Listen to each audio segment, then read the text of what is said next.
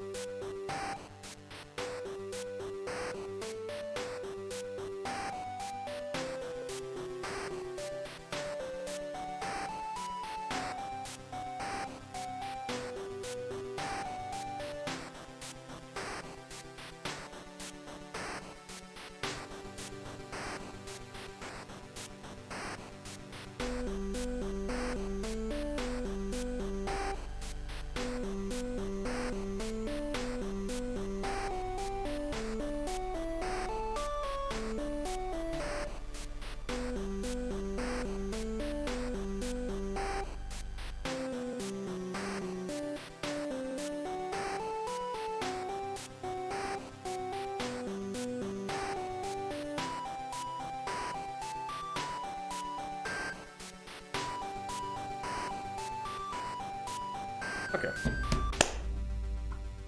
And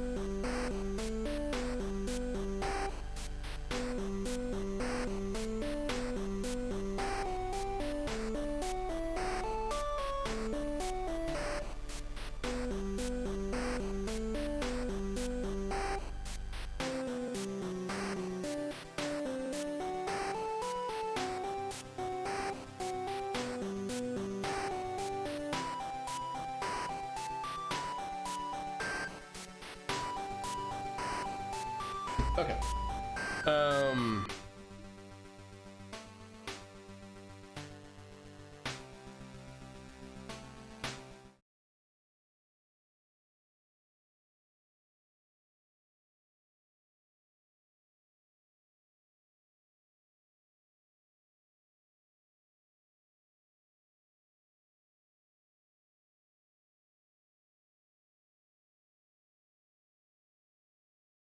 I just don't get the whole switch up.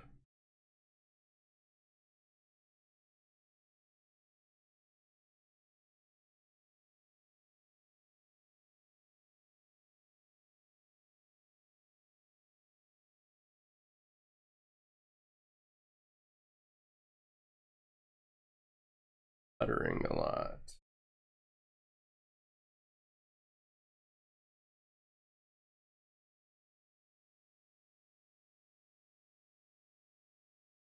Better computer. I think that's what it is. Okay. Watch the fucking video. I'm gonna... We just have to wait. Oh, wait, how loud is this? Louder for me. Wait. I had to stop my dance party for this. I hope you're happy. Anyone else notice lately how terrible the internet's getting? Like, why do I have to keep logging into things? I know it's more secure. I just don't like that things log me out in 2 seconds. Why are we doing that? What are we doing? No more logging into things, please. My Bitwarden is overflowing. Also, my algorithm on like Instagram and stuff is either terrible music. Hey, at least she uses Bitwarden. That's cool. I use a password manager. To be fair, I use the Firefox password manager built into like the browser. But I also like for really secure things, I just use password manager on my laptop when I want to log in. Or my computer. Bit of a hassle, but like all in one place, and I know my laptop is secure for the most part. Terrible people in the comments, or images that are like 2014 Ariana versus 2024 Ariana. Thoughts? This is when the celebrity was 18, and this is what they look like now at 55. What? Thoughts? The pose is so cringe, though.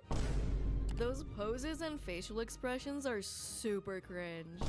Fellas, is it cringe to stand still and smile on a red carpet where you're supposed to be posing for a camera? Boo, you stink! You'll see a lot of the accounts we're reviewing today is this like just some red pill shit as like engagement bait, and a lot of them will do it to like promote their own businesses as if they worked with the celebrity, but obviously they didn't. But also tied to this is the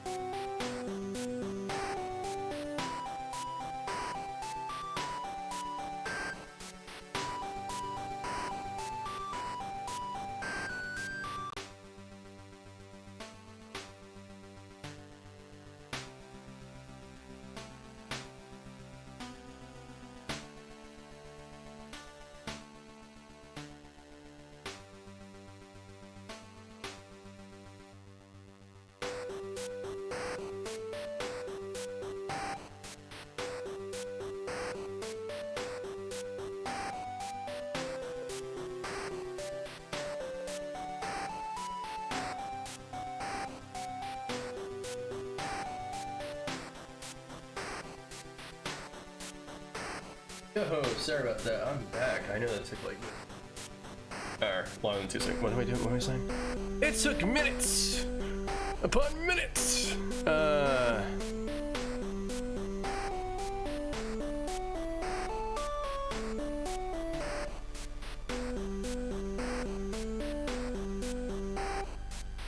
Yeah, give me a second.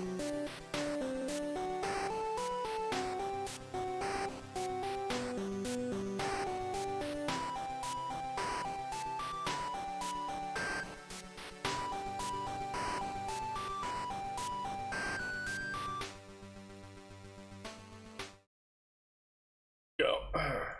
Whole like beauty industry just Sorry turned about that.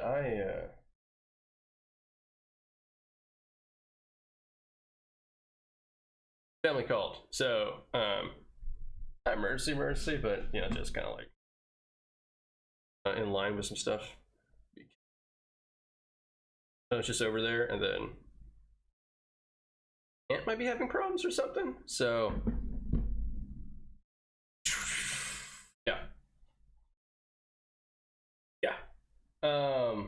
Let's watch. turning into wellness influencers, begging you to buy the thing they're definitely using on their face every day. And suddenly I only see, buy this, use this, don't use this, it's gonna fry your hair off, eat eggs, don't eat eggs, they give you cancer. The Use fuck this, is it'll this cure your shit? acne, don't use this, it'll make your acne 10 times worse, and it'll burn off your flesh until you're just muscle and bones. I'm gonna tell you which viral lip products are actually worth your money. Top 10 viral products of 2023. Viral chair. This viral has this. As somebody who's really easy influence, I have almost every viral product. And I know the very masculine men who watch my videos are Dude, me, I'm the masculine man who watches her videos. What's up?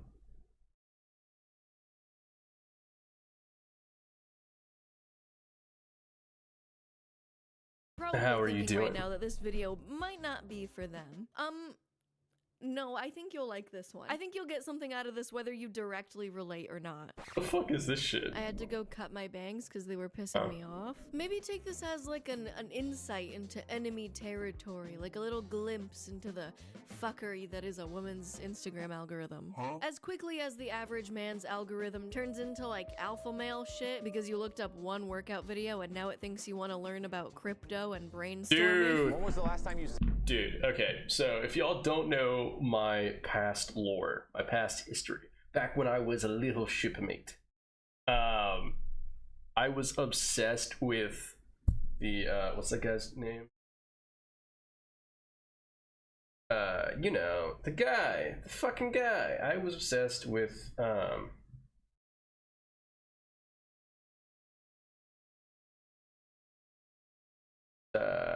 what the fuck is that guy's name? You know, Ty Lopez. There we go.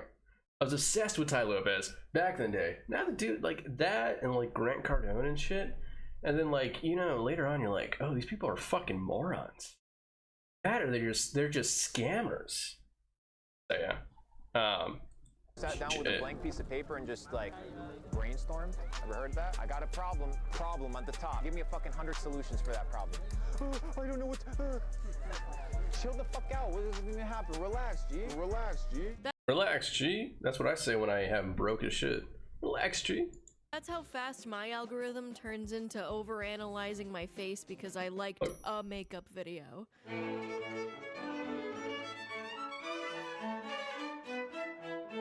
I've been seeing more beauty stuff lately on Instagram, and it's, first of all, it's overwhelming and exhausting. Relax, G. But it also made me pay a lot more attention to things like my posture, my jawline, and not liking how I looked. Mission accomplished. Now, I've been on YouTube for a little while now, and naturally, I feel like when you're on camera this much and you have to stare at your own fucking face this much, you kind of naturally That's why want I'm to a look VTuber. better. So what a lot of people do, whether they're celebrities or I'll not, look is better, they get I things just- like Botox. But I don't want Botox in my face, because I don't like needles in my face. It has nothing to do with how I feel about Botox, trust me. If I could, ooh, I would snatch this shit up. But I just have to lose weight. I just have to get my color palette done, so I don't look gray and washed out, I guess. I just have to drink more water. I found out I've been drinking half the amount of water I'm supposed to be drinking. Dude, me, I'm literally, dude, okay, I drink a lot of water. I drink a lot of tea now. So I drink a lot of water, tea, I eat a lot of fucking fish, chicken, and rice. That is most of my diet.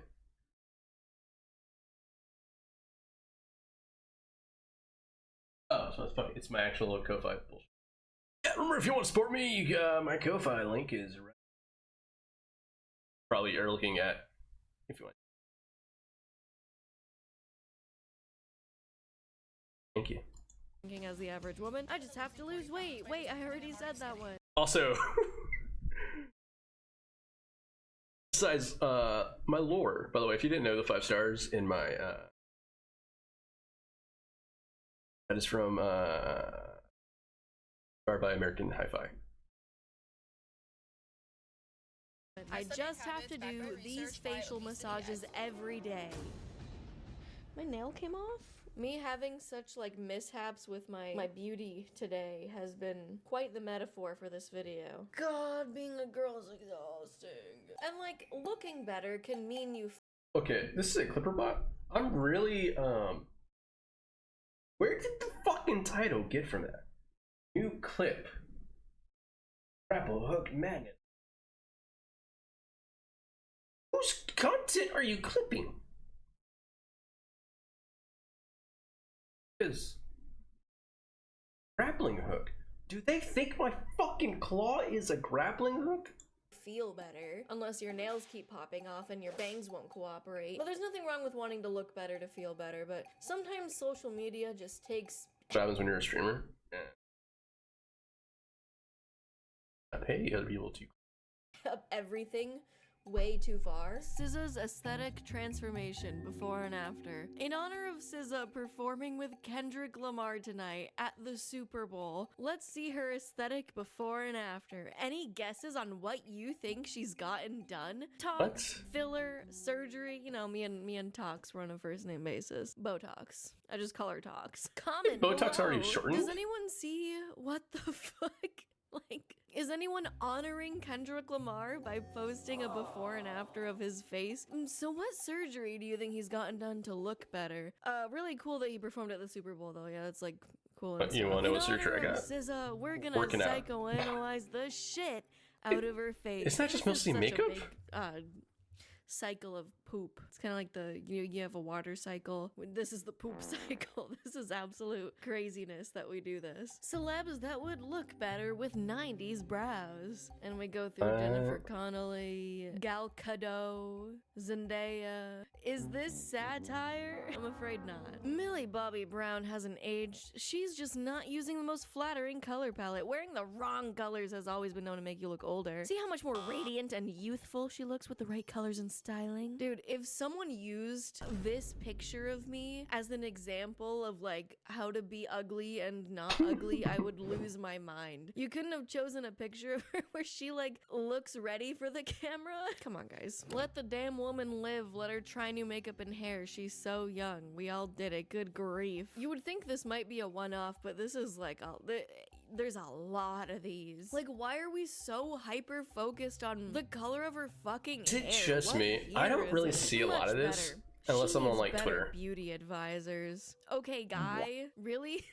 It's because like I'm not Now on, here's insanely an on image Instagram all of the a time. side-by-side of Ariana Grande and Audrey Hepburn. A comparison that the person who owns this account made, not Ariana. And so let's compare these two women that have nothing to do with each other. With the big difference that Audrey was a natural beauty and Ariadna is not. Audrey had class with natural beauty. You know, like Ariana didn't make this comparison, right? Instagram loves putting images of like two people side by side who have nothing to do with each other and will not put like a mean caption or anything, but they know what they're doing. It's giving so much let's create something to be mad about. Relax, G. I guess also I've been wanting to get my fashion and personal brand cohesive, and I just want to feel put together. So that means I've been seeing a lot of color palette videos, a culmination of your skin's undertones, your natural hair color, your facial features, can mean that you're a warm summer, cool autumn, I dark think winter. what the You fuck? can also be high contrast, medium contrast, or low contrast. What the fuck does any of this mean? I'm assuming it's kind of like the contrast of your hair and your skin tone, whether there's a lot of contrast. For example, I have pretty dark hair and pretty light skin, so I would be high contrast. And we'll get to the color palette stuff, but like seeing Sabrina Carpenter's amazing glow up. I'm just gonna try to sneak Sabrina Carpenter into every video apparently. Like Go for seeing it. those gorgeous befores and afters of these celebrities and how they snatched their color palette and makeup and branding makes you think like, oh,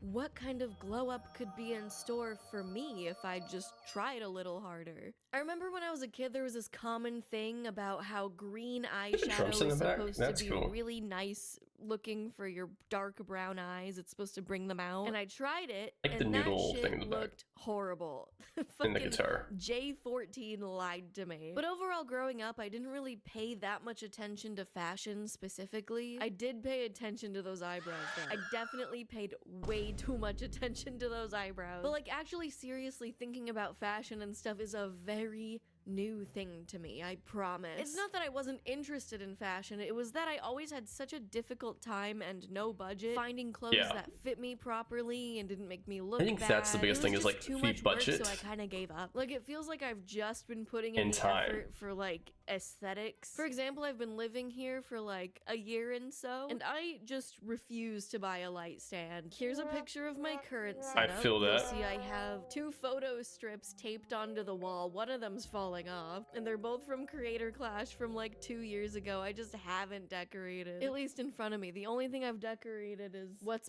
directly behind me and like a few other Dude, things in the house. But this I'm is working on it. So literally- the eyebrow thing, that was a trend. This is literally my setup right now because I got okay. So I have a small bookshelf, and then I have the couch that was not here when I moved in. Then my desk, right here next to the couch, like. Yeah, and then because I need something separate, because then I go to the bedroom and I sleep. So, yeah, I don't know, dude. 2016, and obviously yada yada beauty standards are changing. I don't need to give you a fucking essay on that. But lately, I have no it posters has up in here. felt that we're like back in the early 2000s. Sorry, I don't have a fucking apparently, YouTube with play the button. level of thinness that is now Oh, in yeah. trend. I used to think there was just fat and skinny. Apparently, there's a lot of things that can be wrong on your body. My hairline is so weird. My pores are huge. My nail beds suck. I have really bad breath in the morning. See, that's the weird thing about this, because they picked Lindsay Lohan as to be like the nerdy, unattractive person. Made no sense. Ew. After this whole big body positivity, It's iconic, we're but, like, literally look. doing this again. Actually, we were always doing it, but I feel like it kind of got better. But then it kind of got worse again, and now we're in the worst part of the timeline. Is it just me, or does history feel like it's repeating itself? How toxic body standards of the 90s promoting fad diets and supplements that didn't actually work has now been replaced by wellness, 75 hard, or why you need to drink bone broth every morning, or why this type of sea moss is the best for your smoothie. The list goes on and on. Adele, Lizzo, Selena, thinness is in, and man, have I been feeling that trend. And like, of course, just Yeah. because Lizzo has talked about body positivity in the past and loving her plus size body, that doesn't mean that she can't lose weight in general if it makes her feel better. But I'm saying that all of this is culminating into the trend that thinness is in. But then people will say with their whole chest that you should be confident and comfortable in your own body and feel beautiful. But then the second that you are actually confident and feel beautiful in your body and find yourself attractive, Bro, I guess I suffer from like depression a lot. So, me, dude, just going out and walking. A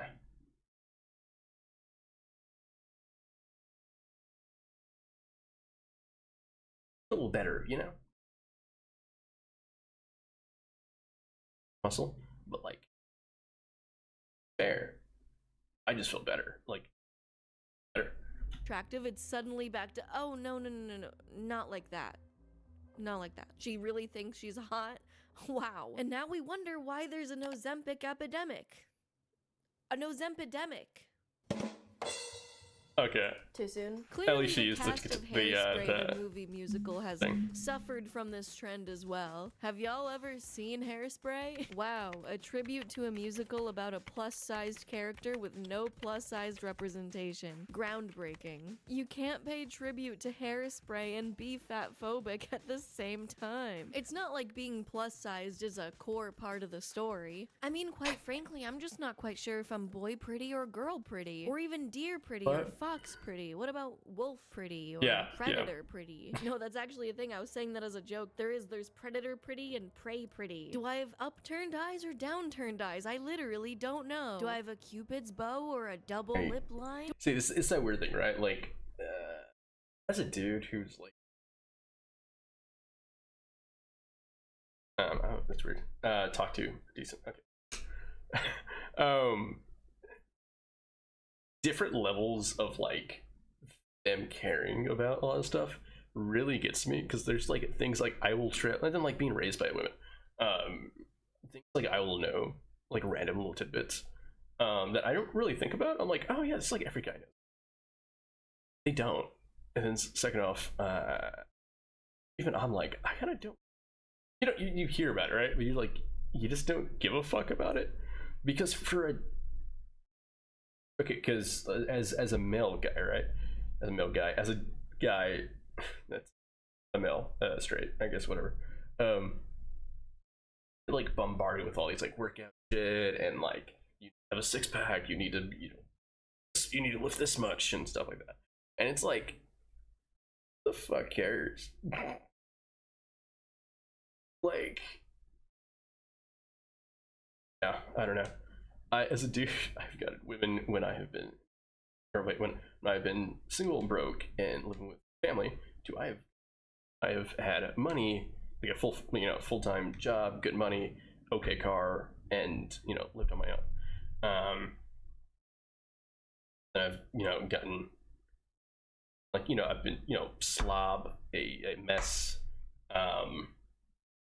whatever. It doesn't really matter. You could find somebody. It's just about getting out there and just meeting people. Like, I'm gonna tell you right now, but the thing is, having money stuff makes you have to kind of do this in yourself. But for me, when I have money, I'm usually out more, doing things, meeting people, and having a good time. I'll have friends. I'm buying drinks, here and there. I'm drinking 3 or 4 times a month. I'm usually going to some type of events, some anime conventions, whatever I can, conventions, tech conventions, nerdy stuff. There's you can meet, you could, as long as you're like a cool guy, a confident person, you're usually really for whatever city you go to, because most, conventions happen like in cities, sometimes towns, but yeah, you just time. I've gotten, I've chilled with some bros and shit, and then like next thing I know, I'm like dancing with a girl. Boom, I get her number, we just start texting and stuff, and then we're having a good time, and then we either keep going or we like, hey, this isn't working out. But like you can, it's, I guess, the beauty standards for things, especially when it comes to like males. I don't get that. And then for females, I really don't get it. Males, I'm like, because with the male stuff, it's like you need a fucking simp when I'm in relationships, like I am.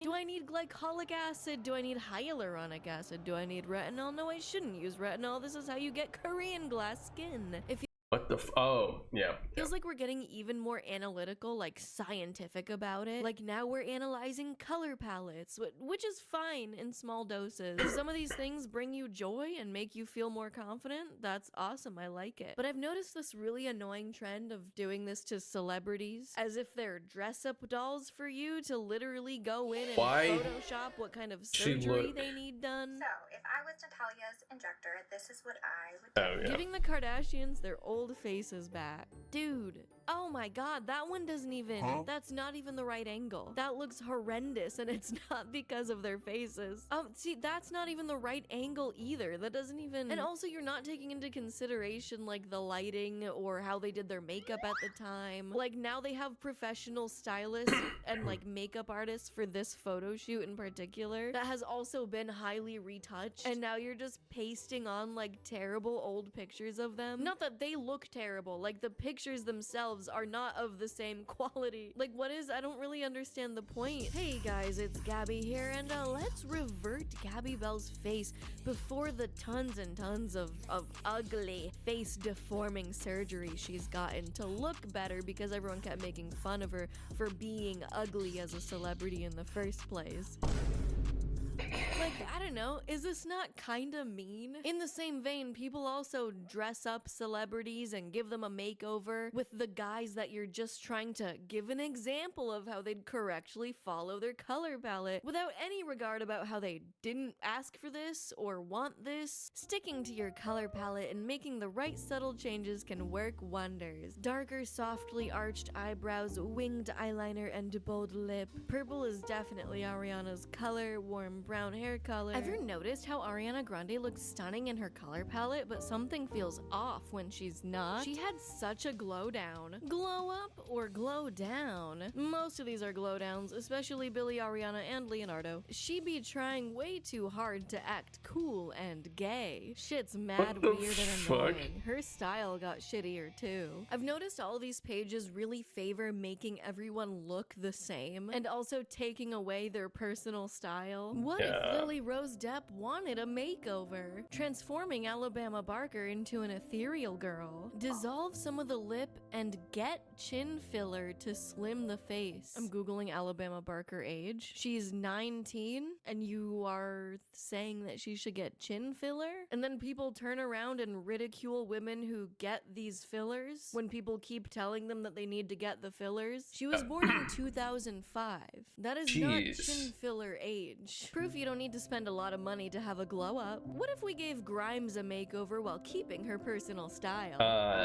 Yup, you definitely kept her personal style. My like camera generic. battery died and kombucha spilled all over my desk, and now my desk is really sticky and things just keep going wrong. But god damn it, I'm gonna finish filming this video. We persevere. Oh, that wasn't plugged in. That wasn't recording on my audio. Also, what if Lily Rose Depp didn't want a makeover? You ever think of that? Too Sabrina bad. Carpenter is not a warm spring. I know you were all thinking it, but thank God my suspicions were I, debunked. Warm tones are too overpowering for her. I don't get Silver it. complements her undertone better in cool tones. Let's tone the hair to ash blonde. I feel like I've seen every single one of these Instagram color consultants always make people's hair ash blonde. Never blonde. Blonde's always too strong. They always tone everything to the middle, to the average. Color analysis changes I'd make to Ariana Grande as an image consultant. Add depth and warm makeup. Girl, please. That just no. Thanks. Leave this girl alone, please. What if we gave Chapel Roan a makeover while keeping her personal style? She's stunning, but let's see how much better she'll look when I give her a makeover. Okay, so like, I like this style too, but hear me when I say you did not keep her personal style, and again, made her more generic looking. Like, no one can be unique anymore. Waiting for the day we analyze men this intensely. Her body is not your business. Real. Okay, so look unique and stand out, but don't look too different. Don't look too unique, or else it's too much. That's not pretty anymore. That's too different. But also, you should keep your personal style, but also make sure it follows your color palette. But also, you can keep your personal style, but also you shouldn't do that. I know they're celebrities, but does no one ever think about how weird it would be to log on to Instagram and see like dozens of videos of people giving you a makeover and how they'd make you look better because they don't think you're pretty enough or would do your style differently or are Yeah, me, dude. I don't know. Also, have I not been looking at the other chat? I thought I had it. I couldn't move.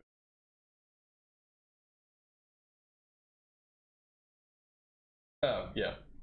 Oh, because it's not loading.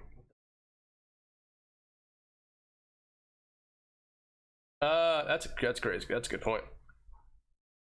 No clue. Maybe you should. Fucking obsessed with your hair and eyebrow color. Here's Selena Gomez in 2024, and here's Selena Gomez in 2025. Thoughts? You know what you're doing. Why are we doing this? All those tears made her fat.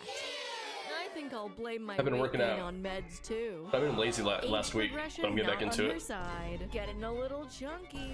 Looks like she had 4 babies already. She needs to lay off. Bro, yeah, I don't get this, right? I don't get this toxic shit. It's like, yeah, man, she's fucking hit the wall, and I'm like, bro, you look like you fucking got a batter of egg and fucking vegetable oil and drink this shit every day. It ain't looking good. Off the pancakes. 10 years and 10,000 tacos later, she would look so much better naked. That's disgusting. Okay. Ozempic plus whatever the fuck that is. Ozempic metal. And there are a bunch of comments on here defending because genuinely, what is the point of this post? There's so many posts like this. I can't show you a clearer example of how infuriating. Also, I should be having a bigger monitor currently, but the cord is not long enough for the power, and I don't have a long enough HDMI cord, so I'm still using these like old ass monitors. Yeah, or one's new, the other one's old.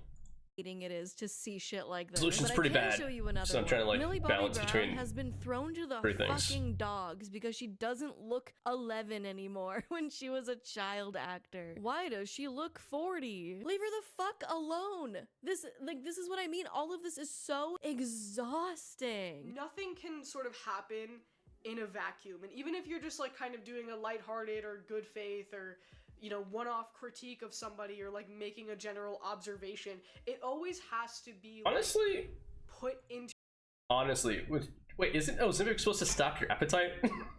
Like, so you don't eat junk food? Am I wrong? I thought it was supposed to like lessen your appetite. For me, it's just, dude, it's been discipline, and I'm broke. So literally rice, fish, chicken. Oh, okay. I was like, I'm lost for a second. I'm overboard. Because yeah, mine's just discipline. You got 2 meals a day, rice, vegetables. Yeah. more protein and more fiber in my diet. There are some mornings and some nights where I'm just shitting for a good like hour. Just, you know, all that fiber in my diet, like damn.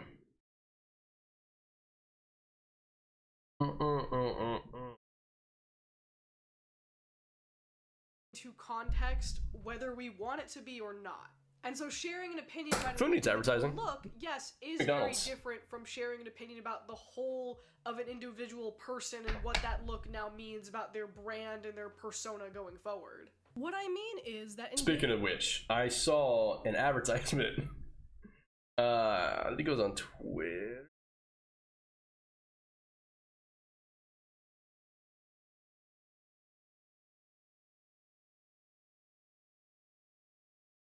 Fresh. Usually about damn. whenever they first open up, that's when they're fresh. I saw an advertisement for a solo leveling like Korean thing. I think it's like a Korean restaurant or something. It's like a chain, and they were selling like solo leveling meals or something. If I had the money, I would go. I'd probably go more than once. That sounds fucking delightful. Engaging in meaningless critique of an outfit doesn't cause much harm on the surface, but there are some folks who will take it a step further, implying that Millie should have stayed true to this more innocent, childlike persona forever, and that celebrities in general should be afraid of aging, which is a more harmful touch point than just saying you don't like her blonde hair. And the fact that a lot of female celebrities feel the need to change themselves to fit with this evolving standard warrants a critique in and of itself. Reminds me. I guess the line for me is like when you're directing it at the person with no additional context, you know, saying Miley's teeth look. This reminds me of what's his face? Disney, like Musso. He was like on Hannah Montana or something. And Pair of Kings. That's where I just saw him. That's like another Disney show from like point or whatever, 15. Around that time. Anyways, I saw a clip of him who basically changed his hairstyle like every like few. It'd be like usually something drastically different, and the reason was because he just didn't want to be recognized or confused with somebody else, because like he was rocking that like emo fucking bang hairstyle for a while in the 2000s, because that's like what everybody did, and then he came out and changed it. He cut his hair like mostly all the way off to be like really shorter, and then I think he did a couple of other things. He was changing his hair quite a lot. I think now he finally just stuck with it, with like just like a slimmed down version of whatever he was doing with. I think he doesn't name recognition. I don't even know if he acts anymore. I know he was trying to do like the whole music career at some point, but like I don't know. Even I don't want to change my hair too much.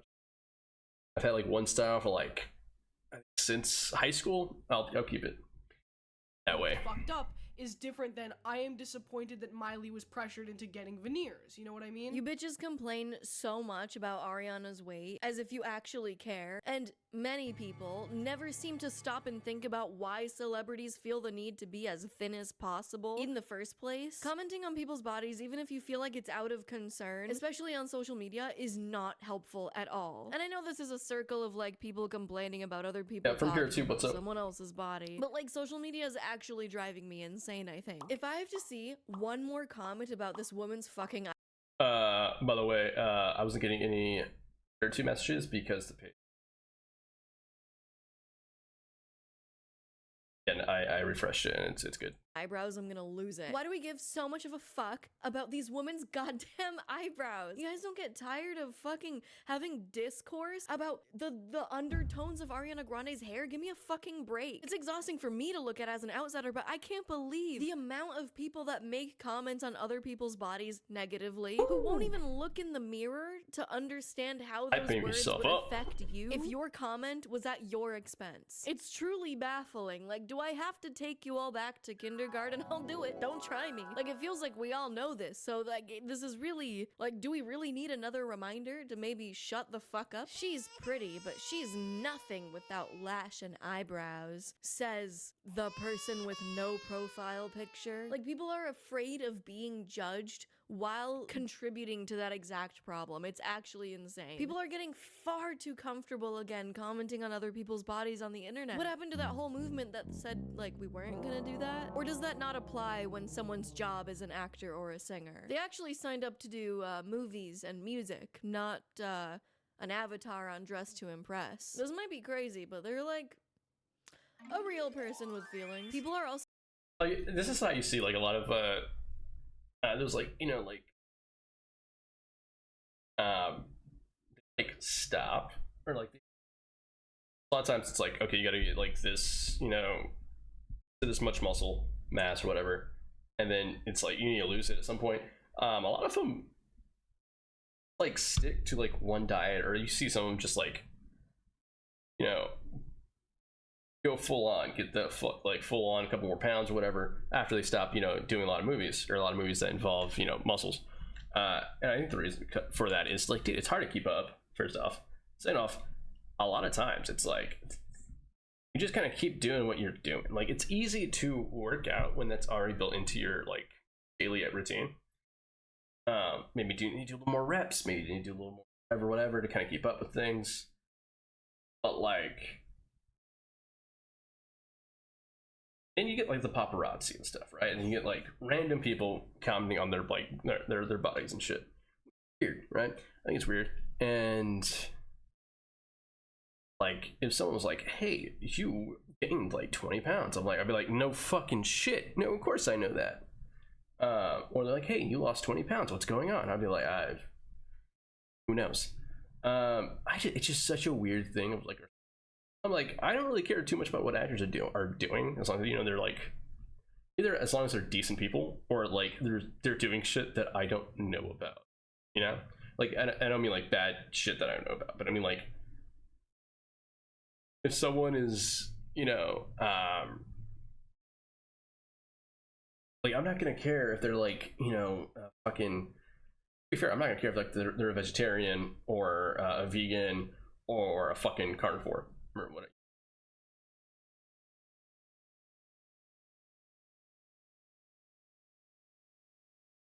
Not, you know, not meat or anything like that. I only eat like, I don't know, lab grown meat or something like that. I wouldn't care, right? Like, who the fuck? But if they're making good movies, they have good, you know, political stances or whatever, everything else kind of like, eh. It's too parasocial for me. Also using celebrities to promote their injector Botox business as if they did any of the celebrities' like cosmetic work. Like, first of all, I love this picture of Miley Cyrus on the left. This is an iconic image. I want it printed out and taped onto my wall next to my other 2 photo strips on my wall. I love it. It's hilarious. But like, I can buy myself Botox, fillers, threads, surgery, and Ozempic? You mean like the picture of when she was like 15 compared to a picture of her being 30? Like, that's insane. That's crazy work. Also, her pose is completely different. This shot is from a different angle. Okay.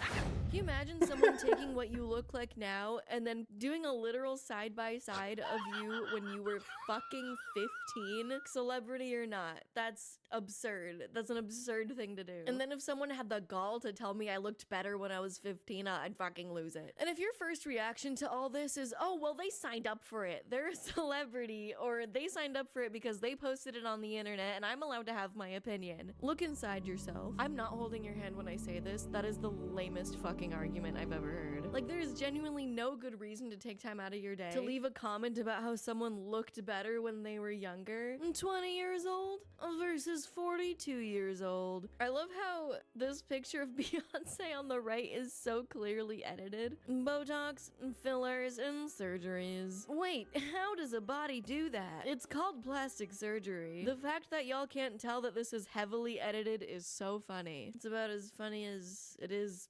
sad. 18 years old versus 36 years old. I think they look different. I don't care what she had done. She looks great, and I bet feels even better. Let's not pretend choosing the right makeup helps too. You're absolutely right. She looks fantastic. She looks great. I bet she feels great too. But all of these comments are positive because she had such a glow up. So now it's okay. Now the fillers and the Botox and the Ozempic, like that's okay now because she's hot. And like not to mention her past struggles with drugs and things like that. Like she deserves to feel amazing. But like can we pick a lane? Like it's so The new Snow White movie? When is it okay to enhance your aesthetics? And apparently there's times when there's not. Everyone's a fucking critic. Everyone's a fucking like wants to control what other people look like. I'm so just confused because when Lindsay actually looked like that, when she was going through that, the headlines were not sympathetic towards her. But now she's hot again, so it's okay. And I'm actually very supportive and happy for her now. Obviously, there are things I would change about myself, as I'm sure most of us have something like that. Is it bad that I don't really know what the hell's going on with the Snow White movie? So fat. I can't fit through doorways sometimes. I feel like Squidward after I'll eating get woke, and then there are people canceling it because of it really gets in the way. Gal Gadot. Just kidding. I do wish my jawline was more snatched and that I didn't have chronic skin problems. But like other than some minor stuff, I think I'm pretty. I like my nose. I like my eyes, even though one of them's a little bit lopsided. That's okay. I like my hair, even though having the darkest brown hair. I kind of wish I could dye it without frying it to the point that it would be food for horses. Being 4'9" does present some challenges where I can't reach the second shelf of my kitchen. Half of my kitchen is entirely unusable for me, and that makes it a little harder. I can't reach the bottom of my washing machine. That makes laundry fucking horrible. But I do get insane leg room on airplanes. I think out of the whole genetic lottery, I got a pretty decent spawn, you know? I gotta be thankful for what I have. I could have like 6 toes. I think like, she's not cute. even aesthetically. I just think buying shoes would be a nightmare. But the whole point is that I could be more attractive. I could be the alpha woman of my dreams. That Sabrina Carpenter glow up is just waiting for me around the corner. So the whole color palette thing, I do think certain colors work best for certain people. But again, we don't need to be playing dress up with celebrities who didn't ask for it. So let's do it on me. Let's do it on me. A lot of these Instagram profiles that post these like celebrity mock-ups, I guess, will offer services of their own to analyze my color palette. They just use celebrities to promote their business. But I'm honestly curious about how these people will give me a makeover. I don't think it hurts to get some ideas. Plus, I'm doing this consensually, so that helps. There's nothing wrong with wanting to look better and finding colors that suit you best, and women helping other women look and feel their best and most confident. It's just the climate of like over-analyzing all of our features feels feral. Like the dozens of do's and don'ts. What's your eye pattern? What's your eye pattern? We're gonna put that in a box too. So while I take and submit photos of myself to send to these strangers to give me a makeover, let me tell you about my favorite socks, Bombas. Bombas doesn't care what you look like. Let's not do that. Let's... relationship with them.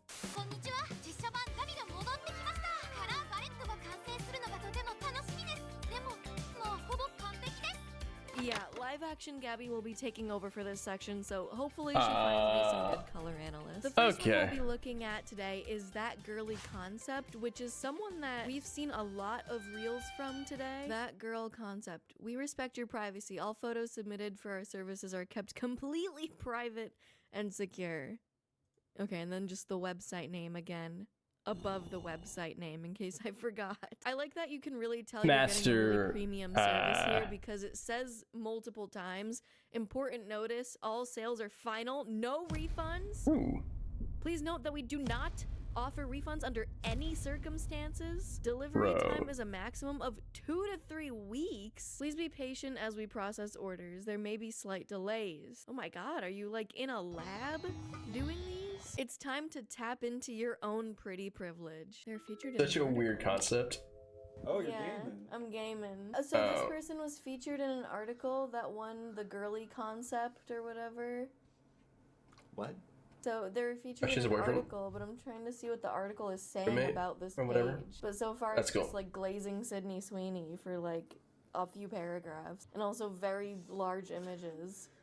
of her breast. Of her breast. At one I didn't point, want to it's say literally anything, just but boobs this was on the kind of screen. noticeable. I gotta be honest. Like, they need to shrink these pictures a little bit. Wait, so I have to pay. So this journalist hired them to do the same thing, and this is just Facetune, is it not? I can give myself a makeover in Facetune. It's just an app. I think I could do this to myself for free, I think. First of all, they made her face slimmer and nose slimmer also, but this is supposed to be what you can do like with your natural features, is it not? Without changing my features with Botox fillers or surgery. Within an 2 to 3 weeks. Okay, so they gave her a haircut, gave her snatched collarbones. Okay. Oh, so she actually got the haircut done as well. I do think this looks very good. It sounds like she had a really good experience, actually. That sounds Okay, cool. it sounds like they liked it. That hair suits her very well. Non-surgical and surgical procedures. Do we want her to... What is a non-surgical procedure? What does that mean? Let's do no procedures. I want to see what they can do. There's 42 pounds spent. I don't know what the conversion is. It's like $60, right? 250 pounds? Ooh. Yeah. Yeah, Is there like a simpler package, perhaps? Okay, this one's created colorful. We're here to tell you which colors look best on you, get you out of all neutral everything, and help you find yourself in your closet. This is such a weird She's like thing. putting us all back in the closet, like, no, please don't come out. We're gonna make you go back in there. Funny thing is, I guess because of the whole like girl thing. Saw this one girl recently who, like, I guess she didn't expect me to know what like fucking lip gloss was. Funniest shit ever. I'm like, she's like, oh, how did you figure that out? I'm like, are you like, it was like a picture of lip gloss. She's like, what would this be? It's this or this, and I'm like, dude, that's something I what? I think the bar for guys to know like any beauty products is very funny. So it's really funny. Like, yeah, I wonder what like they would say for me, right? $80. Holy Probably cut my hair. cow. I'm gonna come back to Which will that happen one, eventually. I think. Jesus. This is 120 pounds, and I think that's Why are these all even in more pounds? hold on. $150. Yeah. I'd be spending like $1,000 if I did all these. All right, this is what I'm looking for. This is another page that's posted a bunch of like celebrity color analysis stuff. AI powered style creator. Realistic AI outfits. I think this is gonna be the one for me. I have to download this onto my phone. They can track my location. Why do they need my location? You don't need to know where I am. Enhance my style, feel more confident, stand out in the crowd, experiment when... Enhance me. Jesus, even this is $10 a week? 3-day free trial? Alright, I'll set a reminder to cancel it. Yeah. Oh, add photo. Okay, we get to do this now. Does it have like a color palette thing that I can do? Your color type. Yeah, let's try that. I don't like that it wants to access my camera, but I'm gonna have to. よしみんなこの手続きの続きは他のガビデルに任せることにするよ実は私には銀行口座に対する権限がないのでその情報は何なのかよくわからないんだ彼女はなぜか私にそのクレジットカードを使わせてくれないんだけど Wait, 理由はわからない I don't. Wait, is this? Hey.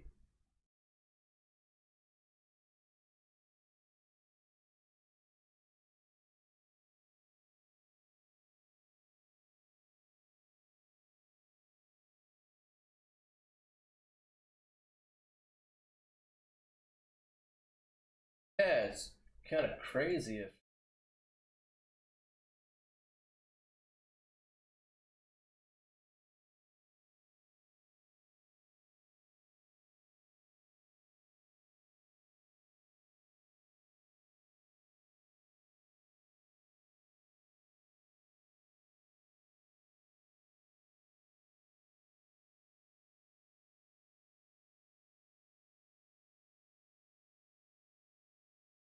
can't have anything else. Look, it's a pirate sword. Just has a hammer and sickle with a fucking sword, okay? It's nothing to do with politics. 今までに何か悪いことをしたわけでもないし。じゃあね。 I decided to go on Etsy to find the rest of the color analysts, and price had absolutely nothing to do with it. If you didn't know, you can find almost anything from witch spells to 200-year-old sourdough starter on Etsy, so this is really nothing out of the ordinary. That sounds pretty cool. I thought maybe, just maybe, I could. Wait, can I put emotes in? Here's the funny thing. The funny thing is, I don't know where those emotes are anymore.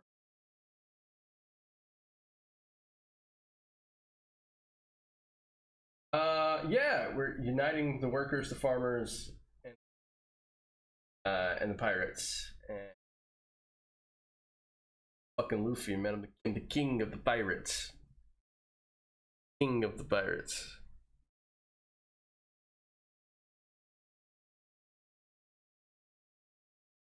But I'm the pirateer.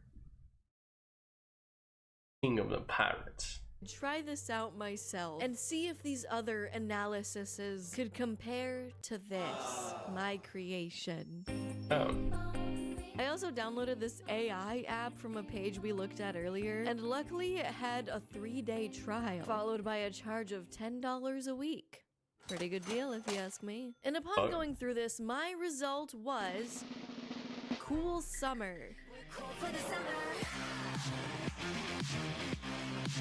Okay. I don't know what that means. I decided to try the gold dress to see if the warm colors would really overwhelm my features, and oh.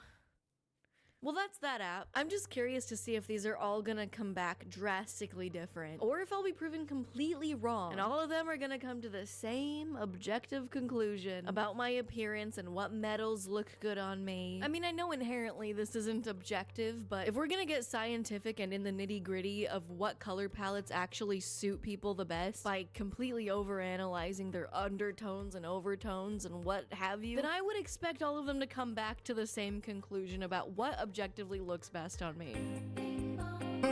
I got my first color analysis back. It feels like I'm kind of paying someone to like take a BuzzFeed quiz for me. It's kind of fun, you know, like, what do you think? What sign I am? Am I giving off Libra energy? Any astrology girlies in the chat, let me know if I come off as my sign, which is Libra. I like understanding these things. I don't know. Okay, this one's from the $112 image consultant Maidenhead. The fuck? This seems like some Fiverr shit. Deep winter. I'm so excited. Undertone neutral leans cool. Very dark colors. I'm kind of in the season of my life where I kind of am enjoying the brighter colors. I agree with the blues. I think blues look really good on me. And I brighter love that colors as she's wearing like a black shirt. The colors, white. Do some people not look good in white? I feel like white looks good on like most people. Powder blue. I love that color. Corn. Hey, you got any corn colored tops I can borrow? That deep purple, I guess could look good on me, but I'm not really resonating with the palette, I think. I get that not everyone's gonna look good in like trendier colors, but I just don't think these are it for me. Your best neutrals. Dark navy has been a solid neutral for me. The opposite colors work well together. I don't want to look like Barney. I don't think I should put these colors together, actually. I think I would try to go for the opposite. Lip colors. No. Your best metals, silver. That's so interesting. Because I've always found that golds look best on me, in my opinion. But except for these silver earrings. I was like, the silver looks pretty good. Lower down or in small pieces. Okay, yeah, that's fair, I guess. Rose gold. I did get rose gold glasses, and I do think rose gold looks good on me. Excuse me for being like very 2015. So I guess I am already wearing this palette. Right? Like rose gold, silver, and this shade of powder blue. The sweater's black, so I'm already like kind of killing it. Everybody knows I'm killing it. Everybody knows I look good in rose gold. Everybody wants to know. I think this is the $17 one from Etsy. So let's see these results. Yeah! It's clearly a disharmonious combination between cool and your features. The cool ones make your skin look dull and botchy, whereas warm ones make your skin look bright and more even. Okay, so far I've gotten that I'm cool toned and neutral toned, and now they're saying that I'm warm toned. Okay, we can see in the above metallic draping that golds are much better for you than the silvers. So fuck that lady that said I looked better in silver jewelry. I guess that. So this goes out to just wear the fuck you want. Warm brown brown with an earthy undertone. I guess that's one way to say poop brown. You also have a flower pattern. What? Is that why she needed a close-up of my eye pattern? I didn't know that you had different patterns in your eye. I thought every eye was just like different colors, but I didn't know they were different patterns that meant something else. You are a warm, neutral undertone. This rules out cool-based seasons like summer and winter, of which both I got results back for. Also, I didn't think summer would be cool-based. Summer to me in my head is like very warm, so I guess that's wrong. Deep autumn and deep winter are the only seasons that match this level of depth. Wait, I thought you just said we didn't, I thought you just said it wasn't winter. This rules out cool-based seasons like summer and winter, and then the next page you're saying that I might be a winter. I feel like they're being biased. I feel like they see dark features and dark hair, and immediately the only thing I can be is dark colors that work on me. The spring colors are too bright and overwhelm your complexion. Autumn enhance your natural warmth, making your skin I think the green would actually look good on her. I really feel like I'm That's getting green, back right? like Zodiac analysis, but I kind of love it. You are dark autumn. Your features are rich and intense, meaning muted, dusty colors will dull you down rather than enhance you. I guess that's one way to describe my features, as intense. I think these colors are pretty, and I do think they complement my intense features. Ooh, I got worst colors. You want to know what my worst colors are? White.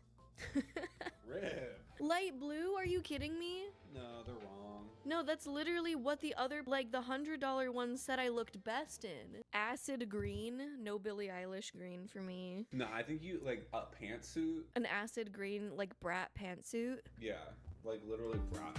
I think I could pull off the acid green pantsuit. I think they're wrong.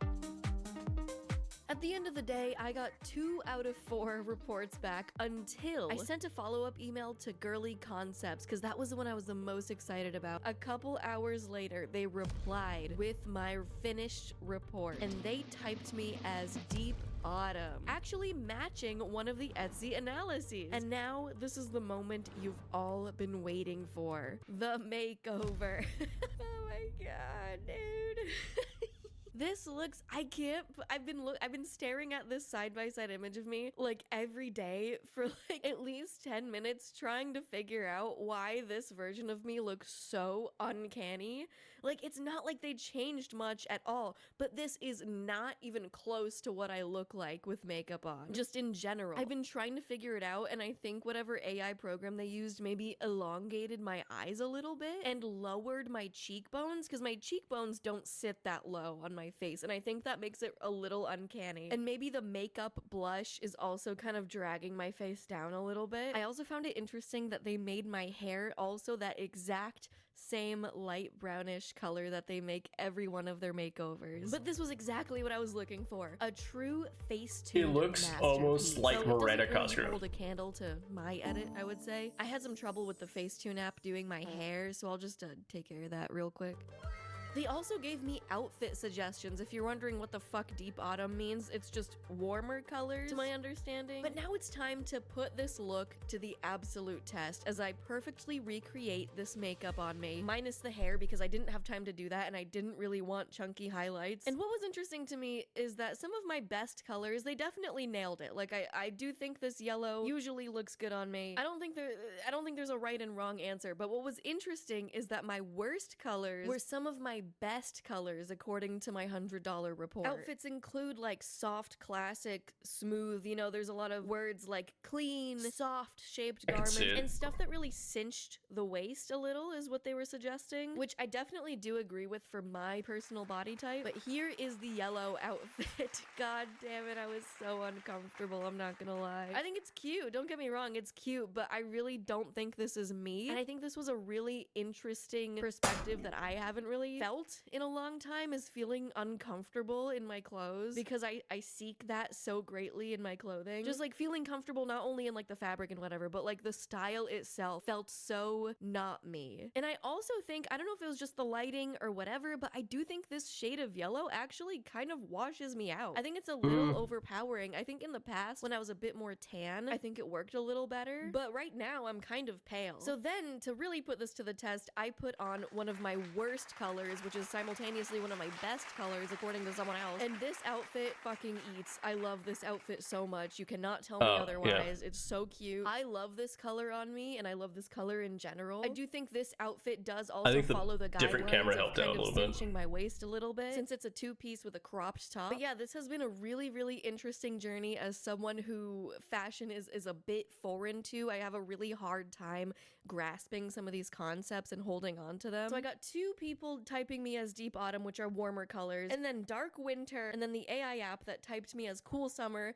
which are cooler tones. So yeah, they all came back different. And there's a lot of overlap in them, don't get me wrong. But at the end of the day, I just kind of felt like, I mean, like, yeah, I do look good in navy. I'm sure this is a way better and more in-depth process if you go somewhere in person to get your color palettes done. And seeing it in real life obviously is a lot more different than me sending in a picture. It's not like creators are giving bad makeup tips, but like if you just remember that one size does not fit all when it comes to fashion and makeup and hair, be wary of general tips for round faces, slim faces, etc. Because you have unique features on top of your face shape or whatever they're trying to tell you, or hooded eyes, makeup for hooded eyes, etc. And it can get really confusing to know what tips and products actually work for you. And it's so easy for me and probably other people to get really, really overwhelmed by this. And I mean, it's just kind of at the end of this, yes, it is extremely overwhelming, but just take what you need, leave what you don't. There are some good gems in there. I found some really cool videos, but you don't have to follow every trend, okay? I wish this was back in style so I could you can just do it. You can just do whatever you want. No one's forcing you to do anything. But it can feel that way, so I get it. I don't care how many times you commenters say that I look and dress like a grandma. I like it. You guys will see the vision. Once I get this shit down, it's over for you. It's over. I'm sure that the color analysts would agree with me too that this is all subjective and their reports and assessments of my face are just suggestions. But it just goes to show how much of this is personal preference. So obviously no one's forcing you to pay people to tell you how to be pretty. But I'm saying social media as a whole makes you feel like there's an endless stream of other people telling you how to be pretty. It's gotta be how you like yourself to look. And honestly, I can see how these are helpful when you're kind of bored of your look and you kind of want to change something up. Yeah. But it's really hard to look at yourself and tell you how to change. It's almost kind of nice to have a third party kind of step in and be like, I think like I'm a dude. I mostly wear but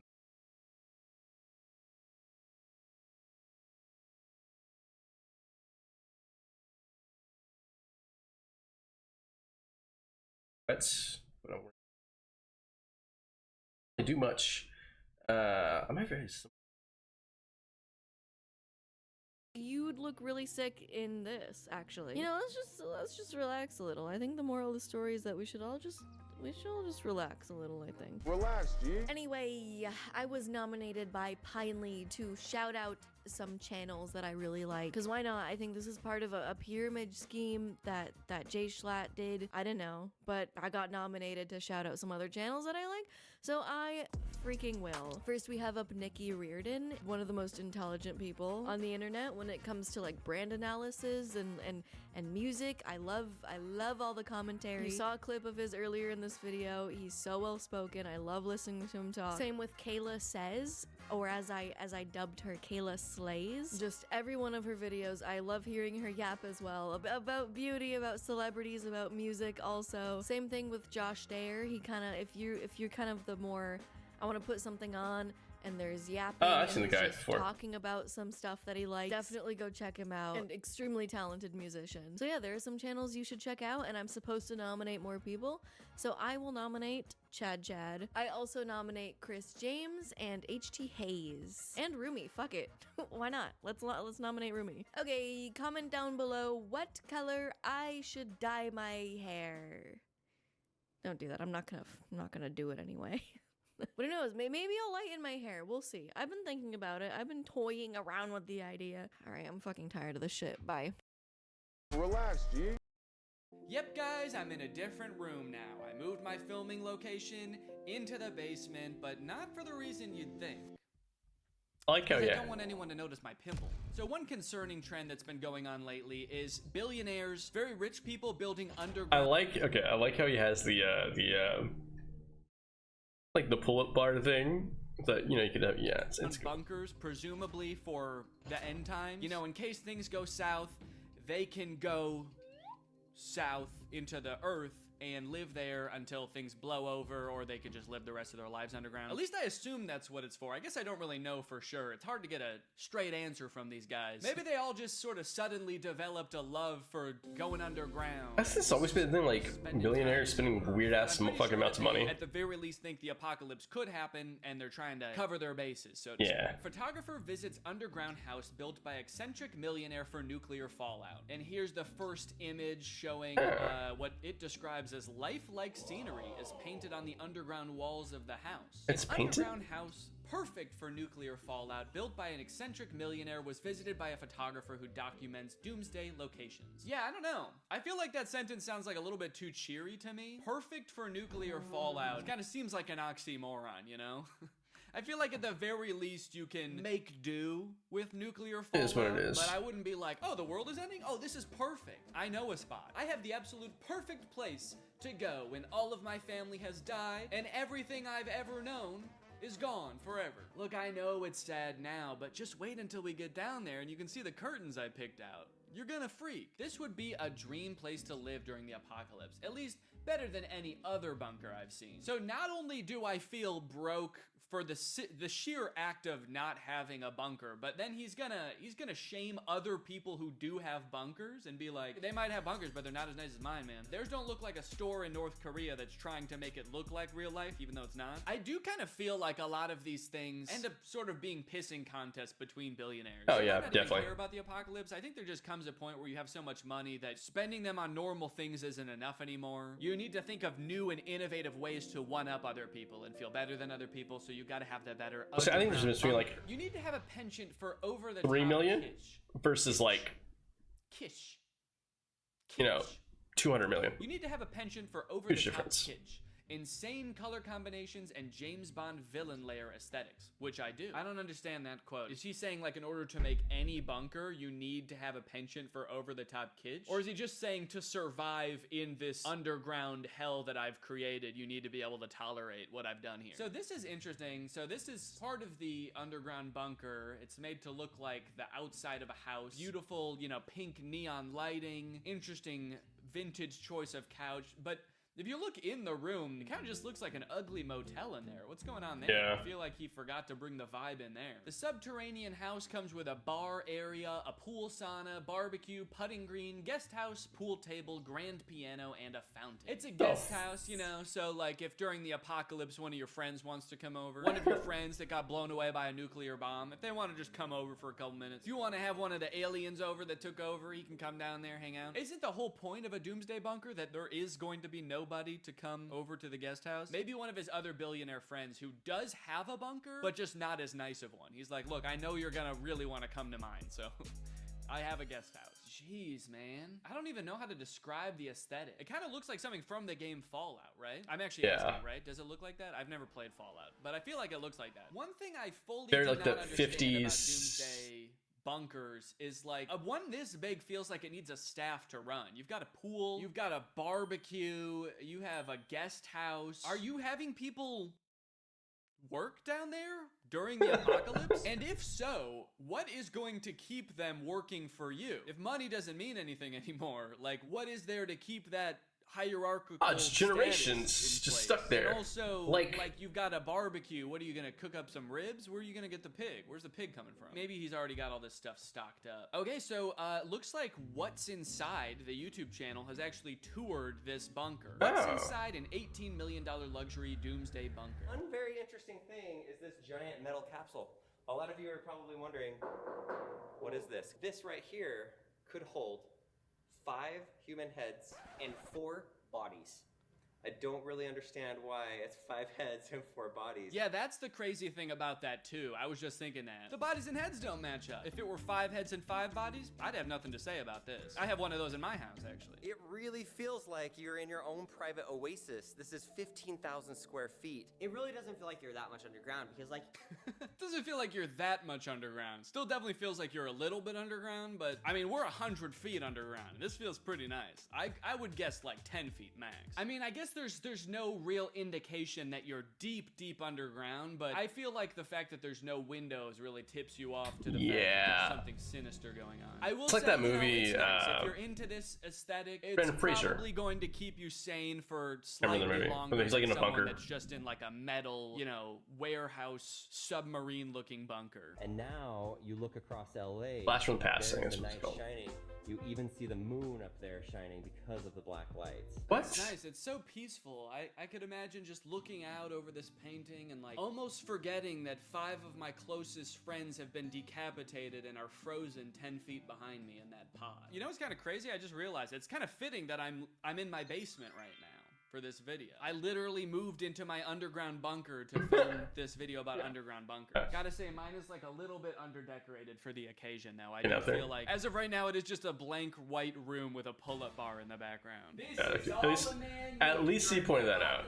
right here, baby. Just a pull-up bar and some white walls. And I do have a severed head over here. It's just not frozen or anything. It's just sitting there, so not even worth showing. The super rich preppers planning to Has to save be, themselves from the apocalypse. cryogenically Billionaires are frozen. buying up luxurious bunkers and hiring military security to survive a societal collapse they helped create. Damn. But like everything they do, it has unintended consequences. And like all their unintended consequences, the consequences are not for them, they're for everybody else. As a humanist who writes about the impact of digital technology on our lives, I am often mistaken for a futurist. The people most interested in hiring me for my opinions about technology are usually less concerned with building tools that help people live better lives in the present than they are for identifying the next big thing through which to dominate them in the future. I don't usually respond to their inquiries. Why help these guys ruin what's left of the internet, much less civilization? Okay. Okay, cook?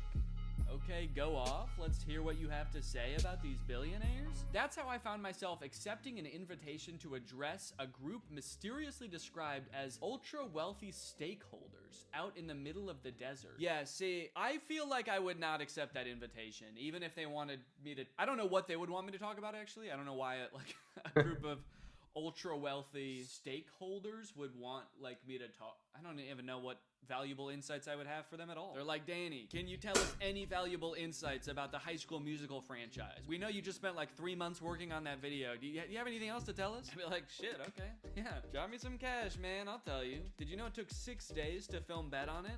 Why did it take that long? I would think I was gonna get killed, actually. If a bunch of wealthy people invited me to the desert, I'd think like, okay, you know, they're gonna pay me, but I will be hunted for sport, most likely. So Yeah, you know, be wise. hunting, So they started man. asking him questions like, how do I maintain authority over my security force after the event? The event.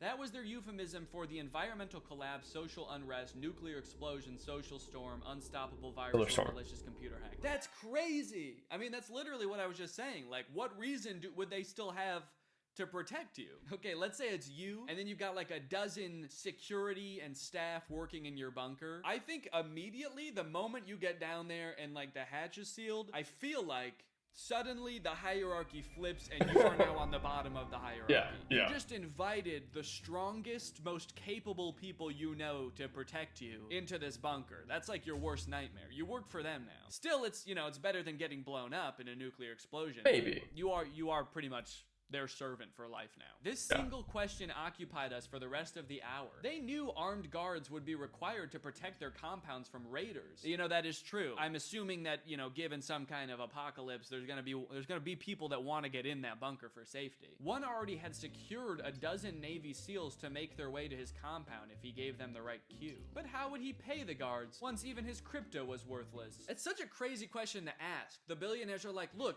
I know that even during an apocalypse, I'm going to be better than these people, but how do I make them see that? How do I convince them that they need to do what I say? Because I know for a fact they do, I just don't know why. Okay, now we got a video inside the Doomsday Bunker for the super rich. From the outside, the security cameras, armored guard, and 8-ton steel doors are the only sign you're entering a top secret facility. In fact, this place is so top secret, I can't even tell you where it is. That's interesting. So this isn't under some rich guy's house. This is a company that makes them and just puts them in the middle of nowhere. How would I even get there if something went down? I feel like I would need one right under my house, you know? You just go downstairs. What, are you gonna take a plane somewhere? Aliens are invading and you're gonna take a plane to your bunker? I don't think so, man. Aliens just... I think this is more for like social unrest, right? You get sucked into there and you get tractor beamed right into their ship. Inside, this 54,000 square foot complex 54,000? everything you could need to live through the end of days. It's massive. Yes, everything you need to live through the end of days. I was just about to ask and make sure they had a mural of 2 parrots. That was gonna be on my list. I don't think I'd survive even a week in a bunker without a mural of parrots. At the top, under the dome, are the recreation facilities like the pet park and climbing wall. Pet park? Underneath that are the mechanical level, medical bay, and food stores. Is this... with luxury living quarters spread... Mr. Beast, those videos? Where he's like, oh, I'm in a nuclear bunker or something? across the next 7 floors. Oh, so I could have all the homies in here with me. That's cool. It's crazy. This place has a gym. It has a water park. It has a movie theater, bunk beds. These people are going to be living better than like 99% of people do now in the apocalypse. And at this point, it just feels like bragging. It's just like, all right, we get it, man. You're gonna outlive us all. You're gonna cause the apocalypse. And here's the funny thing with the solar panels, right? That's where it's. I'm guessing that's where it's powered on. What is stopping someone? I'm assuming the guards are just not going to be there, right? During the apocalypse. What is stopping someone from going over there and stealing the solar panels? Like, I don't think these people are going to come out with guns. Probably afraid or something. And you're gonna live through it, and we're not. We're gonna be having a civil war, being sent back to the Stone Age, and you're gonna be like, whee! On a water slide. It's like, all right, fine, do it, but don't make us look at your stupid bunker. What, do you have a computer lab? You got a school down there? This is all I'm gonna be thinking about now. If the apocalypse ever does happen someday, and I'm not like a doomsday prepper, by the way. I'm not like, the end is definitely coming, so don't perceive that from this video. I'm not trying to scare anybody, but if it ever does happen, I'm gonna make sure my family's safe, you know, try to get us to safety. But in the back of my head, I'm gonna be like, Mark Zuckerberg's on a fucking merry-go-round or some shit right now, dude, for sure. Jeff Bezos is wearing like a pink apron in some weird retro fluorescent kitchen, making pancakes with his friends. Peter Thiel's Mountain Hideaway. PayPal co-founder Peter Thiel's dream home is part bunker, part mountain retreat. Yeah, I guess it depends how you look at it. Everything's about perspective, you know? It could be mountain retreat, it could be a nice little getaway for the family, or, you know, it could be the worst thing that's ever happened to you. Peter Thiel's more of a glass half full kind of guy. While New Zealand was happy to grant Thiel residency after he spent 12 days in the country, the local planning departments aren't quite so easy to win over. Thiel's undulating retreat would have too great of an impact on the landscape. Not to mention they were all kind of put off by the fact that he's like, the apocalypse is coming, I gotta go underground, will you guys let me do it? They were like, wait, hold on, stop. What? Don't bring that to New Zealand. No, you can't. You can't. No, you can't. How was that? Okay, we got a video about Mark Zuckerberg's bunker, actually. Speaking of Mark Zuckerberg. Are you officially sort of embracing your billionaire era? I don't know. Well, I mean, the Kauai thing is really fun. We're doing ranching down there. I want to try to create the highest quality beef in the world. And we have this whole vertical integration plan. Man, I'm so excited for you. That's awesome. Glad you're gonna have the best beef ever that none of us will get to try. No, that's cool, man. You do have a bunker there. Is there something you know that we don't? No, I think that's just like a little shelter. I like her face. She's kind of like, look, I know this is a stupid question, but people are going to be wondering, do you think the apocalypse is going to happen? It's like, wait, no, he did actually probably build it for a reason, right? No, I think that's just like a little shelter under, and it's like a little shelter. What are you worried about? Downplaying a shelter. He's the total opposite of the guy with the fluorescent retro bunker. No, it's just some stupid little shelter. It's stupid. You don't want to hear about it. In fact, don't even ask about it. Don't ask about it. And then just like, there's just a bunch of storage space and like just a bunch of storage space. It could only fit, I don't know, 5 heads, 4 bodies max. Inside Mark Zuckerberg's top secret Hawaii compound. I think you mean his basic little stupid house. Off the two-lane highway that winds along the northeast side of the Hawaiian island of Kauai, on a quiet stretch of ranch land between the tourist hubs of Kappa and Hanalei, an enormous secret construction project is underway. Alright, well, doesn't sound that secret. A secret construction project is underway. We found out about it because Mark was publicly talking about it in that one TikTok interview, and now we're letting you know. But it's a secret, so don't tell anyone. Nobody working on the project is allowed to talk about what they are building. Are you sure they're not allowed to talk about it, or maybe it's just so boring they don't want to talk about it? Like, if you go out for a beer with one of these guys and you're like, what are you building at Mark Zuckerberg's compound? They're probably just like, it's stupid. It's so tiny, I don't even want to talk about it. I hate talking about tiny little stupid things like that. I wonder if they're allowed to talk about it while they're building it, or if they're like, the construction boss is like, all right, we're gonna start doing this wall, or shit. I mean, we're gonna not do that. Nobody do anything, actually. Everybody stop. The project is so huge that a non-insignificant share of the island is bound by the NDA, but everyone... I'm gonna give me some tea real fast. Zuckerberg, CEO of Meta. Tall tales about the compound and its owner run rampant on the local rumor mill, known colloquial as the Coconut Wireless. One person heard that Zuckerberg was building a vast underground city. Well, that's not what I heard. I heard it was like a tiny little crawl space. Detailed planning documents obtained by Wire through a series of public record requests show the makings of an opulent techno Xanadu, complete with underground shelter and what appears to be a blast-resistant door. You know, just to protect you from a hurricane. An explosive hurricane. So unfortunately, there's no pictures or videos, I guess, of Mark Zuckerberg's mansion or his underground bunker. I guess like the one thing we could look forward to in an apocalypse is maybe he'll go down there and he'll post pictures of it on Instagram. I don't know. Yeah.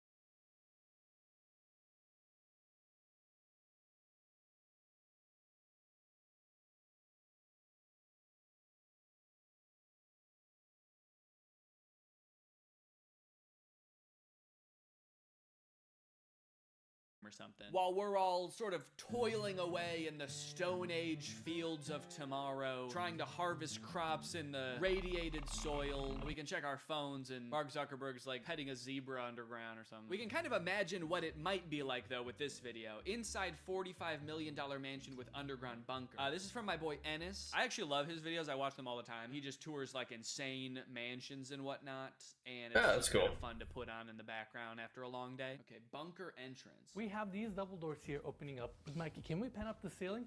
This is security shutters. This is pomegranate. We have the spacious lobby. It's a nice open space. Okay, I gotta say, green this tea might be the flavor. ugliest one yet, actually. I'm sure the rest of the house was nice. Let's flavor take a green tea. look at what the actual house looks like. I mean, the outside of the house is beautiful. Yeah, it looks like there's some nice attention to detail in the home. Very ornate, not necessarily my style, but it's done up. The bunker, I guess at the very least we can rest assured it doesn't look like these rich people are convinced the end times are happening yet, because they haven't quite zhuzhed it up yet. I don't think they're quite ready. So everyone hold off on the end times. They're not ready yet. They gotta figure out what they're doing with this space first. Oh, never mind, I spoke too soon. They have a tiki bar. Fuck! Oh shit. No, they're ready. They've got pool table, they've got claw machine, and they have enough prizes to last them a lifetime. Spider-Man pinball. Alright, well that's pretty much it, guys. I just wanted to look at some bunkers from my bunker.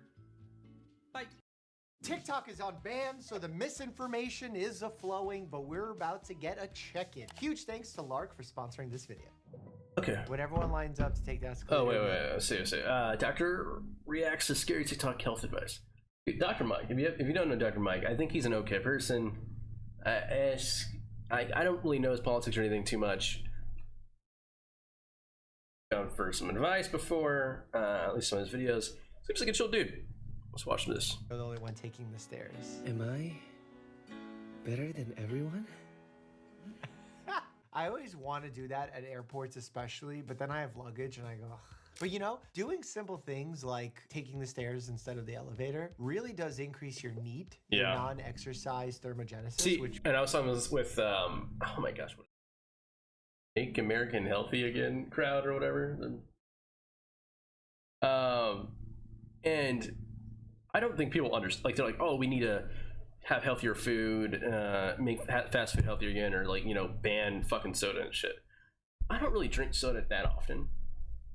But like, you know, if I'm going out to like get, you know, out to eat or something, yeah, I'll probably get a soda. Like, you know, like it's, I don't even consider this like cheat days. I consider this as like, you know, like my off day is my like, you know, regular day for me is like rice, chicken, or rice and fish, you know, vegetables and stuff that are in there, maybe like an apple or some Greek yogurt, something like usually, and it's water, and tea is what I drink usually.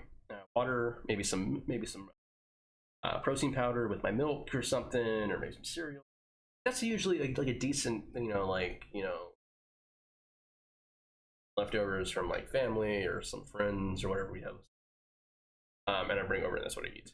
But like, like a lot of these weird new health people, like it's about the food, it's about blah blah blah, it's the fucking vaccines and all that weird crap and shit, and like they don't understand that like one of the big things for a lot of these like other countries and everything else, like the big reason like they don't have like a high, like they might not have a high enough obesity rate and stuff.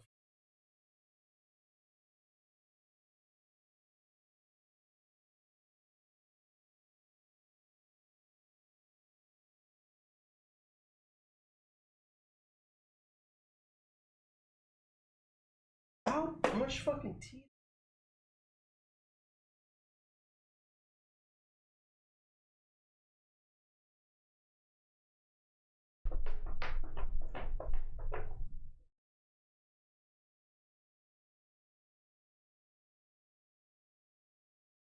High score girl.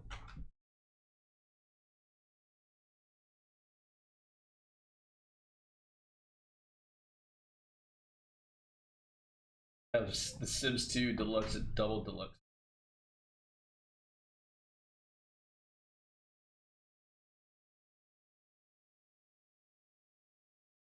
Anyways, like these people don't understand that, like, if you just move around more often, you're not just sitting in your car all the fucking time, and you know you're not taking the elevator all the time. You're walking for, you know, if you do have to take the car to go like across town or something, cool. You're going to park in a farther away than close up to the parking lot. Like, I know that when I'm just staying at home, I'm only walking like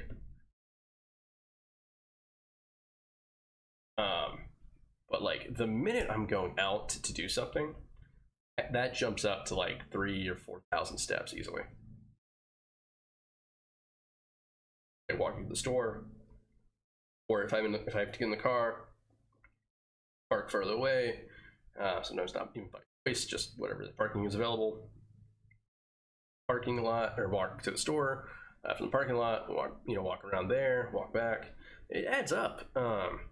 This is about I used to be a very active person that used to walk, you know, miles a day. Used to take the bus from one city to another city to go to college, and I would walk like easily like 12 to 18,000 steps roughly on most days. Probably be closer to like about a mile in the morning, mile coming back, so that's already 2 miles. 5 to 8 miles a day roughly.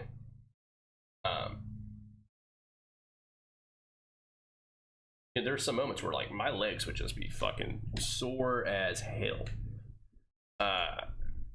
But that's, you know, that's usually how it goes, and that's okay. That's fine. I don't really care about anything. Like, but my calves looked fucking amazing. Like they're like I've probably said this before, but like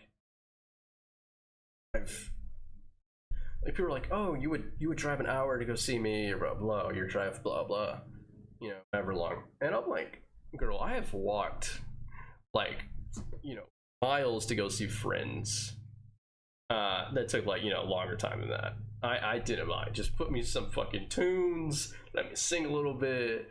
I'm good, you know. That's me. Burns more calories throughout the day, so think about it. Oh, why is he getting air inside his neck cavity? That's some kind of anatomical variant. I don't know how he does that. Interesting. Oh! Did the fish eat her? Is that a shark? It's a sturgeon. It looks like a whale shark. She got a cut on her eyelid. Does a sturgeon just have one tooth that just like... Look at that mouth. Oh. Right there, that's how they eat at the bait. Woo.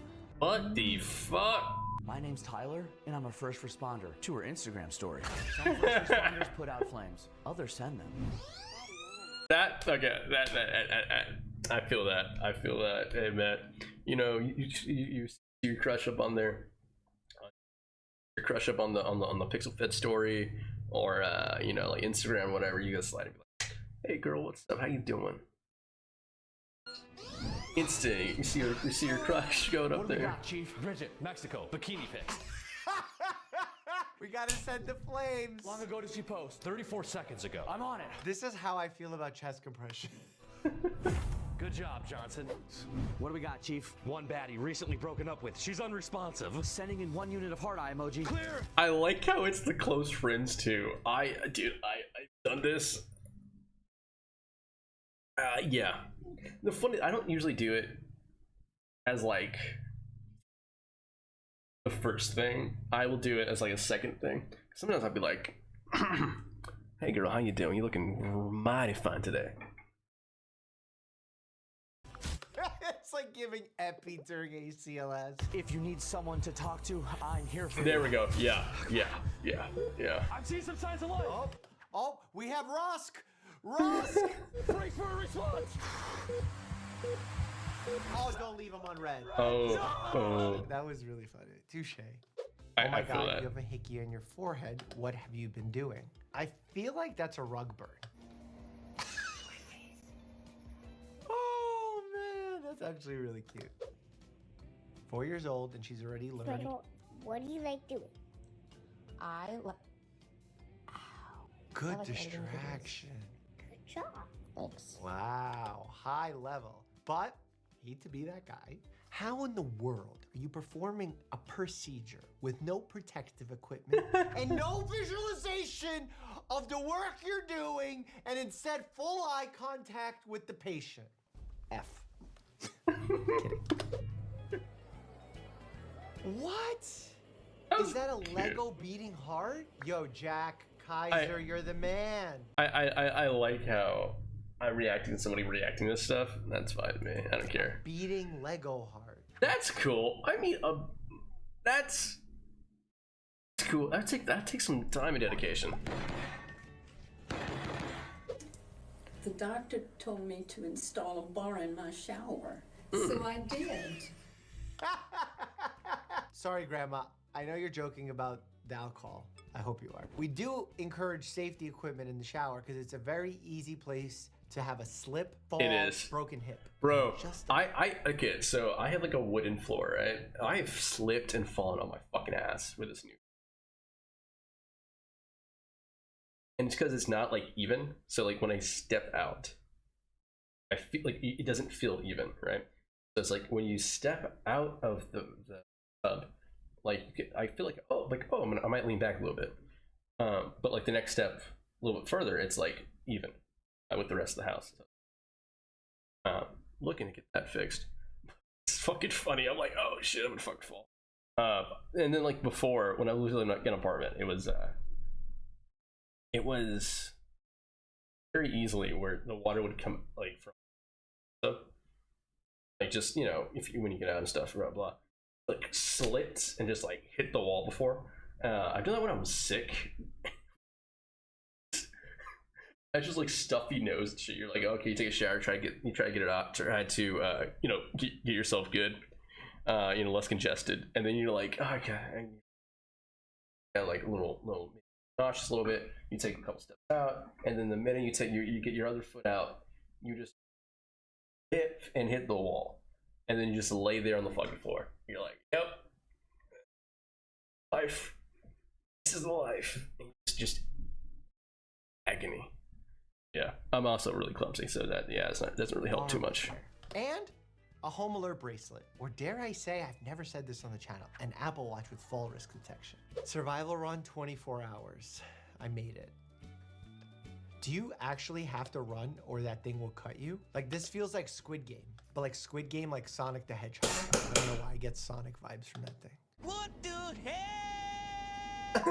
There's no ego at an urgent care. That's what's fun, you know? You go to a doctor's office, they talk down to you, right? Diplomas on the wall. They're like, I went to school. I know everything. Urgent care is like, do you have $40? Let's figure this out together. We don't know any more than you. That is fucking true. I have literally done it at urgent care for a couple times for like because I don't have insurance or something like that, and they're like, oh yeah, we think he's like, oh yeah, we think you have this and this and this. But the doctor like, no, you're good. I'm like, oh, okay. Let's put our heads in a room. Do you know why urgent care might feel like that? Because they don't know you. They don't know your medical history. They have never met you before. But a primary care doctor, which is where most people should be getting the majority of their care from, will know what problems you have in life, what your pain tolerance is like, what medications you're allergic to. Therefore, our chance of getting the diagnosis and the treatment right go up significantly. You know how you fill out all your info in the lobby on like a clipboard? Speaking and of then they which, take you to another room. whenever I get my new. Also, I don't live in that area anymore. That's another issue for me. They're not that far, but like if it's something, yeah. And act like you never did that. I never understood. But it's also different from when I lived 10 minutes away versus me living like an hour or so away.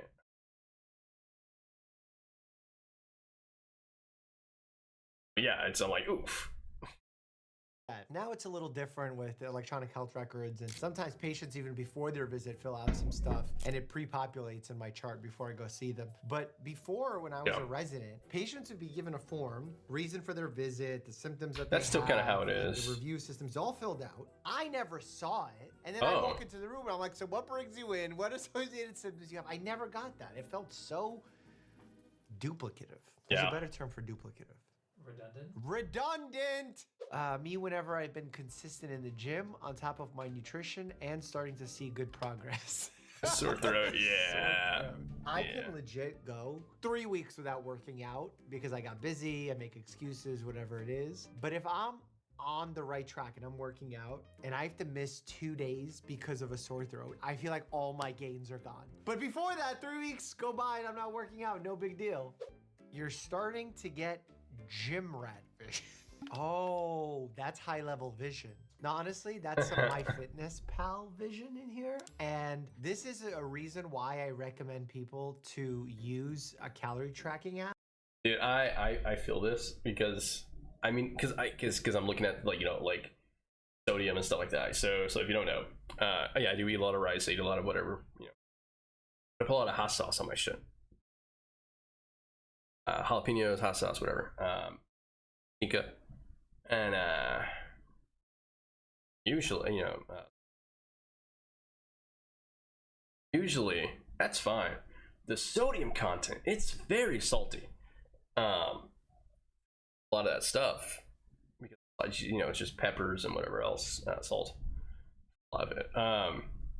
So I'll get like vegetables like no salt on them, or I'll get like like canned vegetables, no salts, whatever, mix some stuff. Carrots, mixture, canned things, whatever. Just because, for me, why I buy canned a lot is because I'll buy canned, I'll steam them in my rice cooker and stuff. So because it makes everything go by so fast. Like put them in the rice cooker while I'm making the rice. It within like 20-25 minutes, got vegetables, rice, and I'm good with that. Like I'm satisfied with that. I should have taken out the fucking fish right now. I'm probably gonna do this, probably stream for like an hour or so, or yeah, probably stream for like an hour of gaming, and then I'm probably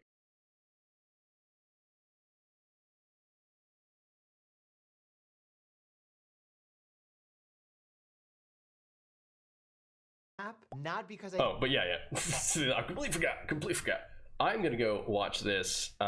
This is basically like what I do. Only because, like, the grams of protein, stuff like that, blah blah, and the calorie intake. This is what I do now a little bit, but like more of like general things, right? Like I'm not like 154 calories, like every calorie. I don't track every calorie, but I do track like the general, like, okay, this chicken's gonna be like, 200 calories, 300 calories or whatever. Cool, that's gonna give me like, 30 grams of protein or something. Like, I'll like, yeah, it's such a weird thing. Because I think tracking calories that way is usually easier than just trying to like work out more, because once you start doing it, it becomes really passive. At least that's how it is for me. Working out, I feel like, again, walking is fine, working out is okay. It's like when you start dedicating time to walking, you start dedicating certain time to things. That's when it starts, for me at least, become a hassle, which I don't like.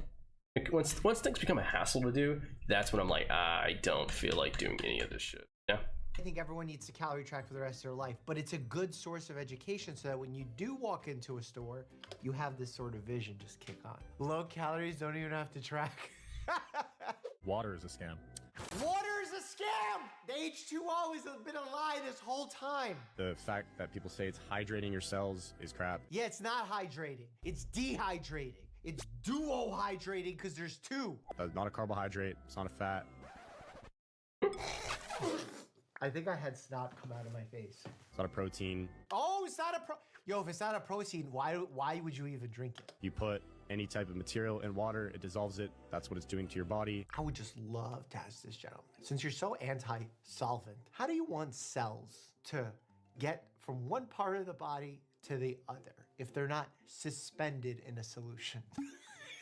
It's traveling across your body. I want to show this gentleman plasma and ask what he thinks plasma is made of. Same thing with water weight. You're drinking all this water and bloating.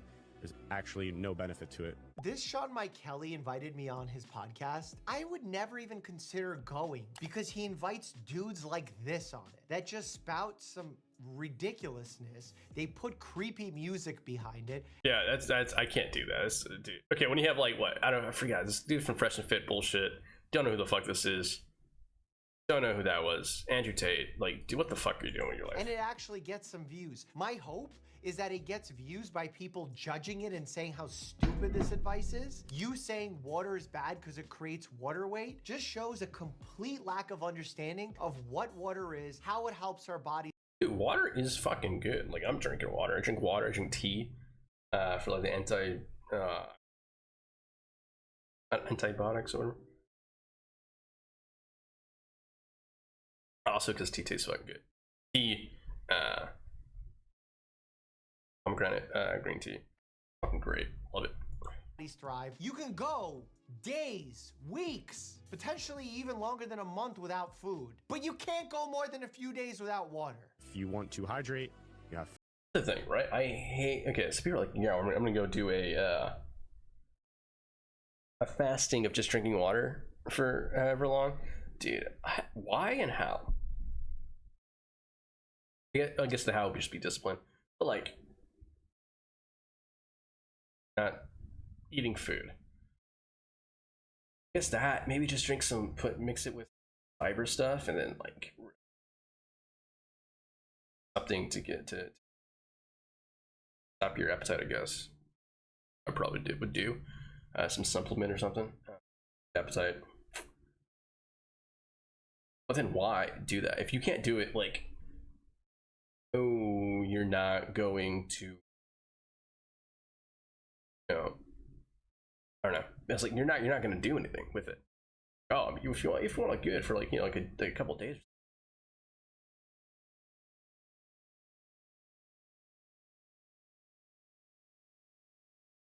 Fats. I need puppy therapy. Come on, up. Does he look dead? He is kind of snoozy. Are you sleepy? Who's a sleepy little boy? Are you still That's cute. in REM? Hi, you're. Oh, look, big stretch. Yeah, there you go. that's how it goes, right? Dude. Earlier today, early. My dog, I have 2 dogs here, and she was just like the boy dog. So he's always up. He's like, okay, oh, we're gonna go out. Okay, cool. We're gonna go out. All right, good. The older female one, like, I don't want to fucking move. Blah blah blah. And then like the younger one will like go up and like ram her or something, like just move her, like her head or something, like jump on her. Right, I'm up, like I don't want to do it, but like, and then she sees me, like she's like kind of like, you know, like the stumbling kind of thing. She like sees me, she's like, oh, we're going out. Like starts running to the door too. Last night though, I think it was getting cold and like they like fucking ran inside. Open the door for like a second, I just see him fucking bolt inside. Hydration. Give me the fats. Give me the hydration. Thank you. I'm about to invite him on the podcast, and not to discuss science, but maybe to get a boxing match going. Well, I games him.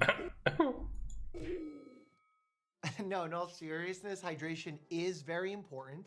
And personally, I've been loving my new Lark Pure Viz 2 water bottle. It has some really cool features I want to share with you. In fact, you Okay, yeah, hey, I appreciate you, Doc, but nah. and drink cleaner water. Grab your Lark bottle, Pure Viz 2 now. Link in the description. Top of the key, top of the key. Oh, sorry, get down, take it easy. No. Oh, he's good. He's better. All right. What cramp? Cramp? Is that a cramp? Oh, nurse is here. The knee is supposed to be when someone gets seriously injured. Nurse is down. No, it looks spinal. Spinal? Priest here. Oh, priest down. No, he's just praying. He's praying. Girlfriend here. Hey. Hey, okay. I just feel like we're such different people that we should get married to other people. Oh, that's good. If you're 18 to 35 and are in pretty good physical condition but are struggling to advance your physique, okay, what are we gonna do? Then you need to try anabolic steroids. Oh, that hit in a way I did not expect it to. Oh, there's so many friends that are coming to mind right now, and I wish I could talk them out of their bad decision of choosing to do anabolic steroids, which they all regret. I actually don't have a single friend who's using them or used them and is happy with that decision. This video's great. I wish I could show my appreciation for this video. Hit like, hit comment, hit subscribe. I wish I could respond. Dude, me? Like, comment, follow me on Twitch, subscribe to me on PureTube, follow me on YouTube, comments, say hi in the live stream. All those great things you can do right now. Donate to me through my Ko-Fi or buy me a product from my throne. All appropriate things. Onto it somehow, or be notified in the future when this channel updates, because it's so great.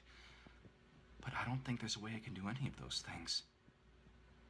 Remember to like, comment, and subscribe. Oh, I didn't even realize they were gonna say it. The level 2 version of that joke is to say how YouTube doesn't even show you the channels you're subscribed to on your home feed because they're trying to find other things you might like so you stay longer on the platform. Unless, of course, you use the subscriptions feed, which some people do, but based on my knowledge of backend analytics, very few of you. I actually use my subscription a lot. A lot. But even then, I don't think like sometimes there's videos I'm like, oh, this person hasn't posted anything in a while. I don't know if I selectively block it out in my mind, or if I go to that channel, it's like, oh, we posted 3 weeks ago. Oh, we posted 2 weeks ago. I'm like, have you? Crazy, I didn't know that. So please hit the notification bell and make sure it alerts you every time we upload. I don't know why I say that. Like, no one follows that advice, and then no one actually clicks on the notification when they get it. Because you're busy, you have lives, I get it. I'm not judging you. I want to apologize again for There's a few times where I actually, I'll put the notifications on my channels, and I usually click it, or it's in the home feed, so I click it, or it's not in the home feed, and I, for whatever reason, I think because I checked the notifications on my phone, it doesn't pop up on my laptop or my desktop, so I have to be like, oh yeah, okay, I'll do it before. being late. I Or I'll kind of go have to subscriptions finish for my that. morning routine. Oh, I totally understand. I was actually so excited to get over here, I cut mine 3 hours short. Really? I'm Oh, so wow. flattered. Everything here is regeneratively farmed, right? Yeah, actually last year this place was voted best organic Ayurvedic macrobiotic fusion restaurant on Yelp. Also, I ordered us some reverse osmosis minerally enhanced spring water. But do you have minor molecular... Do you know what homeopathy is? The belief that water has a memory, that if you put chemicals into it that are toxic, water will remember and become healing. Simmer on that for a bit. Oh, chlorophyll? Oh, please. Like Chlorophyll. being absorbed by particular Oh my god. pigments. Oh my god. Is that Andrew Huberman? Is he here? Sorry, no, that's just my ringtone. I can't believe they didn't say something about the sun shining at them, and there should have been a cutout in the sky about making sure you get afternoon light. Andrew Huberman, I call on you to do a remix of the song Afternoon Delight, but do it with afternoon light. That's my request. And to stop doing ads for Athletic Greens. I had to say it. Here's what I ate in a day on the petroleum diet, starting off the morning with some Lucky Charms. Why is it called the petroleum diet? The red 40, the yellow 5, the yellow 6. Oh, because we don't like food coloring. And I'm off to Starbucks to get my morning brew. Oh, I thought it boiling was cup to of coffee put in plastic petroleum cup to in. release some of that polyethylene. Billions of microplastics and nanoplastics. Yeah, what about tea bags? Then I'm off to McDonald's for lunch. A lot of seed oils in the bun, in the fries. Seed oils are not a problem, at least not to the degree that everyone's talking about them. And I didn't know that it is brave to fry your fast food in beef tallow. If you're eating this Yeah, like okay, look, I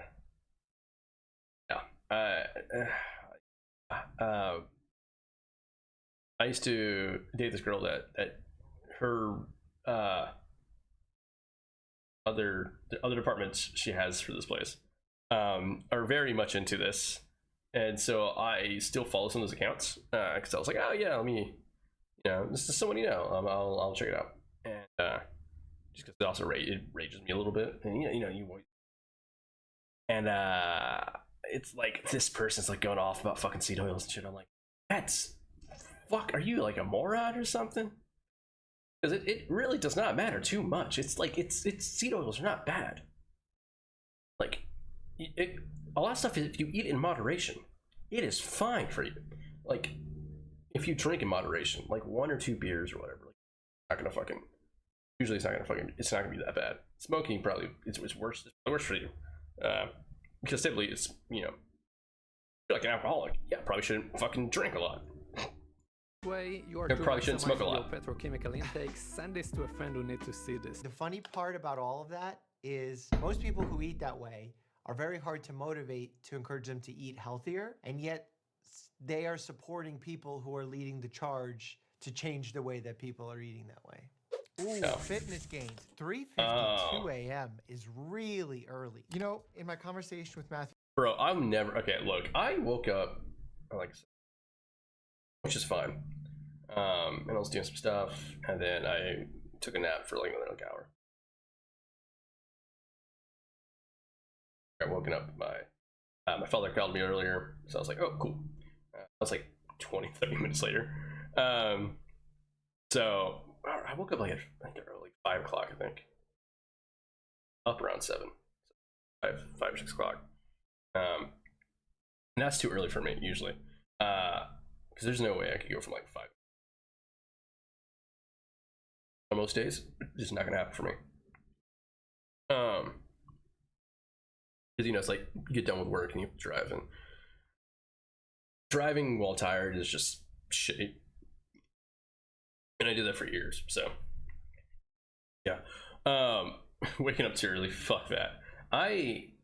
It's hard for me to sleep, so waking up early detrimental to me that way, because I find it really hard to sleep. In effect, Matthew Walker, the sleep expert, we talked about how people have different sleep chronotypes. Some people are early risers. Some people are night owls. There's a variety in chronotypes for humans. You might feel great waking up at 3:53 a.m. Others may feel absolutely terrible. A Saratoga commercial, I like it. Fancy water. I think I'll get used to it at some point. Yeah, I probably hate it too. Great exercise routine with the beautiful view. Is this Miami? Has to be Miami. Man, this gotta be a Saratoga ad. I mean, like, dipping the face into water, I mean, that's a cool way to wake up. But my man, you already exercised. You've been awake for almost a little over 2 hours. Yeah. Ice water on the face thing, I guess if you have some inflammation or something. Compression sleeves. Jewelry, solid. Dior bag, let's go. I saw this when it Wait, we got was another popping workout? off. A sprint workout, a hit? I love hit workouts, by the way. But I also, even those who are doing hit 2, 3, 4 times a week, you got to be careful to not overdo it and work in some zone 2 cardio training in there. Like for me personally, dude, workout, wait a little bit. That's or like cardio for like one day. Like, dude, like an hour on the treadmill or like an hour on Stairmaster, you're good. You're solid. Like you probably build some muscle. Your stamina probably goes up a little bit.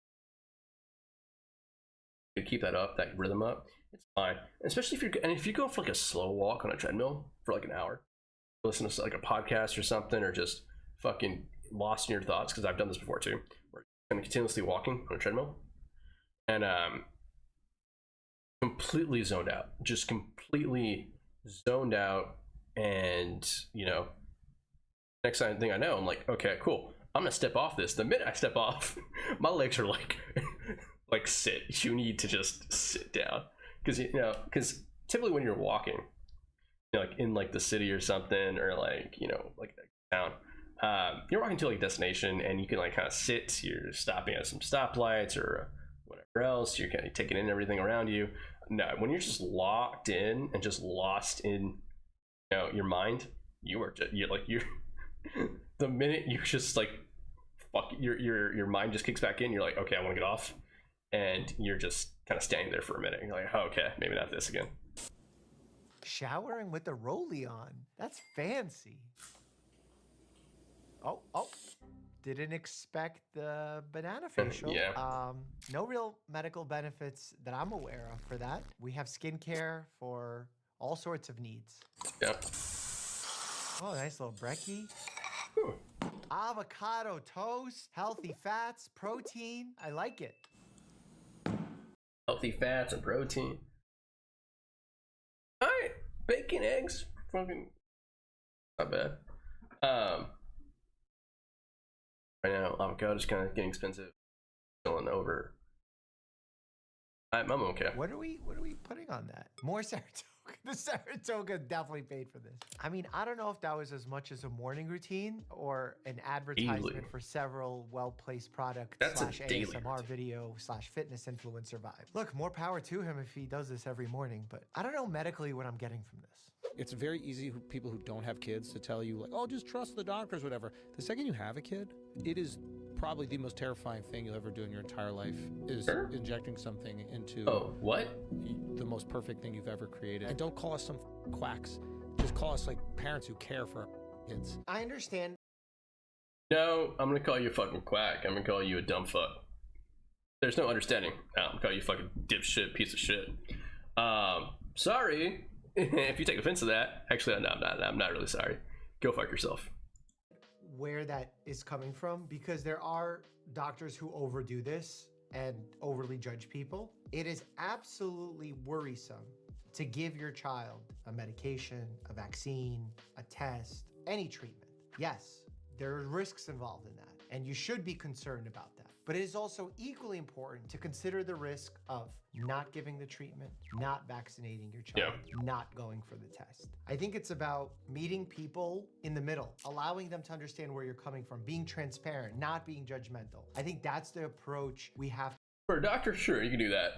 As a person, individual that probably wants kids someday, and I don't want your kids to fuck up with my kids, go fuck yourself.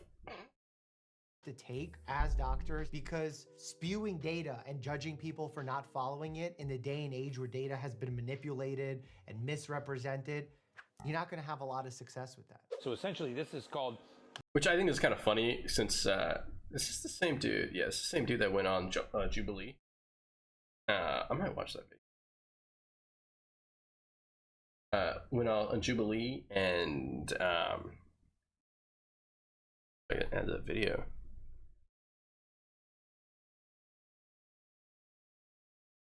Here is the Jubilee. Maybe, oh, here we go. 7 days ago. Watch this. I think I'm just gonna do react content for the stream, to be honest. I think that. Then I'm gonna go for a walk. Then I might come back later on and do a gaming stream. Kind of break this up, you know. CO2, which is like an ozone treatment. Basically, you're taking my blood out of this one, and see the difference between when I oxygenate the blood with adding the ozone. And because of that color, he feels like he feels better. It's going to leave my body. It's going to go through a filtration that system placebo right there, bullshit, which is based on like a dialysis mechanism. Basically like a dialysis, because he doesn't have kidneys. Yeah, it makes no sense. Kidneys do what a dialysis machine does. You need dialysis if your kidneys are not functioning. That's going to remove mold, mycotoxins, mold, glyphosate, plastics, why would mold or plastics be in your blood? Plastics in my blood that I don't want to have in my blood, and then it goes through these light filters before it goes back into my blood. So they gotta go through the light filters, because you want to have like a really good rave balance inside your body. Because sometimes the more lights you get, the more sensation of feeling alive you get. And really, life is about feeling alive. You know, like, dude, when I go to a rave, right, I obviously want, you know, my blood pumping as much as I'm pumping, right, as much as I'm fucking shaking my ass and and headbanging. I want my blood to be like that too, you know. These are UVA, UVB, and different colored visible light. Sometimes I feel like he's just saying science words. Like, what are you even saying? If you were to take, okay, I'm gonna do this medically. If one was to consume an alcoholic beverage during a presentation by the human biologist known as Gary Brecka, my hypothesis is that they would take no less than 5 to 10 beverages, which I would consider a binge drinking session leading to inebriation, and therefore a non-healthy state. A drink every time what happens? Oh, I didn't even say it. When Gary Brecka uses the term chemical. Chemical company with the chemical folic acid. What the fuck does folic acid is a man-made chemical. Chemical-free life, chemical-free healthy living style, chemical sugar industry, chemical reward. Think you can handle spicy? Nope. Wait till you see this. On February 29th, 2024, Takamasa Suzuki from Japan devoured a whopping 391 grams of wasabi in just 1 minute. Oh my God, this is like me and Dan. That's 13.79 ounces of I wonder how many I ate. fiery madness. This intense record was set on in Milan, Italy. Why? Think you could beat that? No, not even close. Hit that like button if your nose is already tingling. It's tingling, and it's also gonna go out the other way and burn the other way out. And I could tell you that because there's a video where I test how much my videographer and editor Dan Owens actually knows about healthcare after editing the channel for all these years. Click here to check that out, and as always, stay happy and healthy. That's a cool video. Like, no, first off, I get it. This dude's kind of like trying to be 13 million, you know, subscribers, almost 14 million. Doing successful, still a doctor, I guess, and you know, probably not full time, or maybe his hobby or something. He's doing good. A little bit too not confrontational, and I'm kind like not like, you know, and not into that. But let's see how he is in this Jubilee video, and then, like I said, gaming probably way down the line. He's not necessarily anti-vaccine, but he wants safe vaccines. Yeah, so I'm What pointing does out this mean? that I think RFK Jr. is a threat to public health. Yeah, okay. This is better. Okay. Yeah. You're saying he's being hypocritical. Yeah, he's being hypocritical. Absolutely. And do you know who the #1 hypocrites are? Healthcare providers. The reality is, if we don't get vaccinated with Jesus, we will face God on Judgment Day. I'm Dr. Mikhail Varshavsky, better known as Dr. Mike across social media. I'm a board-certified family medicine physician who makes content online improving Still do that. Health literacy. And today, I'm surrounded. That's cool. Okay. Let me see. By 20 vaccine skeptics. My first claim is that anti-vaccine lies cost lives.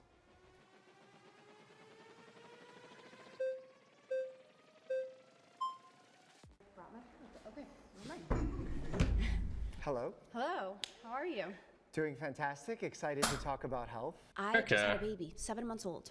And, you know, my baby, I was like, no, I'm not getting any vaccines. The doctors came in, they made me feel like a very bad mother for not doing that, right? I was very pressured. And then I had a family friend who had a baby at the same time, was a few months in, gave vaccines to the baby, and the baby had seizures. That doesn't mean they have Has seizures. had seizures since. That doesn't And mean. I also had a friend who I went on a mission trip with, and this pastor was totally healthy, two young girls, and this pastor literally got a heart attack out of nowhere, and the only thing was he took the vaccine. And What there's many vaccine? cases like that. What vaccine? What vaccine? Wait, what vaccine? What are you talking about? Well, first of all, congratulations on the birth of a 7. They got the vaccine and then they had a heart attack. Okay. I got vaccines. I was immunocompromised for a lot of times. My immune system kind of developed time. I was premature. Like, I cannot stand this shit. I'm like, not the healthiest fucking person alive, but I'm doing better. Like, what the fuck? These people are fucking insane. Like, I got like pneumonia at some point when I was like really young. It caused like, need an inhaler and stuff like that. Out of breath a lot of times. Asthma, like minor, very minor. And what if I got stung by a bee, and then after me getting stung by a bee, that's when like my asthma, I just kept having asthma or something. What if that could be like, oh, okay, he got stung by a bee, and the cause was bee sting. That's how, or he got asthma and the cause was the bee sting. Or maybe, just maybe, I didn't develop asthma until around the same time as a bee sting. That could completely happen. Month-old. The fact. Also, I got the COVID vaccine, and I'm doing fucking fine. I just don't get this shit. That anyone made you feel bad in the healthcare system, I feel like is a failure on us in the healthcare system. So I'm sorry that happened to you. In healthcare, it's very difficult to predict the future, because there are so many unknowns and there's so many variables in healthcare. But I also feel like a lot of these people are just gonna have like antidote type shit, which is gonna be like, my friend, or I've seen stories on TikTok where it's like you can't get through these people. Just belittle them. There are a lot that are outside of our control, and we try to do the best with the limited amounts that we can control. So when we see two things happen simultaneously in healthcare, sometimes we think they have caused one another. Also, but unless this is an hour, I'm gonna speed this up slightly. 125. we see a pattern of that happening over and over again on a large scale, it's more likely that this is just a coincidence of things happening at the same time. For example, I have a friend of mine who's a physician who vaccinates children very regularly. and they were about to give a child the vaccine, and before giving the vaccine, the child had a seizure. They went on and had more seizures throughout their life and ended up actually dying at a very young age because of a seizure disorder. The vaccine was never given. Had that happened 2 minutes later, what do you think would have been in the mother's mind and in the father's mind in that situation, other than, I definitely think that vaccine caused that problem. But it could have just as easily happened before, which it did, and the vaccine wasn't. She's almost up, right? I think it has to be. So it's very difficult when two things happen at the same time to be able to make an exact reason as to if that's what happened to cause it. Yeah. So what we do is we admit that there's safety issues with vaccines. Right. They're not 100% safe. Nothing in life is 100% safe. Driving or walking is not 100%. That's what I was saying. I was like, it's actually, I think, more dangerous for me to walk than it is for me to fucking drive. It is in the United States. The fuck? Safe. I could have a heart attack right now. Cannot predict it. But what we can do is try to do the best that we can with the information that we have. You've been voted out by the majority. Please return to your seat. Thank you. Okay, thank you. Like how they just. Ooh. Oh, Hi, shit. Dr. Mike. That was smooth. Hello. He's got that wrist flowing. I'm actually a fan of your channel. I've been watching for a while. Thank you. Okay. I am a pediatric hematology oncology nurse. Wow, okay. I think a lot of mistrust in my eyes were open during the whole COVID pandemic. Why? Institutions that were there. I used to be in the military, so when I was in the military, I signed my bodily autonomy away. If they told me to do something, I did it. And thank you for that. Yeah, thanks. No, I say that in all seriousness because I think a lot of times that kind of becomes habit just to say thank you, but I really do mean that thank you. I appreciate that. So seeing, how Dr. Fauci, who was just pardoned, and that's a whole other discussion, seeing how we were sold a bill of goods that we, the American tax dollars, paid for, while these pharmaceutical companies reaped millions and millions of profits on. And I think that caused the goalpost. Sure. Oh, the vaccine. Spent about $30 billion in taxpayer money for developing and distributing during the pandemic. COVID bump in profits. Well, yeah, it wasn't Operation Warp Speed done by Trump or whatever. That's fine. Like, okay, cool. The other, I don't get the other things that, because these, to be honest, the funny thing is, what would stop this is socialized healthcare, and yeah, it could have been developed, or even they develop it and they just release it patent free, so other smaller companies could produce it. Boom. Pay them to develop it or something, and yeah. And wasn't this also for people to get the vaccine without medical insurance? Because I guarantee you, I'm pretty sure I got one dose of the vaccine without medical insurance. I had to make an appointment. This mRNA vaccine, it's going to prevent the transmission of COVID. It's going to prevent you from getting also, it. Also, wasn't there one that was not mRNA? Was that the fight? Or the one of them was not mRNA, and I think it was like 2 doses. Others, if you don't get this vaccine, you hate your grandmother, you're going to kill all these people, and you got to do your duty and get it. Well, you know what? My grandmother got it, and she died. I saw her take her last breath. I'm sorry. And it's a very profound thing to see someone that you love take their last breath and go on to whatever happens after. Of course. But vaccines are not 100% effective. That's kind of the whole thing. Yeah. So when those seats, and it turns out the 6 feet of social distancing was not based on anything, how can you not expect people to question these higher institutions that are deemed to look out for the well-being of people, and they don't? It's a great question. So just like with Black people who don't trust the government because based on the Tuskegee experiment in 1932, actually 40 years after that, the New York Times, they actually infected them with syphilis, and they let them infect their families, their friends. It ran rampant. So how do you expect certain people, when they've been burned by the government, to all of a sudden, all right, well, I'll trust you? See, yeah, so they deny treatment even when remedies were readily available. Yeah, so the study did not infect the participants with syphilis, but allowing infection to continue untreated meant dozens of wives and children also became infected. Yeah, so that was a big thing. Because isn't syphilis, or I'll say your offspring can get it, right? Like I think through pregnancy, if the wife gets it, then I think the children get it too. Okay. You know, ultimately, it's people's choice. Just like if someone wants to refuse a treatment. And after a whistleblower leaked information to million settlement nights. Treatment. They get it What does that in even the mean? AMA form against medical advice. I think it's all up to people's choice But they didn't cause it. They just fucking untreated this shit. and their autonomy. There was a few topics that you touched that I think are really worth discussing. First, bodily autonomy. I believe that, and that is the sole principle by which we practice medicine. Vaccines fall in a unique category because your decision on vaccinating your child and then sending them to school can Affects impact everybody other else. children in that school. Yeah. So much like drinking and driving as an example, your choice to do that puts your life at risk, but it also puts others at risk, so we deem that as dangerous for the general public. This is why vaccines, it becomes a little more complicated when we talk about bodily autonomy. When it comes to our government, our mandates, pharmaceutical companies, there's absolutely reasons for distrust. I love that everyone in this room is a skeptic, and I encourage skepticism. I don't think anyone should just go into a doctor's office and say yes, yes, yes, yes. In fact, I love when my patients question me. I empower them to ask questions. Doctors sometimes get this attitude where they're like, oh, you Googled before coming here? Google search doesn't replace my degree. No, that's not how we're supposed to be. What I get excited about is if you Googled and you have questions, now I know exactly the route I need to take to help you make a decision that's right for you and your family. Okay, pause. You've been voted out by the majority. Please return Thank to you your so seat. much. I appreciate it. Nice meeting you. How you doing?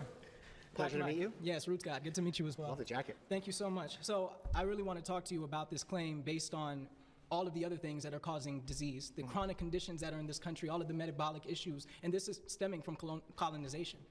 Putting smallpox blankets on indigenous cultures, sterilizing people in Puerto Rico, Honduras, all of these different things that have happened. And if you look at Africa, oh, by the way, Bill Gates did say something interesting. The next war will be fought with biological warfare.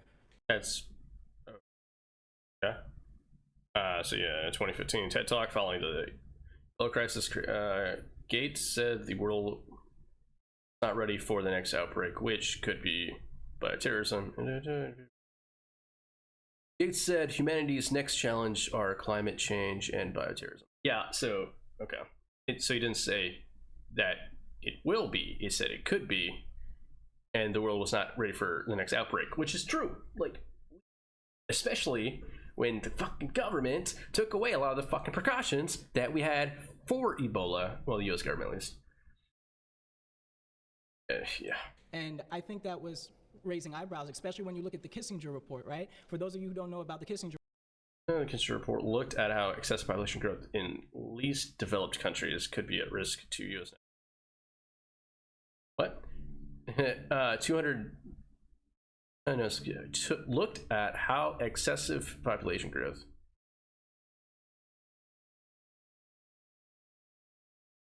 Is this just from this factor right here? It just seems like. I mean, just people. Is okay. report. It's all about pretty much reducing the population of the planet. Well, Kissinger also is fucking stupid as shit. So I don't know how Reduce population for poorer countries, you can make this claim and really defend vaccines. which is funny because a lot of the aid that we've done in other countries have other vaccines specifically for COVID, and they were pretty much they had stricter. A lot of them had stricter rules than in America. Vaccines in the nature and the world that we're living in, where we are actually going away from nature, and the further we get away from nature, the more diseases we will see. So, I'm very passionate about. I don't get some people that talk like this, right? I just don't get it, right? Because we are, unless you live like just straight up in a tent and stuff, there's going to be diseases. People died from diseases all the fucking time. I don't get people like. I don't understand. We develop medicines and cures and treatments for the things that we got. It's kind of the whole point. About this, and I want to be able to have like a real discussion with you because yes, you're a medical doctor, but this is also a system that J.D. Rockefeller started, getting rid of all types of indigenous practices, and this land is stolen land. So when we're not even honoring the source, when we're not honoring the land, the ancestors, ancestral intelligence, the real AI, when we're not even honoring these things and we're just supposed to trust science. No, I trust my scientists. I trust Dr. Sebi, I trust Dr. Aris Atham, I trust Dr. Yaki, because this system is not for us. It's not built for people like me. It's not built for any of us, because even the opioid crisis, we saw a lot of Caucasians suffering from that. So how can you sit here? Okay. The opioid. Okay. Sure. It's take things excessively. What happens? Here and say that this vaccine is killing people when this system is currently killing people. When we even have to have an administration that comes in now and says, "Oh, we got to start looking at all of these different toxins in the food, in the medicine, in the soil." I don't. Medicine, and so yeah, there's toxins in the soil. Usually that's from big government, or not big government. Well, that could be it. Big government allowing big companies to put toxins. And when you deregulate things, how we have more polluted food. That's how we have, the land. That's kind of what happens when you deregulate capitalism, or you look the other way for some shit. Yeah, but you get harsher, you get more rules. Yeah, it's what it happens. What it becomes. I don't think it's fair for us to take this vaccine when we're already being forced to take polluted food. When you say take this vaccine, which vaccine are you talking about? Well, really all of them. It should be a choice, because even when I was younger, I didn't take as many vaccines as the children have to take now. These children are sicker. They're going through more metabolic issues. They're having metabolic issues. I cannot take these people seriously. And maybe it's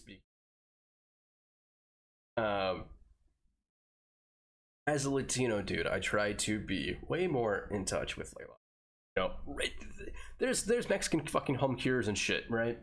Fucking when you're sick, you get some fucking 7-Up and some fucking soup or some fucking bone broth or some shit. Get bad luck, you get egg in your head and stuff like that. Yeah, But dude, what the I just don't get it. Health issues, and now I don't think it's just the vaccine. It's the system that's perpetuating this type of lifestyle. Yes, that child who was even in the hospital under those fluorescent lights, I'm not surprised that they had a seizure. What? Fluorescent lights? Before, because this is an environment that is not conducive to life. This thing that I'm wearing on my chest is called an ankh. Y'all replace this. Y'all replace our cultures. This life representing thing, you replace it with death culture. This is not a healthcare system. Death culture. Okay. I get Dr. Mike is trying not to say anything, or I don't know if he's actually trying to listen. I'm trying to listen, and I'm judging. Fuck this. No, we don't judge. No, I'm judging like a motherfucker. It's a sick care system, and honestly, I cannot sit here in good faith and not represent all of the people who have come before me. Yeah, absolutely. I respect that. I came to the United States as an immigrant living on welfare, so I got put into this same system that you're describing. It's a shitty system. The world is changing in ways that make our lives more unhealthy. We're eating more processed food. We're exposed to Yeah, okay. Yeah, more processed food. I get that. Again, as a dude who's trying to eat mostly fish and chicken and stuff, and more chemicals, usually as a result of products that we actually enjoy. So when I complimented you on that great jacket, when someone wears a specific pretty strap on their Apple Watch, there's chemicals in there. There's forever chemicals in there. So for every amazing thing that we have in society, there's been drawbacks. Yeah. The good part about our society is that we're constantly monitoring those drawbacks and are trying to create solutions for our own problems. So when I think about our current healthcare system, where I think it needs to do better is it needs to focus more on prevention rather than cures. Agree or disagree? 1000%. Yes, sir. Do you know how hey, you know what would help us getting rid of if you our free movement, my own car and stuff like that, but walking, walking so much better for your body and just health wise, and just keeps you moving, generally speaking. And then just the minor exercise helps with endorphins and moving. That's what I'm saying. It's this little that actually helps improves things. Let me see if I can move tracking a little bit. Okay. Yeah, I just don't get this. I just don't get these people, man.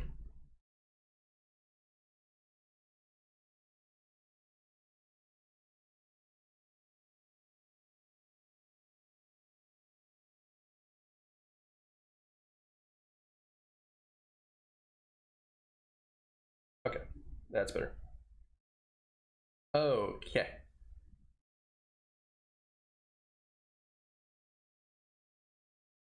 But yeah, go back. I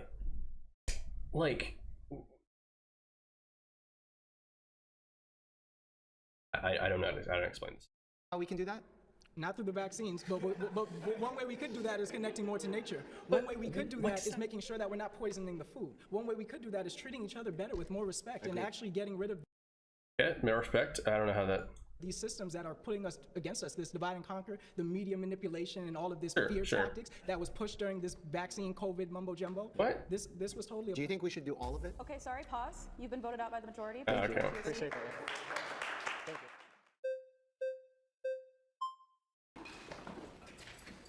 Oh, what the fuck? Hello. Pleasure to meet you, sir. How are you? Pleasure to meet you. So I'll let you know I'm Tom. I'm a police lieutenant from northern New Jersey. Okay. And what struck me about your statement about body autonomy and children and the COVID vaccination. Oh. What would you say if I told you I had 3 daughters and my spouse and I had differing opinions on whether our children should be vaccinated with the COVID vaccine? And a judge orders that that vaccine be injected into my daughters. I'll give you a little bit of data first. And this was part of my reasoning with the courts. Risk versus benefit, correct? From 2018 to 2023, if we trust the CDC, their numbers say the most deadly thing for our children, the #1 deadly thing, do you happen to know what it is? Guns. Accidents. What? Not necessarily guns, but accidents. Do you know what the #2? And I'm going from children from 10 to 14. Okay, let's see what this. According to this, the leading cause of deaths for children aged 13 to 14 is accidents. The second leading cause is suicide. Okay. COVID-19 ranks 9th on the list of leading causes of death. Damn. For 2020 to 2023. Okay. I feel like that would, you know, by 23, that would be a little lower. But yeah. Suicide, so social pressure, and okay, yeah. During the height of the pandemic. Well, a little bit before the pandemic as well. A little bit before, so the numbers are a little bit bigger. The #2 cause, suicide. Do you know where COVID is on that range of dangers? Very low. Very low. That population is about 21 million children in the United States. Between 2018 and 2023, there were about 4,000 to 7,000 accidents, about 1,000 suicides. Do you know how many deaths there were from COVID? No, not offhand. 69. In New Jersey, where I'm from, the height of the pandemic. 204 deaths from COVID-19 for children ages 10 to 14. Here's the thing, though. Like, I got COVID, I think 2 or 3 times. Every time, I felt like shit. I don't get people that are like, yeah, I'm not gonna get the fucking vaccine. I'm like, do you not have work? Like, I don't get this. Like, oh, well, vaccine hopefully makes you bearable enough to go to work, or, you know, it doesn't fucking put you on something. Like a ventilator or some shit. And you're like, oh, okay. You didn't die, but you're on a ventilator for like a fucking week. Like, that's bad. Pandemic, do you know how many deaths there were? 0. Now, are you familiar with the VAERS database? Yes. So that's for adverse VAERS. reactions to vaccinations. Yes. It's also all, what's the word? Voluntarily updated stuff? During that time frame, this is about all these 6 fucking months stupid out of that period people. of time, from December of 2020 to July of 2021. He's gonna The say all VAERS this stuff, they're not gonna have any database, time to go one over database we there. have, there were 14,000 post-COVID vaccinations. There are 19,310 total adverse events labeled death under the VAERS self-reporting system. Yep, it's self-reporting. It's all voluntary. Following COVID-19 vaccine, the website says submitting the reports does not mean that healthcare personnel or the vaccine caused or contributed to the death. VAERS reports are unverified. Deaths. So how, if so think about this, right? Think about that for a second. It's not verified, and it's self-reporting. So imagine some of you are. I know this is on Facebook. Imagine if, you know, post goes like fucking, it's fucking 20,000 views or whatever, and then, you know, some people are like, oh, one of my friends shared this this post, so I'm gonna go and you know, post it about it, or I'm gonna go submit it. If even 200 people did that for every post they saw that hit, you know, millions of views and stuff like that, that's an artificially inflates the numbers already. And most of the videos already were unverifiable or just lies. So there's that. you're looking at risk towards benefit is injecting a child, upholding what we call the Hippocratic Oath, right? We talk about the Hippocratic Oath and we extrapolate from that. One of the first things, it's not said in the Hippocratic Oath, but it's the first thing is to do no harm. Now, as a police officer, I took oath as well. Protect, serve, preserve life and property. In my preserve life and property. Property. line of work, there are times when I had to take a life to save one. I don't necessarily think that applies to you, doctor. It does not. Maybe you can give your viewpoint, whether maybe you're for or against, a court ordering the children to be injected with something that there is no harm to. But now we're seeing actual harm with the vaccine. But we're not seeing actual harm with the vaccine. They didn't die from the disease. They're dying from the vaccine. Yeah, so your point is very logical, and you're very well researched, and I applaud that because most people will go off their field. It's not well researched if it's wrong. Like, you well researched. I could be well researched in the topic of I don't know, fucking mushrooms enlarging my dick. Probably, that, sure. Would it be right? Probably not. Probably made some made up shit. Feelings as opposed to looking at the data as you did, so I appreciate that. When you point out that there's been 69 deaths, you said? Correct, from the CDC time, data. If we trust it. If we trust it. And then there was 13,000, 14,000 deaths? 14,000 according to the VAERS database. Are you familiar with how the VAERS database works? I am. Do you know who can report to the VAERS database? It's a voluntary report system, By so who? it's open. By It's who? open, either to patients, medical providers, Loved ones, anyone. During a heated political time, during which people are very angry and are reporting things that do happen during a pandemic, isn't it possible that there's people reporting things that after we look at it and judge it off of the VAERS system, that it is in fact not shown to be causative, but in fact a coincidence or correlation? So yes, I would say that correlation doesn't equal causation, but I'll give you another data point to chew on.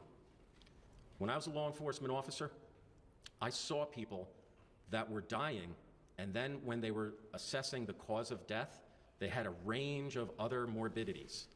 And just because they died with COVID, they didn't die from COVID. But getting back to the children, none of them did. I think the reason why 0 children died is because we immunized so many, A. B, the fact that the court ordered you to do it, it's not really my place to judge, because you have 2 parents that have 2 decision-making capacities, and someone has to make a decision. I don't know what's right. I leave that to people who are smarter than me. I can talk about the science of it all. And when we look at the science, yes, COVID is a low-risk proposition for children, but it's not a 0 risk. When we look at the COVID vaccine, especially at the peak of that pandemic, when we were seeing hospitals overflooded, when we were losing people left and right, that was our sole way out of that pandemic. So the fact that 0 children died with the vaccination rate that we had, I suspect that the vaccine played a major role in making that happen. All right, I'm sorry, we're out of time. I'd love to go with that one. Hey, before we go any further, we want to take a moment to say thank you. Yeah, nah, fuck off. My next claim is that vaccine-acquired immunity is better than natural immunity.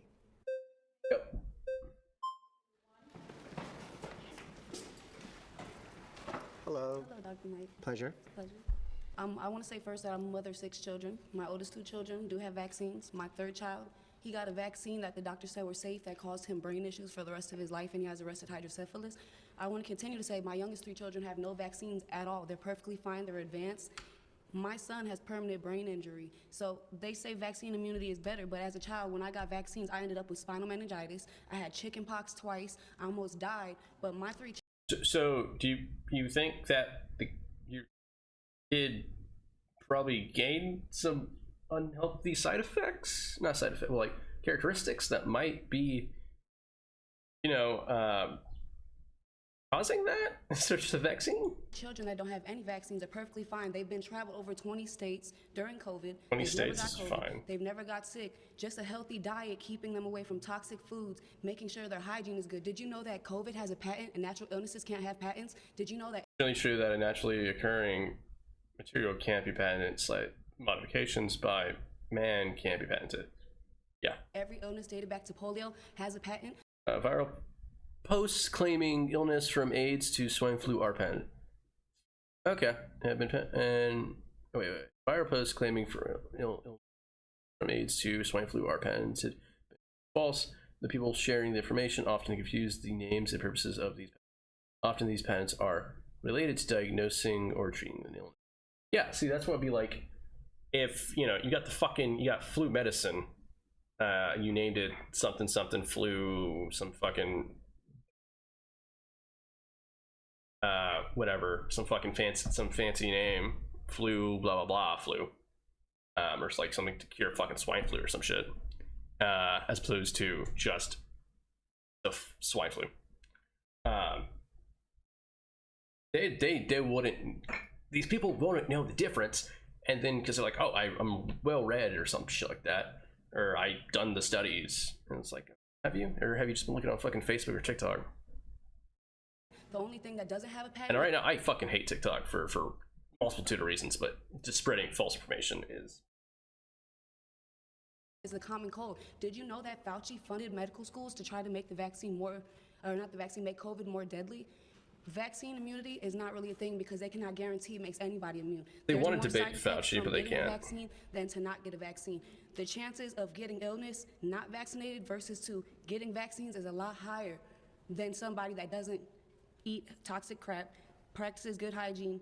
They're more likely to get illness vaccinated versus not vaccinated. There's studies that show unvaccinated children are more healthier. In Japan, they don't start their vaccine schedule, I believe, until 2 years old. Autism is almost non-existent. And this is something that needs to be documented. Dated back to polio, everything has a patent except for the common cold. Mad cow disease, Spanish flu, COVID, everything has a patent. So that leads me to believe Big Pharma has been ruining our people for generations since the Great Depression, since, like he said, Rockefeller agreed to fund medical schools and the education system around 1920s. Since then, illnesses have increased and increased and increased and increased and increased. And all we ever needed was to take care of ourselves and have good hygiene. Something I think our healthcare system doesn't do enough is say, I don't know. And I have no idea about Dr. Fauci's patents. I don't know about patents on viruses. I'm a family medicine physician. That means I work in a clinic where people come in with either an acute complaint, something's going on with them, or they're coming in for a preventive physical where we can get ahead of things and make them healthier by preventing. Yeah, dude, I've got a physical again, stuff. Like, sometimes, it's like, oh, this is causing this. Yeah, you think something's, we'll do some tests. And that's how it is. In fact, if you think about where pharma's profits are, if pharma had to choose between preventing an illness or to treat an illness for the rest of someone's life, financially speaking, they'd probably want to just treat someone for the rest of their life. Exactly. But that's not what vaccines are. Vaccines prevent that illness. They prevent it from happening. Yeah. And when you brought up the subject of... It's the waving the head going like, no. That's autism. I think it's an important subject, and it's a subject that's been largely debunked by the entire... Small debunked study in 1988 incorrectly suggested a link between vaccinations and autism spectrum disorder. Study was reviewed and retracted years later by the publisher, The Lancet, after finding several elements of the paper were incorrect. World community. Not at all. I've seen studies that say otherwise, doctor. So I don't know if you're I've seen studies. Medicine, or are you going off of what holistic medicine? The Rockefeller's medicine, the Rockefeller medicine. I don't get their fucking talking points. I think that's where it is. As a scientific mind, you're supposed to observe everybody's hypothesis, not just Rockefeller's medical schools, and that's why you're not actually. You're not supposed to do that. You're supposed to have educated hypothesis. If you can clearly, like, if someone was like, okay, hey, I think the moon's made out of cheese, let's go test it out. We're gonna, like, obviously that's probably not that. The probable one is that it's not going to happen. It's not the fucking case. If someone's like, oh, well, the moon is made out of, dust accumulated over time and blah, blah. Like, okay, that seems more reasonable. What the fuck? From, and maybe you should branch out into holistic medicine because vaccines have never been the answer. They were created to separate us from spirituality and consciousness. There's been linked to vaccine schedules in multiple studies. While the topic is highly complex, one study attempted to break it down into 5 evolution motivations. If you look at the ingredients, there's nothing healthy in vaccines. Formaldehyde, all types of stuff. So formaldehyde, okay. Modern vaccines contain only the ingredients that are needed for the vaccines to be as safe and effective as possible. Yeah. None of that prevents. Everybody that vaccines still get illnesses. I've never seen any prevention of anything. What do you mean? Dude, okay. Because sometimes I do suck at getting the flu. I try to get it when I can. So. Have the money and stuff like that. And I've told it, there was one year that I think I went like 2 years without getting the vaccine. But once I got money and stuff kind of rolling in, I was up to date on my shit. Usually I'm like, hey, I'm taking a day off from work and I'm gonna do this. I'll get like a fucking doctor's note or something real fast. Sometimes the fucking if I was working like on campus or something, I'll just go to the medic clinic and be like, hey, I need to, you know, 1 year or like 1 or 2 years I just didn't get the vaccine just for whatever reason, time wise, stupid or something like that. I get the flu, and I have a really bad immune system, so that kicked me on my ass. I remember being in a geology class with one of my friends who, like, he was a bro, like, seriously. He like basically helped carry me to the fucking clinic on campus, and where they had to like test me and stuff and do all these run a few tests, and like, you know, an hour later, they're like, hey, you gotta go get, you know, medicine from the pharmacy and stuff like that, and, you know, see how it is. And I was in bed for a good like week. Same thing with COVID, but like I was like, okay, I didn't want, like, I don't get these, like, yeah, you know, I you know, vaccines don't work, man. I got the vaccine almost every time, and I might still get the flu every now and then or something, or, you know, like a cold, but was nothing like what happened that one time. I was never on my ass for like a week or something. I got fucking, and then like I kind of burn my chicken sometimes a lot, because when I was younger, I got fucking salmonella. And I was in bed for like 2 or 3 weeks. I missed a lot of school. When I came back, it was like the last week of school, and they're like, hey, yeah, you don't need to worry about this. And we were all going on like school trips and vacation stuff. I think it was like middle school. Yeah, like, I don't get these people. The prevention from vaccines comes from prevention of death and serious illness.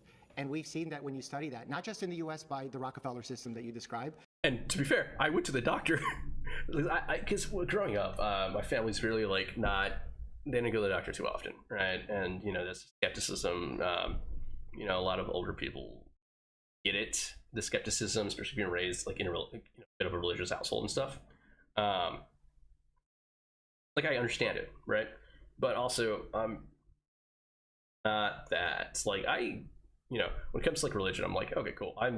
I consider myself culturally Christian. Like, that's what I consider myself. You know, sometimes I go to church, sometimes I go to, you know, do a lot of the Christian events and stuff, and, you know, stuff like that. You know, culturally Catholic or whatever. Hispanic and Irish run through me, the two sides of my family and stuff like that, and then boom, I'm here, very Catholic. Sure, yeah. But like, dude, I went to college for fucking philosophy.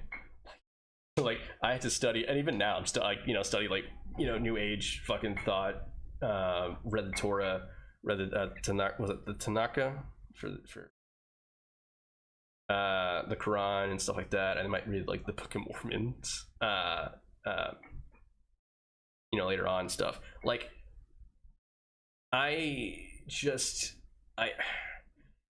such a weird thing, right, when it comes to this like religious takes on these vaccines, because I just don't see how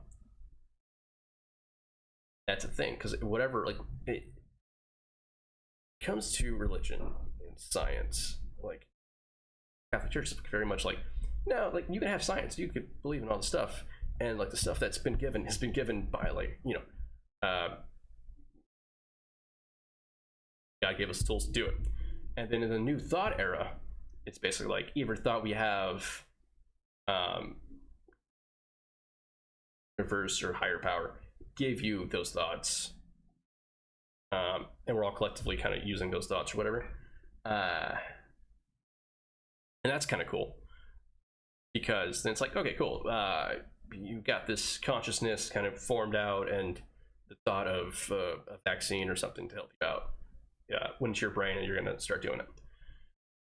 And then you know, like the Jewish religions or Abrahamic religions, kind of like the same thing. It's like, cool, you got all these things, and it's the prophet or higher power is giving you the tools or the thoughts or, you know, whatever, and it's helping you in some ways. That's why I just don't understand religion being tied to skepticism for vaccines and medicine and stuff. Because if that was the case, why the fuck are we driving cars? Why are we driving? Why are we? Why do we have carriages? Why don't we just walk everywhere? Like why just walk everywhere or ride a horse? Let them roam free. Because that would be like the natural way, essentially, right? Occasionally, and then moving around to plant food. I mean, and it's like we can modern techniques to do that. I just don't. Maybe that's just my because I start thinking about this way too deeply, and it's just One of the different. largest studies in the world surrounding vaccines and autism in children came from Denmark with over 500,000 children. That is not a U.S. system. That is not a capitalist system. And they found that there is no pattern. That's not so true. I'm trying to branch out as much as possible. You've been voted out by the majority. Okay. Thank you so much.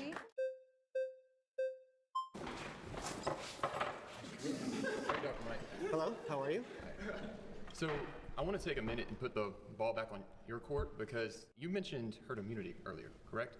Well, was COVID one of the most contagious viruses we've had, pretty much? I don't know, historically speaking, but it was definitely incredibly contagious. Okay. In fact, because it wasn't so deadly, was the reason why it was such a problem.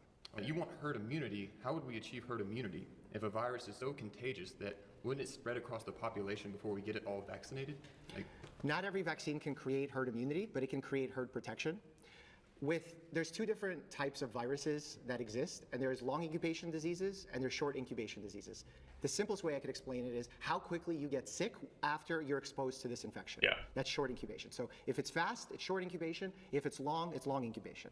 Now, when you look at a disease like smallpox, for example, that's a long incubation illness. It means it gives your immune system a chance to create a response to it. So if you've been vaccinated, even if you've been vaccinated a long time ago, your body has the time to create protection even after it's been exposed. For short incubation illnesses like the common cold, influenza, COVID-19, it's very difficult to create complete protection because even though you've gotten some protection from getting the vaccine in a short period of time, that immunity wanes and the long-term protection you get is only valuable against serious illness like death, hospitalization, etc. Okay. So you can't get perfect herd immunity for short incubation diseases. Okay, thank you. So I guess my follow-up question is that there were certain groups of people who I were actually from getting the COVID. I actually did not know that. It's actually really informative. Informative? That's cool. Because I thought it was all like, it's very good. I thought it was like all like AVAX, like the flu and stuff, which is kind of like cause there was no difference of time duration, I guess, or how I didn't know how that correlated to the effectiveness of. That's kind of cool. COVID vaccine, like if you were under a certain age or over a certain age, or if you had immunocompromised problems or whatever. So, I mean, if those people can't get the vaccine, and those are the people. I was immunocompromised, and I think I got a faster. I think because I was in university at the time when COVID went off. Like I was like my last year or something like that.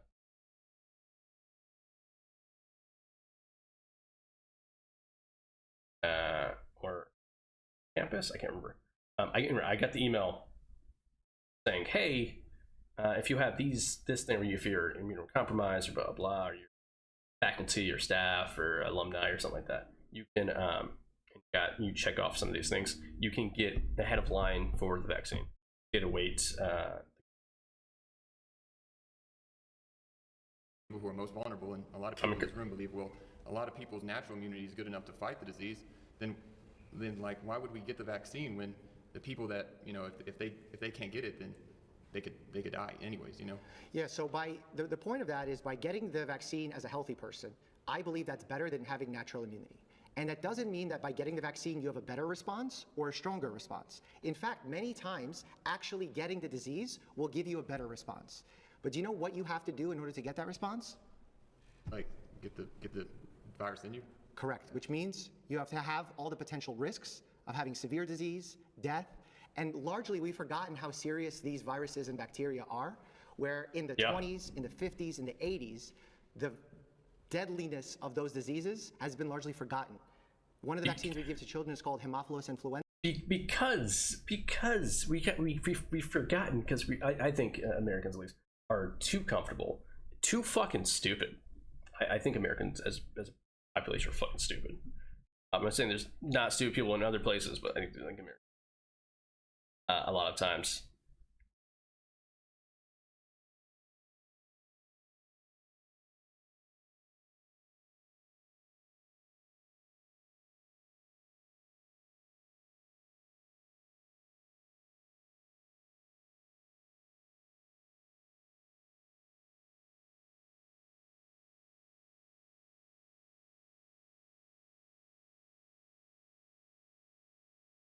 I'm looking at this right now like, ooh.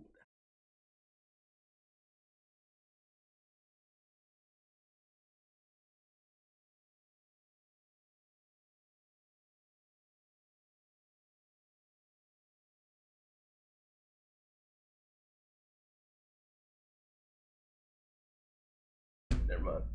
I was gonna walk got a new place, but I was like, fuck no. That causes meningitis. We don't see that anymore. The residents that were trained 20 years before me, every time they were in the emergency room, they learned how to do a spinal tap to diagnose this type of meningitis because of that bacteria. I've never learned how to do it. I'm not trained how to do it. Now we have to rely on interventional radiologists to do the procedure because of vaccines. So the reason why I say that vaccine immunity is better than natural immunity is because you don't have to survive the actual illness. Okay. Well, that was my question. Thank you. They get another guy. Appreciate that. Thank you. Hey, Dr. Mike, Eliezer. Pleasure. Nice to meet you. Oh, Nice to meet you. wait. Been watching your videos this week. Oh, wait. I've seen, this is the same dude who was on the Sam Cedar fucking video, right? This dude's like some white nationalist fucking conservative bullshit.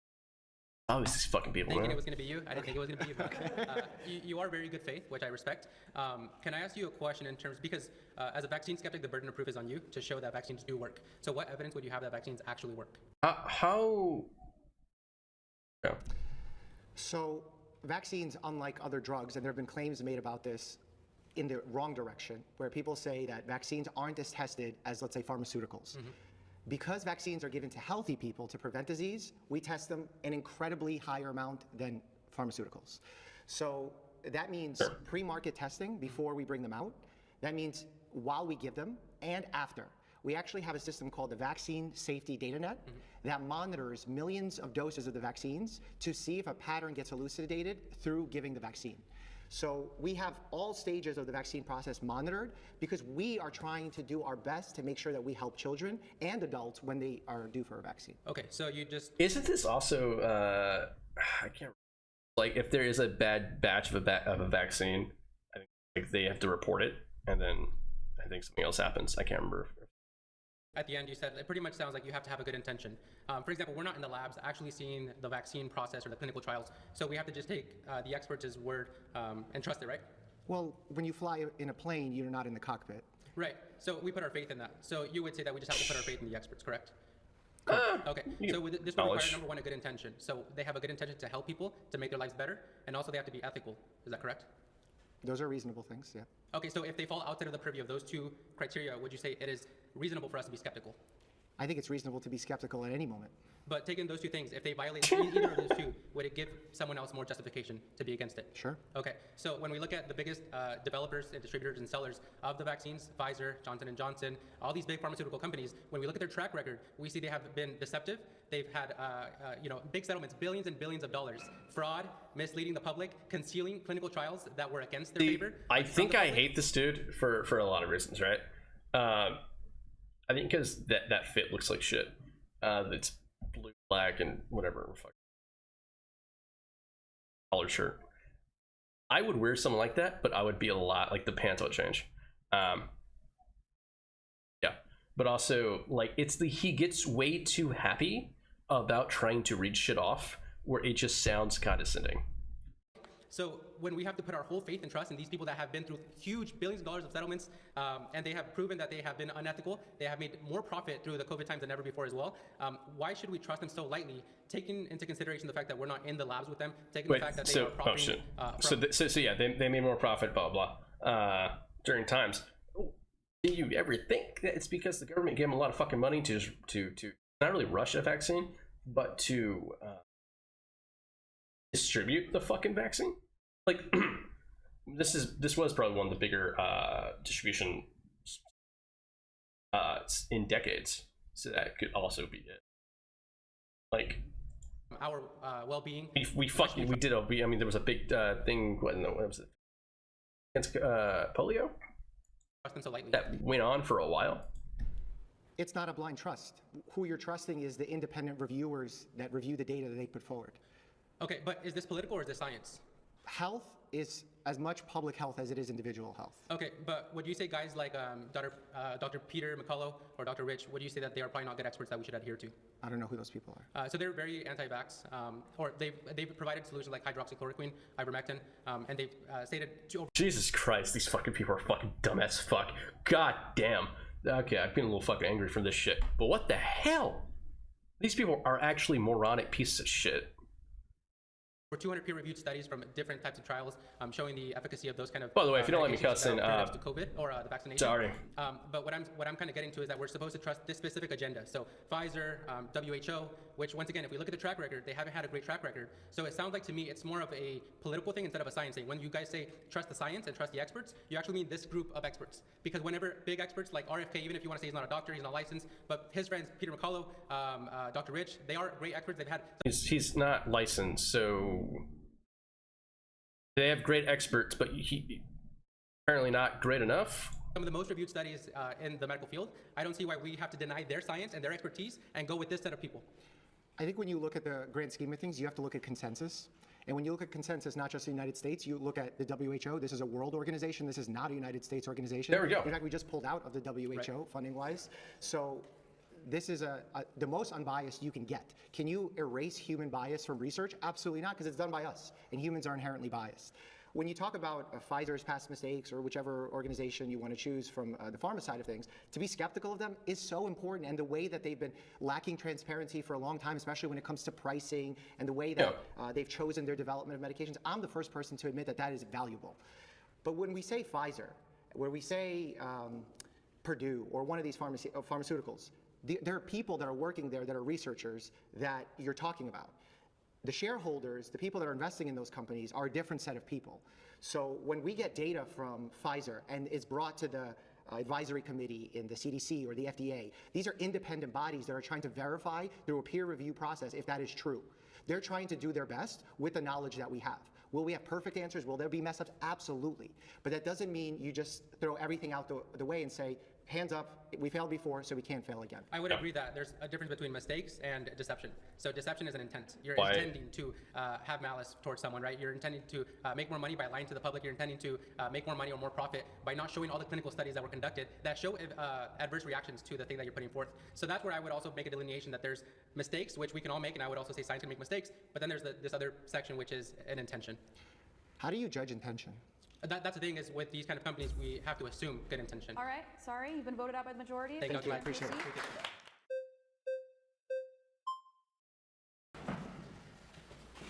Hello, pleasure. Pleasure. So knowing that there are side effects that do come along with the COVID vaccine, which is irrefutable, it's a risk management. And in any circumstance, if there's a risk, there must be a choice at all times. Would you agree with that? Well, there's always a choice. Well, there wasn't a choice September 9, 2021, when Biden instituted the OSHA mandate with all federal employees and every business over 100 employees. So would you agree with that? I still think it was a choice. So when you say it wasn't a choice for all the service members that were part of the military that refused the vaccine, they were dishonorably discharged, did they have a choice? Yeah. They had a choice. And what was their choice? I'm not saying whether or not this is a fair choice or if I support the choice, but it was a choice.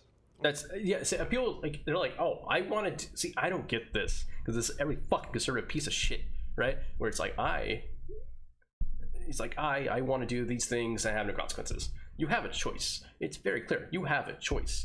Is it going to be an ethical choice? Maybe. Is it going to be a moral choice? Maybe. A fair choice. Who the fuck knows? I have a choice. I don't these people are fucking stupid. Okay.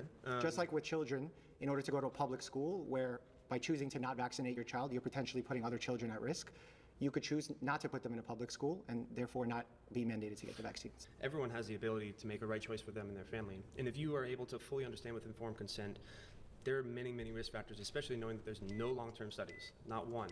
Sorry, time's up. My next claim is that RFK Jr. is a public health threat. This is a spicy one. Okay. Damn! That boy just took it. So why do you think he is a threat?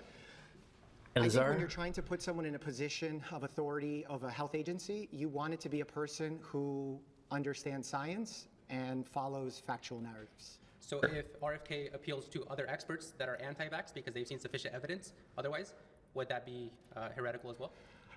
I think that RFK stances of why he's a public health threat go past the anti-vaccine stances. He's made public statements that HIV doesn't cause AIDS, that poppers, which is a party drug or a recreational drug that people use, is really the reason why AIDS exists. That is not someone who clearly understands science, and I don't want them I don't get how that works. charge of a health agency. Okay, assuming he does become head of the health department, wouldn't he now technically be considered the expert, not an expert, but the expert? No. No. So then, not how that works. if he put something forth that was anti-vax, and he said we have sufficient evidence to prove this, and then other medical experts such as you, which are pro-vax, went against it, wouldn't now you be categorized as the wrong ones? No, because it's not based on a single person's opinion. This is a consensus-driven statement, driven by thousands of doctors, dozens of agencies, not just here in the United States, but worldwide as well. Okay, do you allow your patients to write bad reviews about you if they had a bad experience? It's not my choice to write it or not write it. No, do you allow them? Or would you remove it? No. No what? I would not remove it. Okay, so if we look at Facebook, Google, YouTube, they suppressed so many anti-vax posts of legitimate declarations of they were injured, serious deaths. ABC News went on Facebook and they posted a simple question. Who do you know or yourself that was seriously injured from the vaccine? Over 200,000 comments that were then removed by Facebook. Mark Zuckerberg just went on Joe Rogan and he said that Joe Biden, the Biden administration, forced them to censor people. So if someone really believes in their product, why would they do mass censorship to hide it? I'm a family medicine doctor. I have no idea why they're censoring certain websites or not censoring certain websites. So like that's outside of my scope. Well, that's outside of your scope. But I think I mean the why would they censor it? I think because there's a lot of misinformation going around, specifically for like this dude. Just using logic, just using reasoning. You said you would not remove your patients as bad reviews, so why would we allow these experts to then remove them, those kind of critics? Last that I checked, no doctor removes patient bad reviews. No doctor goes on and hides comments. I mean, maybe they do it on an individual level, but not on a systemic level. Okay. I would just say that RFK Jr. does appeal to other experts that even if they're vaccine skeptics, they put forth legitimate studies that would be antithetical to the pro-vaccine studies. So you said earlier, like misinformation. I would ask who is the author of misinformation? Who is the author of misinformation? Yeah, so misinformation, first off, is predicated on the fact that there's right information. Right information is going to be predicated on the fact that there's absolute truth. Does science state absolute truth? There's no absolute truth, period. Right. In fact, there's a great book that I recommend everyone to check out. It's called The Half-Life of Facts, to see how what we consider now a fact, how quickly it could change. And in science, what I consider someone who would be a good fit and not a public health threat to lead the agency is someone who's aware that facts can expire, they can change, they can adapt, but they have sound logic as to why they make those decisions, and they don't make statements carelessly with bad information, knowingly bad information. So if truth is provisional, this means that science, that right now you can be pro-vax, and next year when you see sufficient evidence, you can be anti-vax, correct? You could. Okay, perfect. So if there's no absolute truth within this realm, I don't know why we should completely rule out RFK Jr. and the other experts that he could appeal to. The reason I rule him out is because he takes information that is not true, like that poppers cause AIDS. Subjectively true. It's not subjectively true. For the time being, because you just said it's provisional truth, meaning it can change with time. Right, but you can create any sort of statement, and in healthcare, we can't just go off of any statement because someone feels subjectively to be true. We have to do our best to do with limited information that we can. That doesn't mean we have zero information, we should just believe anyone. In fact, have you seen these podcast hosts who have protocols by which they like sleep, eat, or Gary Brecka or otherwise? The reason why I don't subscribe to their protocols is because anyone can make a claim about anything, just like RFK does with these statements. Until someone backs up these claims with good substantial evidence, and there is a hierarchy of what good substantial evidence is, we won't believe those stats. The same way that if you sat across from me right now and told me you're the fastest human on earth at 100 meters, you might be telling the truth. Provisionally, subjectively, it might be true. The only way I'll know it's true is if we have an Olympic timekeeper with an Olympic device measured with the proper measuring tape then I could witness it and then I could see it's true. Okay, pause. Sorry, you've been voted out by the majority. Thanks so much. Appreciate it.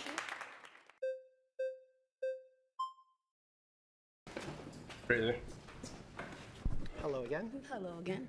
I would like to start by saying that HIV does not cause AIDS. AIDS is actually brought on when your white cell count goes below 200. So to say that You cannot get AIDS if you're not infected with HIV. Yeah. Human immunodeficiency virus. Yeah. Can affect and destroy immune system cells until your body is too weak to fight off diseases. Where immune deficiency syndrome, AIDS, is the final result of HIV. People with AIDS have very low white blood cell counts.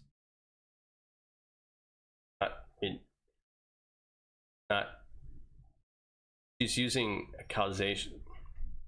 Because they got HIV, they got AIDS, they have low white blood cells.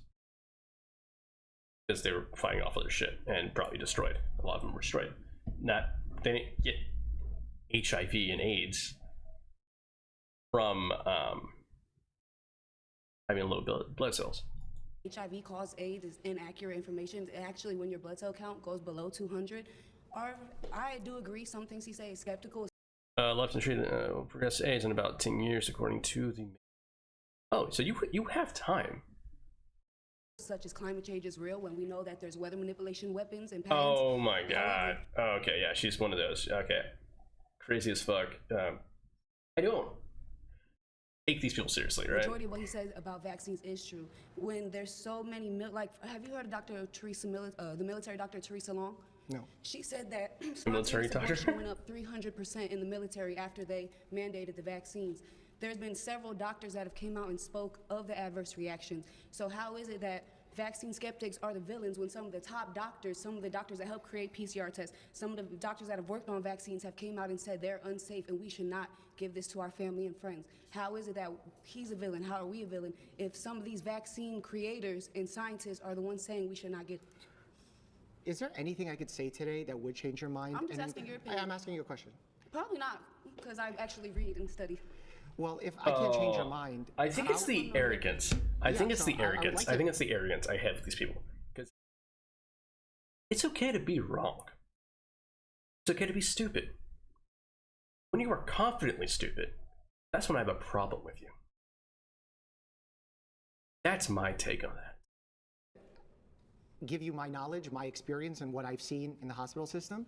But if you're telling me right now, no matter what I say, you're not going to change your mind, is there any value to that? Well, I like to study everybody's opinion. I don't like to just say, I believe this, and not further investigate everybody else's opinion. But when studies show the unvaccinated are actually healthier, and the vaccinated are the ones that are getting COVID and dying and getting heart problems, and over 100-something athletes that got the vaccine got heart problems after being perfectly healthy, I think it's unsafe, and actually more so villain-like to say it's so safe and call people that are anti-vaxxers skeptics when over 100 athletes that are perfectly healthy are injured. Over who knows how many in the military cannot have kids or have had a spontaneous abortion or everything because of this. So I feel like it's an unfair statement to say he's a villain or he's unsafe, but then continue to say you believe the vaccines are safe and effective when millions have died or suffered from adverse reactions. So I'm just trying to understand your perspective.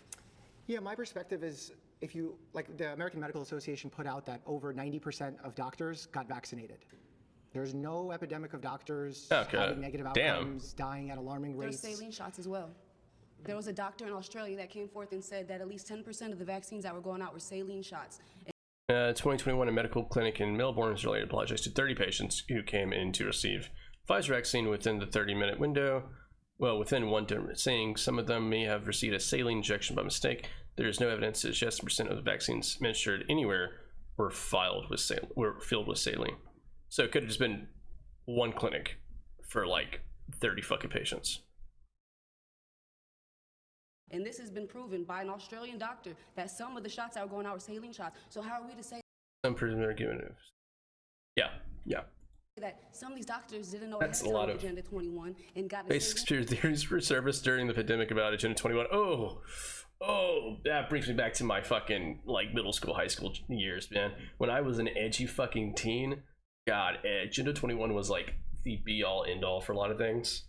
I was so deep in the rabbit hole for Agenda 21. I was like, everything's communism, everything's bad. It's like Amazon is communism. You find out like other shit. You're like, oh no, it's not communism. It's just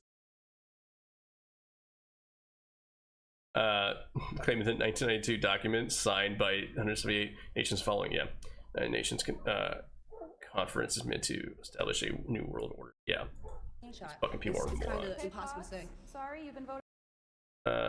Really a non-binding statement addressed human impacts on the environment and sustainable development. Yeah. Okay. Thank you. It's like to have this, you need to like be aware you're fucking how you're developed, how you're developing.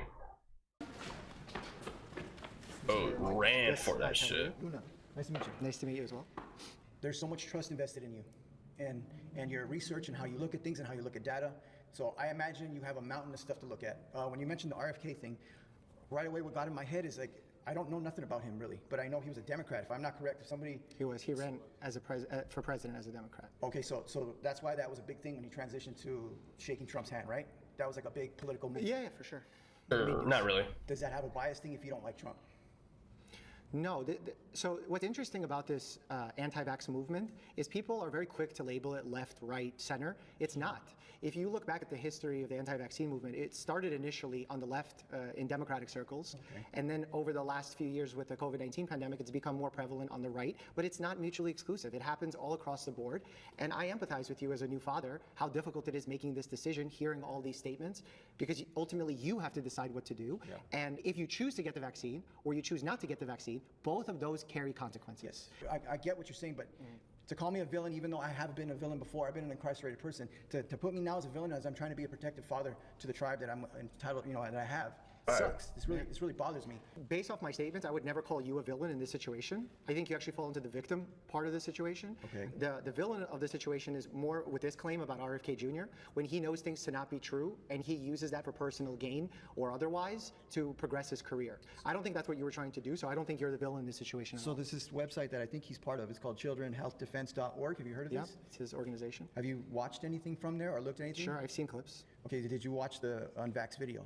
No, not the Unvaxxed video. I highly suggest to watch it. I mean, my concern is you don't have Why? you don't have the means to look at the data of the persons that are not vaccinated, and how would you know? Because they're not going to the doctor to check on you regardless.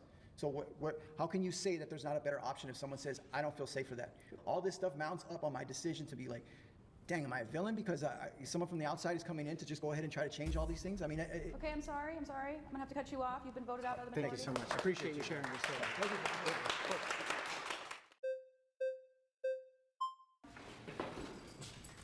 How you doing, sir? Hello. Good to see you again. Good to see you. So I just want to say there haven't been a lot of people in public health advocating for natural remedies, or even talking about working out, talking about getting the fluoride out of the water, talking about What the getting the fuck? chemicals out of the food. So how could you Okay, fluoride in water is okay. It's okay to have there.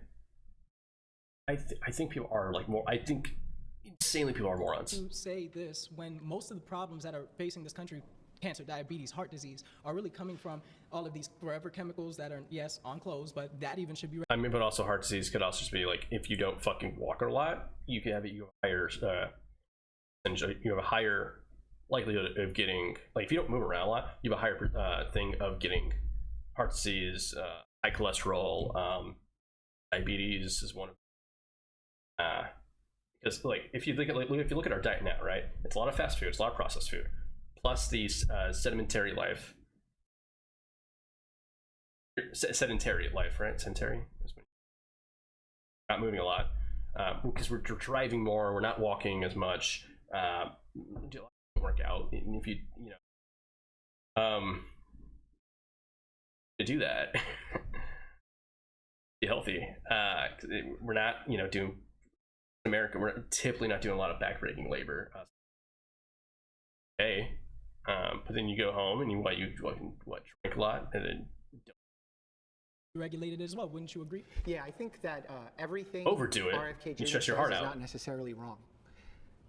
The best analogy I can think of is if I have a clock that's broken, it's still right sometimes, but it doesn't mean I'm going to wear it and call it a good clock. I love that. Have you been wrong before in your life? Absolutely. In your practice as a doctor? I've been wrong as well. And what I will say is all of us have the ability to atone. All of us have the ability to know new information. Yeah. And just like I hope that we can be able to trade information and look on the other side of the aisle and say, you know what, there are people who care about people. Yeah. And I want you to realize that That's what you're surrounded by right now. We're not only talking about ourselves in terms of our own well-being and saying this is my choice, but also saying there's a big issue in this country as it pertains to the children. We can just look at the children, and even if we talk about, once again, the vaccine aspect of COVID and how COVID wasn't affecting children, but yet all of these other issues are, and they got to grow up in this world also. The idea for me that we have all of the testing and all of the evidence for COVID is also false. So when people are skeptical and people are like, people say the disinformation doesn't, I say the divine information doesn't, because they were kind of prophets when you look at it. If you look back at their old claims, a lot of things that they said came true. Even when we look at all of the things that Fauci was involved in, gain-of-function research, everything going on in that Wuhan lab in China, there's a lot of things that we can say. So I would hope that based off of this conversation, you could at least have a little bit of heart to say, you know what, maybe RFK is not just thinking about his career, but he's actually thinking about people, and I think all medical doctors should do the same. Yeah, I think everyone in this room has been very charitable in speaking with me, and I actually really appreciate it. I'm here volunteering my time to try and just share what I've learned, my experience, my knowledge, what I would do if I was facing a dilemma with vaccinating my future child. And my goal is just to share the most accurate information, because when I started in healthcare and I was a resident and I was in my training, the amount of negative things people were doing to their health, like a lot of the metabolic things that you've discussed, like the lifestyle choices, were largely due to other people misinforming them or making miracle promises. Like almost like doctors saying cigarette smoke is actually good for you? Exactly. In fact, everything that we're doing in healthcare right now, like 50% of it over the next 100 years will be found to be ineffective, or there's going to be something better. And we'll go back to nature, right? And some of it will go back to nature. Like, going back to nature sounds really good, but there's also a little bit of a fallacy in that. So like in nature, people walk barefoot. But we don't choose to walk barefoot because we don't want to get tetanus infection from the floor and get cuts on our feet. There's and all of these chemical-induced floors that we're putting all of these bleaches, these. Dude, even in your fucking walking in the forest and shit. I want to walk barefoot in the forest all the time. Things that are exactly forever chemicals in our watch bands. But grounding is a thing. Earthing is a thing that has proven to help with. So how do we balance a healthy lifestyle of being outdoors with modern science? Is where we. I think we can do it, right? Because allopathic medicine did rule out. Once again, I think I brought up the flexible. I'm not an allopathic physician. How wild is that? I'm an osteopathic physician. So I think more of the holistic approach than a traditional allopathic physician would. I did not go to an allopathic medical school, and I am very passionate about one thing that I feel like is lost in modern healthcare: the body's ability to heal itself. Yes. Amen. And I think that sometimes we envision so much more control than what we actually have. Like, for example, do you think wearing a seatbelt saves lives? It can, yeah, for sure. Has it ever saved yours? No. Have you worn it all the time or majority of the time? I have not worn it all the time. But majority of the time. You regularly wear it? Yeah, for sure. Does that mean it was stupid to have done so? No, not at all. But I think the seatbelt is not risking my life as a vaccine would be risking So there's my some life, people that believe, like anti-vaxxers believe vaccines are harmful without great evidence, that seatbelts can cause you to get trapped and et cetera, and actually cause more problems. Anti-vaxxers believe that? No, I'm saying like anti-vaxxers believe negative beliefs about vaccines that are not well proven. Some people say that about seatbelts. Some people say that the world is not round and they believe it to be flat. Now, can you compare vaccine skepticism with really seatbelt skepticism? Like, do you think that really weighs, especially when people have been injured from vaccines? This is a real thing that people have been injured by seatbelts. I understand. So I'm going to give somebody else the time, but my claim is pretty much that RFK is standing up for a lot of different things that are going on in this country right now that are causing more damage than COVID. I would love for someone else to stand up for those things as opposed to RFK. I think you do as well, right? Yeah. Hey again. Hello. Hello. So his movement, the MAHA movement, Make America Healthy Again, as a mom and as a woman, it speaks to a lot of people because, especially as a nurse as well, and seeing the chronic disease epidemic in this country, we spend more in healthcare than any other country. We're more medicated than any other country, but yet we're not healthy. And I don't necessarily always agree with everything that RFK Jr. says. I mean, I don't agree with my husband on everything, and I willingly chose him, let alone some random politician. So I could see why you could probably disagree with it, but I think he speaks to something to a lot of people. He appeals to the parent. He appeals to just the everyday American. They want to go back to a more natural way of life, and that's what I think. I disagree with that claim that he's a threat because I think his intentions come from a good place. He's not necessarily anti-vaccine, but he wants safe vaccines. Yeah, so I'm pointing out that I think RFK Jr. is a threat to public health, and you're pointing out reasons why he's good. And I think there are legitimate reasons of things that he says that are valuable that should be addressed. He said a lot of things that I think risk children's lives in the future. I think by potentially getting rid of vaccines, increasing diseases that were once extinct coming back is extremely worrying to me as a primary care provider. Okay, pause. You've been voted out by majority. Please. Thank you.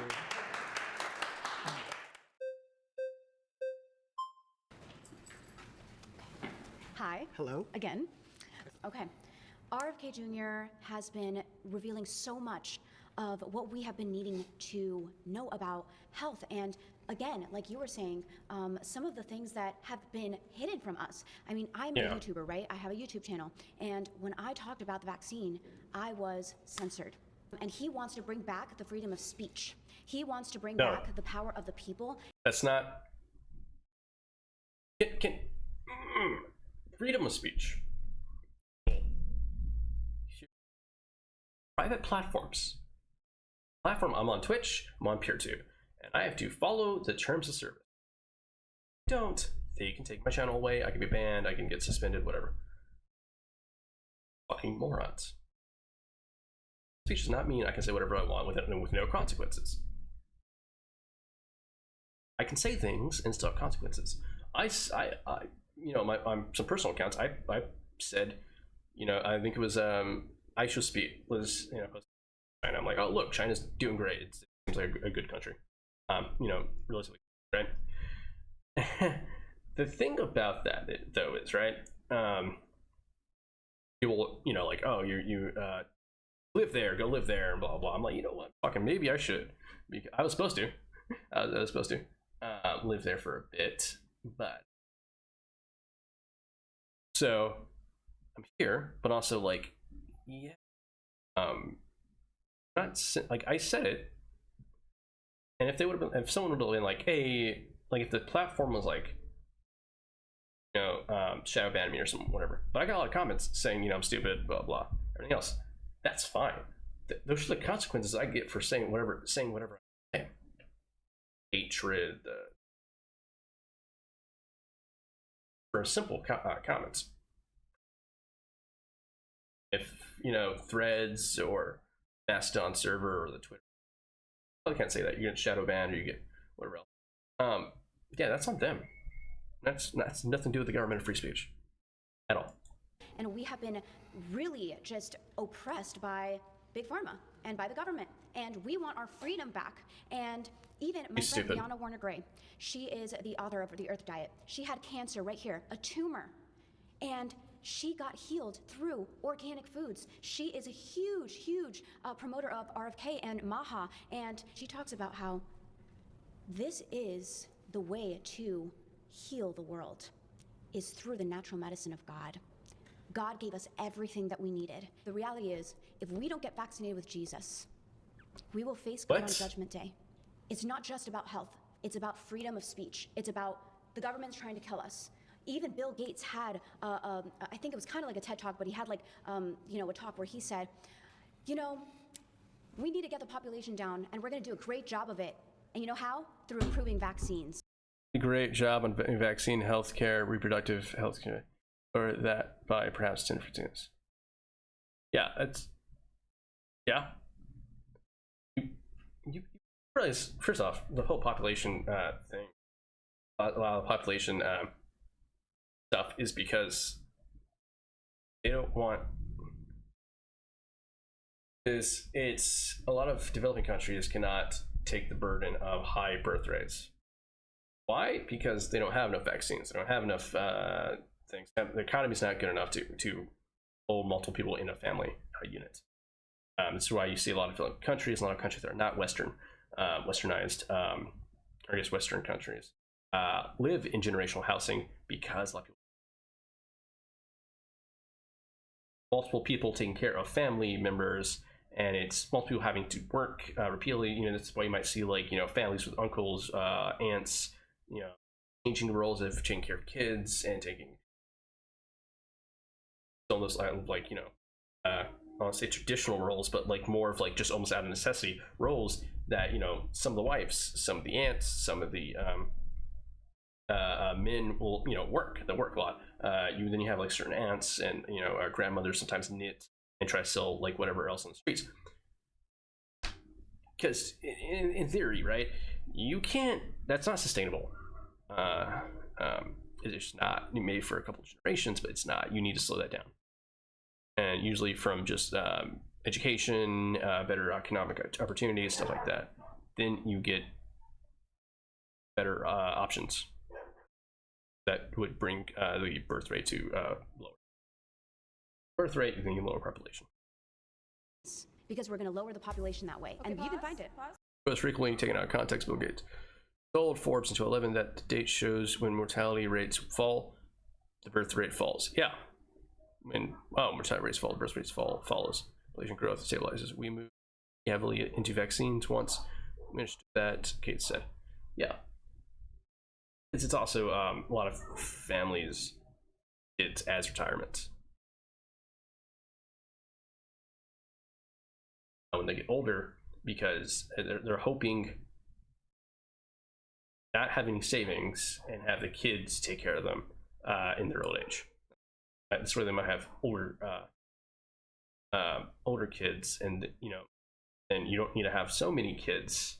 Just have some type of safety for yourself. You've been voted out. Please return to your seat. Oh, it's this dude again. Hello. Hi, how are you? Nice to meet you. My name's Michael. I kind of bring some curiosities for you. So, in 2010, my mother was vaccinated with the flu vaccine. And right after 3 days later, she received half of her face was paralyzed.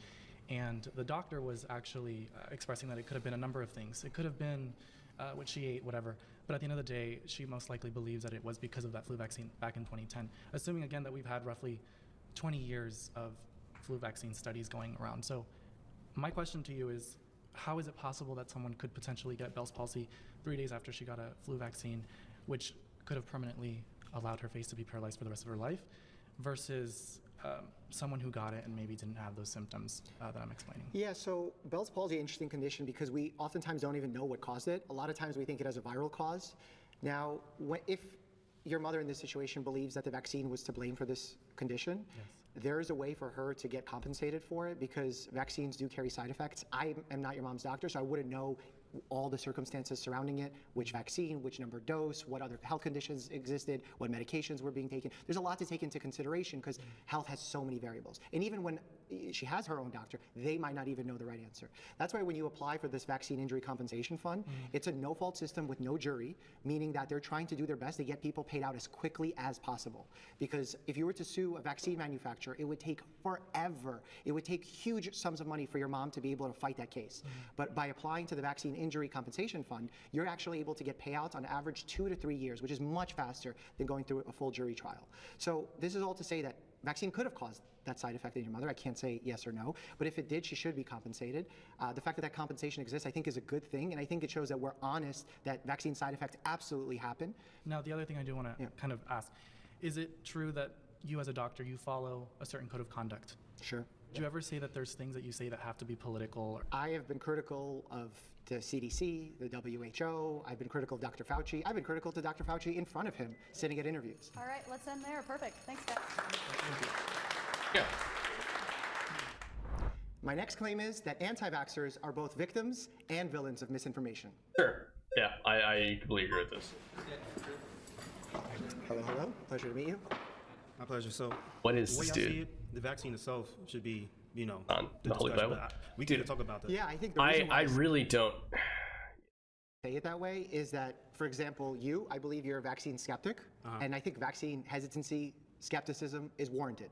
But I think when you're an anti-vaxxer, In the right mind, where's you a become an activist for spreading misinformation, Bible and that makes you t-shirt? both a villain and a victim because you've largely been misled. So, the anti-vaxxer, would you agree that there's some reason for someone to be an anti-vaxxer? Absolutely. And a lot of times they're the ones misled, so that's why I think they're victims. Because it's easy, if someone shares a let's do it this way, I think this is a very visual and easy way to understand it.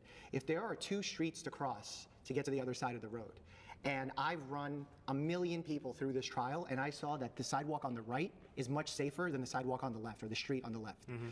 And someone starts spreading misinformation that the right sidewalk is actually so deadly, and they saw someone die and it was brutal, and they make it very powerful, and they start convincing people to cross on the more dangerous sidewalk.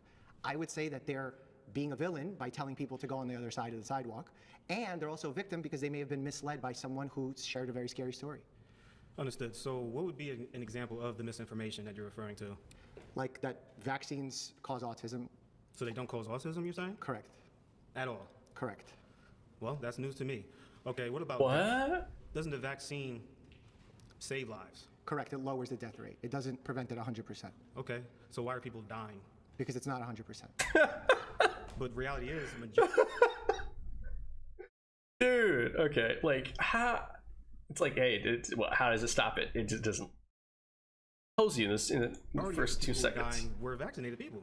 Correct, because most people were vaccinated. The misinformation, autism, that's one I have to look into. Is there anything else?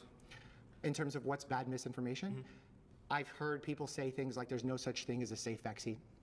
I think that's misinformation. Okay, pause. You've been voted out by the majority. Please return Thank to you. your seat. Appreciate it. Yeah.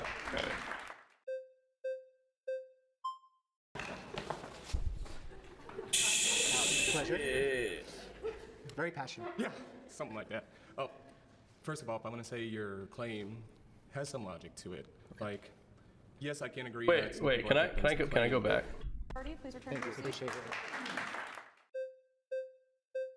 He like pushed this dude off? Bro, like grab the dude. That's insane. First of all, I want to say your claim has some He logic like to it. tossed the dude Yes, I can away. agree that some people are victims to vaccines, but I also agree that there are some anti-vaxxers who do come at vaccines very aggressively. But what I want to say is, when it comes to the actual efficacy of vaccines, we have a constitutional right. The first Constitution says we have a right to religious practices. And some people will say, oh, hey, this is the body God gave me, and I don't want to take any vaccines. Sure. And Yes. other people will say, those people are crazy because maybe vaccines help. Yeah. I guess what I'm trying to get at is, I think it depends on the actual vaccine, if somebody could be a victim or a perpetrator, I guess you can say. Because when it comes to the swine flu, that vaccine actually killed 32 people. Well, dozens of deaths had been reported following swine flu immunization in 1976. Deaths were not definitively linked to the vaccine. However, research shows the vaccine did increase risk of Guillain-Barré syndrome, and the government suspended the program. People discontinued it shortly after because they knew it wasn't going to be anything good, I guess you can say. My whole stance on vaccines is strictly to do with the science, less so about religious stances, whether or not someone chooses or not to vaccinate.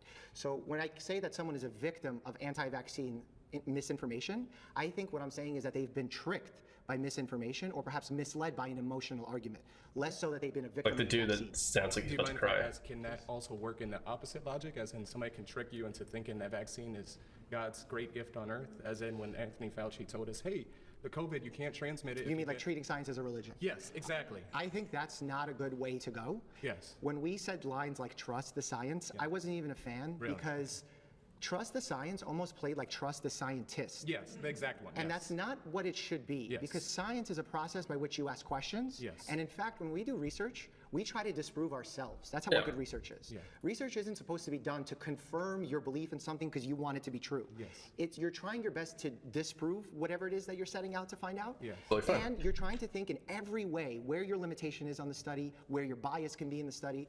We actually meet in hospitals and we have something called Journal Club, where we look at a study and we say, where's the bias in the study? Where's the limitations? Where can the next Sure. study design be better? And there are experts that are constantly dealing with This is also why I think it is important for children to, like, I don't know if this is like in America at least, kids should have media literacy courses or something, maybe like library program. Like I think kids should learn how to use a library, and then use tools for media literacy to know, if this find, secondhand sources, primary sources, stuff like that. Fucking way, as a building block for this country. is to try and improve our further research. So it's not about trust the scientist. It shouldn't be treated like a religion. It should be an ever-evolving process that is continually questioned. At the same time, when we look at the manufacturing of vaccines and how they're made, some people with religious views are concerned. I will say a lot of the major leaders in each major religion in the United States has put forth that people should get vaccinated and that it is acceptable by their religion. That's not me. I'm not a religious leader, but I just have seen that put out. Let's say they had those religious beliefs where they're like, I don't want to take it. Would you, I know you said, would you fully agree those people were victims of that said policy? Like if you're a healthcare worker, military. I wouldn't view them as a victim because I saw them getting the vaccine as largely a positive. Okay, I can see you see it as a positive, But for me, I never took the COVID vaccine. I never got COVID, so I don't see the positivity for me. Fair. Is there a way you can prove that the COVID vaccine was in fact a positive for everybody that took it? I can't prove that it's for everybody. In fact, when someone shares a story, whether or not it worked for them, whether they had a side effect on them, I can't prove it. Yeah. When we look at research, we look at populations, we look at averages, and off of those averages, we can make certain statements. They're never foolproof. In fact, the reason why we have a vaccine injury compensation fund is for that exact reason, so that there are individuals who have been hurt by vaccines, that they should be compensated. That compensation only comes after the National Childhood Vaccine Act, or I might be saying it wrong, came out in 1986. Okay. But Let me see. Childhood National Childhood Vaccine Injury Act of 1986 created the National Vaccine Injury Compensation Program, a no-fault alternative to the traditional legal Vaccine system. Act, Okay. or I might be saying it wrong, came out in 1986. Okay. But basically, it was a blanket. U.S. government says it was created after lawsuits against vaccine companies and healthcare providers threatened to cause vaccine shortages and reduce vaccination rates. That only applies to covered vaccines. Type of pardon for any type of pharmaceutical company to be held liable for any injury or death, because before that they were dealing with all kinds of lawsuits. I think it was back in 1962 or something like that before they did it. Yeah, Right. so part of what you said is really right, and part of it is a little bit in a slightly different direction, and I'll explain to you exactly how. Right now, if you believe you've been hurt by a vaccine, you can apply through this National Vaccine Compensation Fund.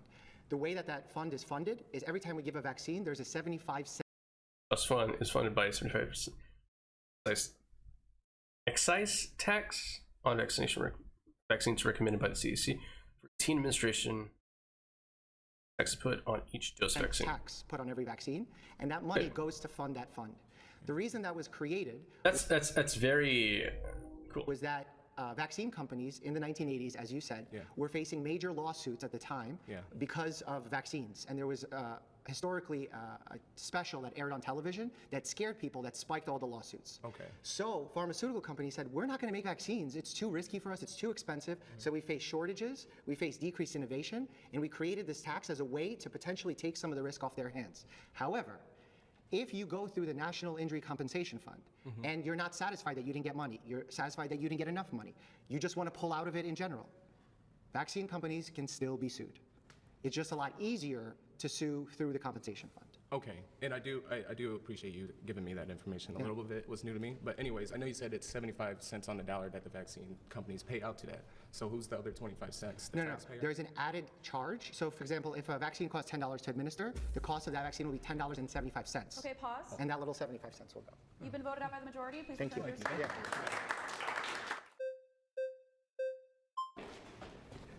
Hello, pleasure. Nice to meet you. Nice to meet you as well. When you look at people that are proponents of the vaccine, especially in important capacities, like if we take the example of Jay Varma, he was a COVID czar at the peak of COVID, and he was a public health advisor under Bill de Blasio, and he's having private gatherings in August of 2020. Dr. Jay Varma was a New York City senior public health advisor under Mayor Bill de Blasio. During the first year of the pandemic, he was caught on a hidden camera about sex parties he attended in August and November 2020 while telling New Yorkers to stay away from others to stop the spread of COVID-19. It was a sex party, right? So 8 to 10 people. And I think it's really funny too, because You're saying he's being hypocritical. yeah, he's being hypocritical. Absolutely. And Do you know who the number one hypocrites are? Healthcare providers. Right. We're the worst patients. We're the worst at following our own advice. And that essentially proves what I'm trying to say, because it's like, What does it prove? if you're advocating for the vaccine, but you're doing the exact opposite. Can I ask if you think that if you are sharing accurate information, but you might not be following the same stances, you could still be sharing accurate information? Like, that's the thing, right? I can advocate someone to do car maintenance, right, on their fucking, 2005 Civic or some shit. But I might not do that. Like, I'm like, yeah, you should probably do this for this, this, and this. And, like, you're supposed to recommend it. Check all your tires before you go drive. You're supposed to do a whole bunch of other, like, a list of things. But do we do that? Like, we might know we should be doing this. For the person, taking care of your car, should do this. I know that I should probably look at my user manual for my car, 9 out of 10 times for most things. That would probably help me out, maintenance, everything else. Now, Do I do that? No. Will I recommend someone else do that? Yes. How it goes. So in this, and I do like a lot of the work on my car by myself. Do like air filters, tires, oil changes occasionally, brakes, stuff like that. Not hard to do. Will I do it? No. Even then, I might just take it someplace, and because I don't want to deal with it. this case, he was saying that we should be social distancing or not having parties, and he had party in the situation, correct? Mm-hmm. So is there a world where he's telling the truth? You shouldn't be doing Like, this it's thing, 21 minutes, but he okay. did that thing, and that's And not I'm good. also doing it? No, no, no. Like, but I'm or- saying that it's wrong that he did it, but it's right that he's sharing the right information. Is that possible? I mean, that's true, but Sir, you've been voted out by the majority. Please return to your seat. Great point, there. All right, give me a second. I gotta go back to the bathroom real quick.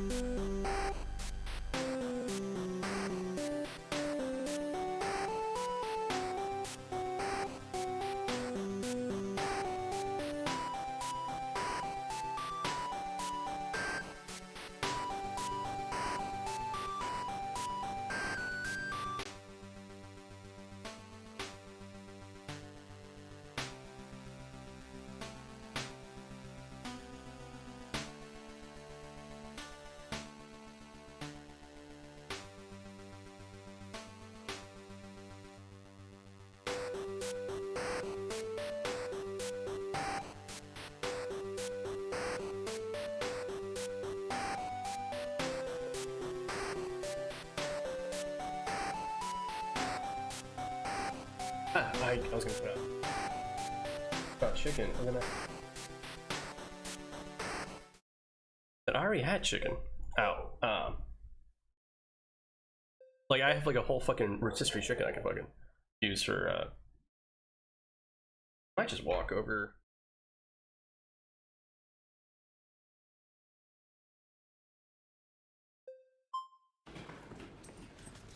Hello. Hello, pleasure. How are you? Nice to Dr. meet you. Mike? We'll see. My name's Janelle, and I'm also an educator. I'm a conscious sex therapist, so I deal with longevity, preserving the body. And so I think the real villains are people like Fauci, right? Did you know that his salary is like $500K, and the highest they said, and he's worth 480,000 in 2022 is the last year in public service, according to the government records request obtained by OpenTheBooks.com. The president makes 400,000, salary set by Congress that has not increased since 2001. That's incredible. Fucking write a book and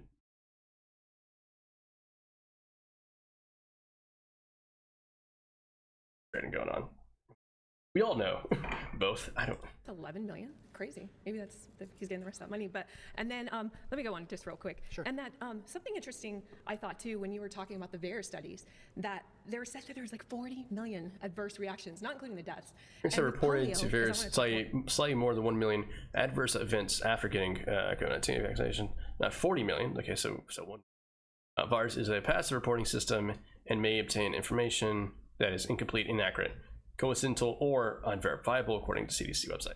Yeah. more about like child vaccine because I'm a mom and all that stuff. But polio, which came out in 1968, only had 123K, and tetanus had 15K. Reporting system was established by the CDC and FDA in 1990. It's after poliovirus and tetanus vaccines became widely available. First polio vaccine was licensed in 1955. Yeah, because they did a whole like thing. Because I remember this like a lot of like there's a lot of yearbook stuff you get that like some those in and stuff. It'd be like, oh, this was the gym, and then some people were straight up be like, this is where I got my polio vaccine. Was like the gym or something. You see this, you saw this in movies. Get referenced for like blood drives and stuff like that. Like in old movies.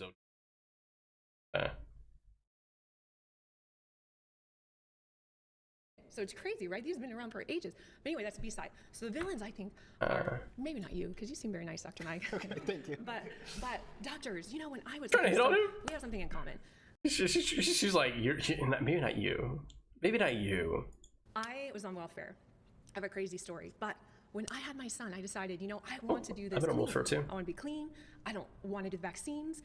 Why? And they Why? made me feel, like you said, like the most terrible mom. So we have these doctors and the drug companies who are making us feel like we're the villains, but they're the villains because health should be a matter of choice, right? The problem is we're not healthy anymore, right? So they they tried to force me to get vaccines all the way through my pregnancy. Why do we want to vaccinate newborns with Hep B? What are they having anal sex and intravenous needles or getting tattoos in utero? My son wasn't. Well, You don't need to, but it's like a virus that the hospital probably gonna people sick at some point, even though they try to prevent it. But you're also gonna take your child home soon too, which you're probably gonna have. It's recommended you don't have like people you don't know, or like not immediate family come visit. But everyone does this. Everyone has people that are not from the immediate family that lives with them, usually cohabitating. Your family members, your dad, your mom, your aunts, your uncles. Your best friend, they want to see the baby. That's why. Well, Hep B is not just spread by all those things that you mentioned. Right. But there's children that get it from sharing food utensils, biting one another in preschool. Like newborn, doctor? I mean, you have to understand, newborn, like my son. They go to daycare where there's a lot of other children that. Right, but not in the first few hours of life. Like the best thing they need is breast milk, and like for me to feel like I was forced to do that. Anyways, I went almost a year. Well, were you forced? I wasn't, but they did try to force me. They make you feel like you're a terrible mom. I refused all the vaccines while pregnant, and then I was already on welfare, so it made me feel. They didn't make me feel. I chose to feel like I was the villain when they were. They were vilifying me. And so just to go back, because I wanted some of the other prompts about like the immunity and things like that, which I think is really important to talk about, because my son was in school, he was in preschool, but he didn't go until he was almost a year. I'm sleep deprived. All the vaccines until he was almost a year. When I put him into preschool, because I was in a program to go to school and you get welfare, you get the child care covered, all that stuff, right? So no vaccines. My son was never sick a day in his life. To this day still. I nursed him until he was 7, which I know people think is weird, but in other cultures they do it. That's a little too far. That's 7. Oh, my cousins and my little brothers and things and my cousins and stuff. They're young. I have conversations with them. They're like, they at the time they were like 5 or 6. I was 7, dude. During COVID, someone said it. We traveled to 20 countries, and neither one of us got it, and neither one of us are vaccinated until when he was a year, they forced me to get it. And because I was on welfare, this brings it back to why we should have a choice, right? I was too. Well, yeah, you have a choice. You can stay on welfare and get it, and you follow the rules, or you don't, and you. Nervous. A lot of my friends and people that know me, they forged it. They told me I go to Vistaprint. So what happens is when you take that right, and you said you didn't know how many states have that privilege, the religious exemptions, all of them do except for 3. California being all one. States have laws requiring certain vaccines for students to attend schools. 5 states do not allow personal or religious vaccine exemptions. California, Connecticut, Maine, New York, and West Virginia. Them, sadly, Mississippi and West Virginia. So we were not able to say, listen, it's one of them, sadly. Mississippi. A federal district court required Mississippi to allow religious exemptions. Parent guardian must watch an educational video at a county health department to receive an exemption. And West Virginia. So we were not able to just say, listen, it's my body, my choice, my religious beliefs. As someone said, I want to decide for myself and my son. Yeah, so you're sharing the story of your son and I'm so glad that it worked out that your son didn't get one of these vaccine preventable illnesses. We largely don't see a lot of these vaccine preventable illnesses because of vaccines. Smallpox, polio, measles for the most part, all these vaccine preventable Like, these people are fucking morons because it's other people get the vaccines that are around them, get the vaccines that are around them. So typically, if the people that getting the vaccines do not carry it or don't get it in the first place, that means people around them that don't have the vaccines are safer. Are no longer seen, and that's partially why that if a single person doesn't get a vaccine, they end up not getting the illness. But that doesn't go against your, okay. I'll just finish that point because it's so valuable. And you're sharing the story about your child, and I'm so happy that because I never want a child to get sick, period. Of course not. I have people in my practice, because I'm a family medicine doctor, I treat children and adults, who are 95 years old, 100 years old, who have smoked all their life. Yeah. And they're healthy. They're healthy. It's weird. I know. It happens. But does that mean I'm going to use that as a reason as to why I shouldn't discourage people from smoking? I understand that, but the herd immunity concept, this brings me back to my next point. I used to get nailed to the cross before he was vaccinated. And even when he did, I'd only let them do one at a time. Because the problem is... How much did you pay for the vaccines? I didn't. Remember, I'm poor. I'm on welfare at this time. Look at this. So I was forced. We're paying for medical care to prevent and save you the trouble of an illness. Yeah. Thank you so much. Thank you very much. I appreciate it. Kind of painful to watch, to be honest. Dr. Mike, it's good to meet you. I'm Hunter Howell. It's a beautiful day, isn't it? So when it comes to the science, right? So yeah, this is another conservative dude from the other. If you were to question the validity of, for example, masks, but just out of last year, an epidemiologist, Tom Jefferson, came out with a rigorous analysis that stated that they had no effect benefiting people in terms of the reduction of getting respiratory illness, including COVID-19. Right? You have. It does. Fauci, which I know we've talked about today, in regards to the social distancing. I don't get why people get so worked up about masks, to be honest, because before COVID, like I said, when I got the flu, when I was on campus, I got the flu. I basically had to wear a mask in the clinic. So I had to wear a mask because in the clinic I was feeling bad. Wore a mask. I had to take the bus back to my house. First, I walked to get my medication. Walked decent far. It wasn't like on campus because I didn't want to pay the fucking prices for the patient. So I walked to the pharmacy and got my medication. I wore the mask the whole time. Why would I want to not wear a mask? Get other people sick. I don't get that. That's a selfish fucking bullshit thing. Science, but he said in a congressional House subcommittee that there was no science behind it, and he got grilled for that. So when we're demonized and we're talked about years ago that we're, these anti-vaxxers, these skeptics, these really bad people, and that we're villains, well, not only are we not villains, we're speaking the truth, and we were censored on it. So I would kind of like your thoughts on that, about, all of the information I said. I view someone as an anti-vaxxer that knows the data exists as it is, and then spreads things that are not true, or stretches the truth in a way to make things valuable for them. The people that I have seen being anti-vaxxers, I think that they're being villains by spreading that misinformation because they're leading people to make bad decisions about their health care. Yeah. So to correct me if I'm wrong, you're villainizing people for exercising their First Amendment right in the Constitution of free speech? No, I think that when you're starting to say things that impact other people's decisions, I view it negatively through a negative lens, knowing what I know about vaccines. So then could we also flip the narrative and say that they were harming people in the information that they were giving out? No, the people that took the COVID vaccine had a lower death rate significantly. In fact, when we were working in the hospitals, those, especially early on, those who were most sick and who were sick by larger numbers were people who weren't vaccinated. I think a lot of people in here, including myself, have a huge distrust, of course, in the United States government and in the mainstream media, as well as in the science. What led to your distrust? Well, the fact that they got it wrong. We can't villainize people and call them villains just because they disagree. When they disagree, they can be talking with facts, things of substance that are true, as many people here have said today. It's not coming from a state of emotion. The death rate of COVID, I know it fluctuated on the time frame, but it was under 1%. From December to January of 2022, the CDC has the numbers on it. It was less than 0.5%, less than 1/10%. It was 0.06%. People were dying. Don't get me wrong.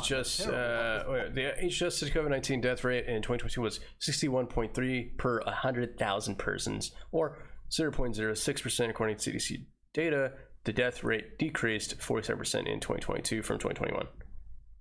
Yeah, it's almost like when you take the vaccine, less people die.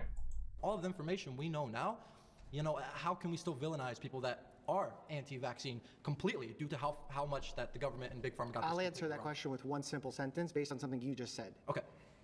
About 100+ million lives have been saved by vaccines. From the Lancet, yes. From the Lancet. And you landmark studies led by the World WHO, who published by the Lancet in 2024, found global immunization efforts saved 154 million lives over the past 50 years. The majority of lives saved, 101 million, were those of infants. Do you agree with that stat, approximately? I agree with the Lancet's findings, yes. And yet you have anti-vaxxer like RFK Jr. saying statements like there's no such thing as a safe vaccine.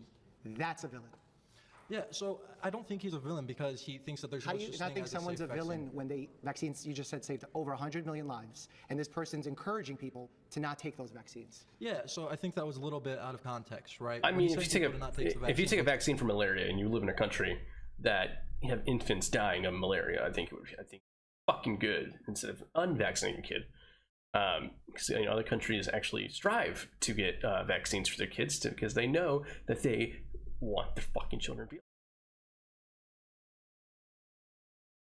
once again, he's giving his But opinion. in off the only in information America, that you he can be this knows to fucking true. stupid. You can't villainize someone for disagreeing with us, Okay, right? pause. Turn to your seat. Yes, sir. Thank you. Appreciate it.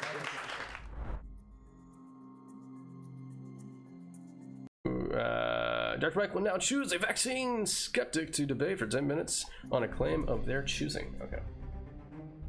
Oh, so many choices. How about my local northern New Jersey friend?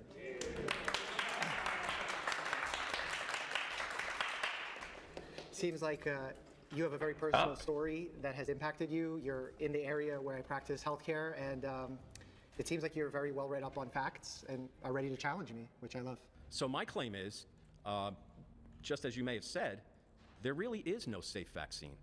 I think it largely depends on what your definition of safe is. When you're outdoors, there's a chance you would get hit by lightning. But if you're in a field by yourself, I consider that to be a safe place. Does that mean it's without risk? No, there's bacteria in the ground, there's lightning above, there's also all sorts of risks. But I think when you weigh the risk versus benefit, to say that means you're largely ignoring data that shows that vaccines are largely safe.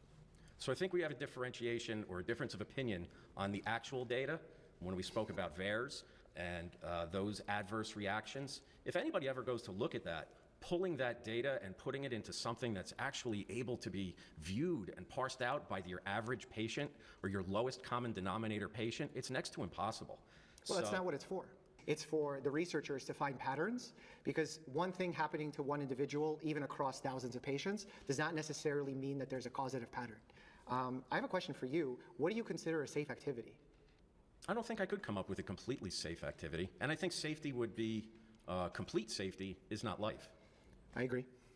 Well, I think we can put it on balance, right? Yeah. So speaking in the absolutes, what's completely safe? It doesn't exist. Sure. So we're arguing over something or debating or conversing over something that is Like, why the fuck am I here? Just I want to talk about God. Hey, I just want to talk about God. Oh my gosh, I just want to talk about God. When you look at vaccines and you have to put on balance, where's the risk, where's the benefit? Well, I draw it back to where my children were. And I push back a little bit on your claim where you said that the reason that there were no pediatric deaths is because we vaccinated. That sequence is a little bit out of line from my standpoint. There was no risk, yet we vaccinated anyway. And then when we vaccinated, then came the deaths, or the adverse reactions, or the ones we've yet to see: thrombosis, menstrual problems, fertility problems, especially for girls, women, thrombosis. You've heard of myocarditis. Oh, wait. I guarantee this dude probably is against birth control and shit. Or, like, that's why I hate these fucking people. Young males post-vaccine. Pericarditis. We're not hiding that. We believe that it happens. But at the same time, you need to look at the natural incidence of myocarditis, meaning like what is the rate that it happens to an average person irrespective of what condition they have. And then you have to go one step further and compare it to what is the other side of that coin, which is getting COVID-19 without the vaccine, and what the risk of developing myocarditis after that will be. And there are times where scientists sometimes to win an argument are going to be like, oh, you'll never get myocarditis if you get the vaccine because you're not getting COVID-19. The vaccine doesn't prevent it 100% of the time. We have to be honest in that. But when we compare the rates of getting myocarditis with the vaccine or getting myocarditis from COVID-19, it's much higher in COVID-19 than it is with the vaccine. So my position would be mortality, right? It's quality of life, quantity of life. Sure. If the mortality for a child was 0, and we give them a vaccine that has known risks, doesn't that give you pause? So when we look at side effects of conditions or vaccines, we don't just look at mortality, we look at morbidity. So for example, with measles, the mortality might not have been in the hundreds of thousands, but the amount of children hospitalized, the amount of children that got immensely sick leading to losing their hearing with certain conditions, that was higher. So it's not just about mortality, it's also about morbidity. So, but if you look at the numbers, the totality of, you look at your N+1 patient, which is the one where you give vaccines, that's where that one patient gains benefit over detriment. That didn't exist in children with no other comorbidities. My example to you is a perfectly healthy child, no comorbidities, no diabetes, no obesity, no kidney, a perfectly healthy child, and then giving them a vaccine that has risk over and above benefit. I'll let you know, when I was a younger man, I was a smoker. Smokers are more prone to get lung cancer. You certainly wouldn't administer, as a responsible physician, you wouldn't administer me chemotherapy just because I smoked. Correct. But I would encourage you to stop smoking as a means of prevention. I did, but I certainly wouldn't take chemo if I smoked. Yeah, for sure. There's an exposure. Children were recovering. Well, the risk of recovering. chemo is much higher if you don't need it than is vaccine, which is why I said earlier in this conversation that vaccines carry a much higher bar than a pharmaceutical, because vaccines are given to healthy people. In your specific example, because this is hyper-specific, and I don't like necessarily using a hyper-specific example to create a rule or to make that the norm, because there are so many other childhood vaccinations that are a threat with the current potential of RFK Jr. coming in. So that's the concern for me. In your situation, the reason your child ended up getting the vaccine was because one of her parents wanted to get the vaccine, correct? Correct. If your wife was totally against it or her mother was totally against it, would she have gotten the vaccine? I can't really say because it's a hypothetical that hadn't happened, but I presented all the reasoned evidence of what actually threatens a child over and above. We were talking single digits. And then to vaccinate blanketly a subset of our population that could potentially put them at risk, where the cure or supposed cure or preventative measure is worse than the disease. Knowing what we know now, your statements are different than what we knew then. The situation that was going on in hospitals then is not the situation that's going on now.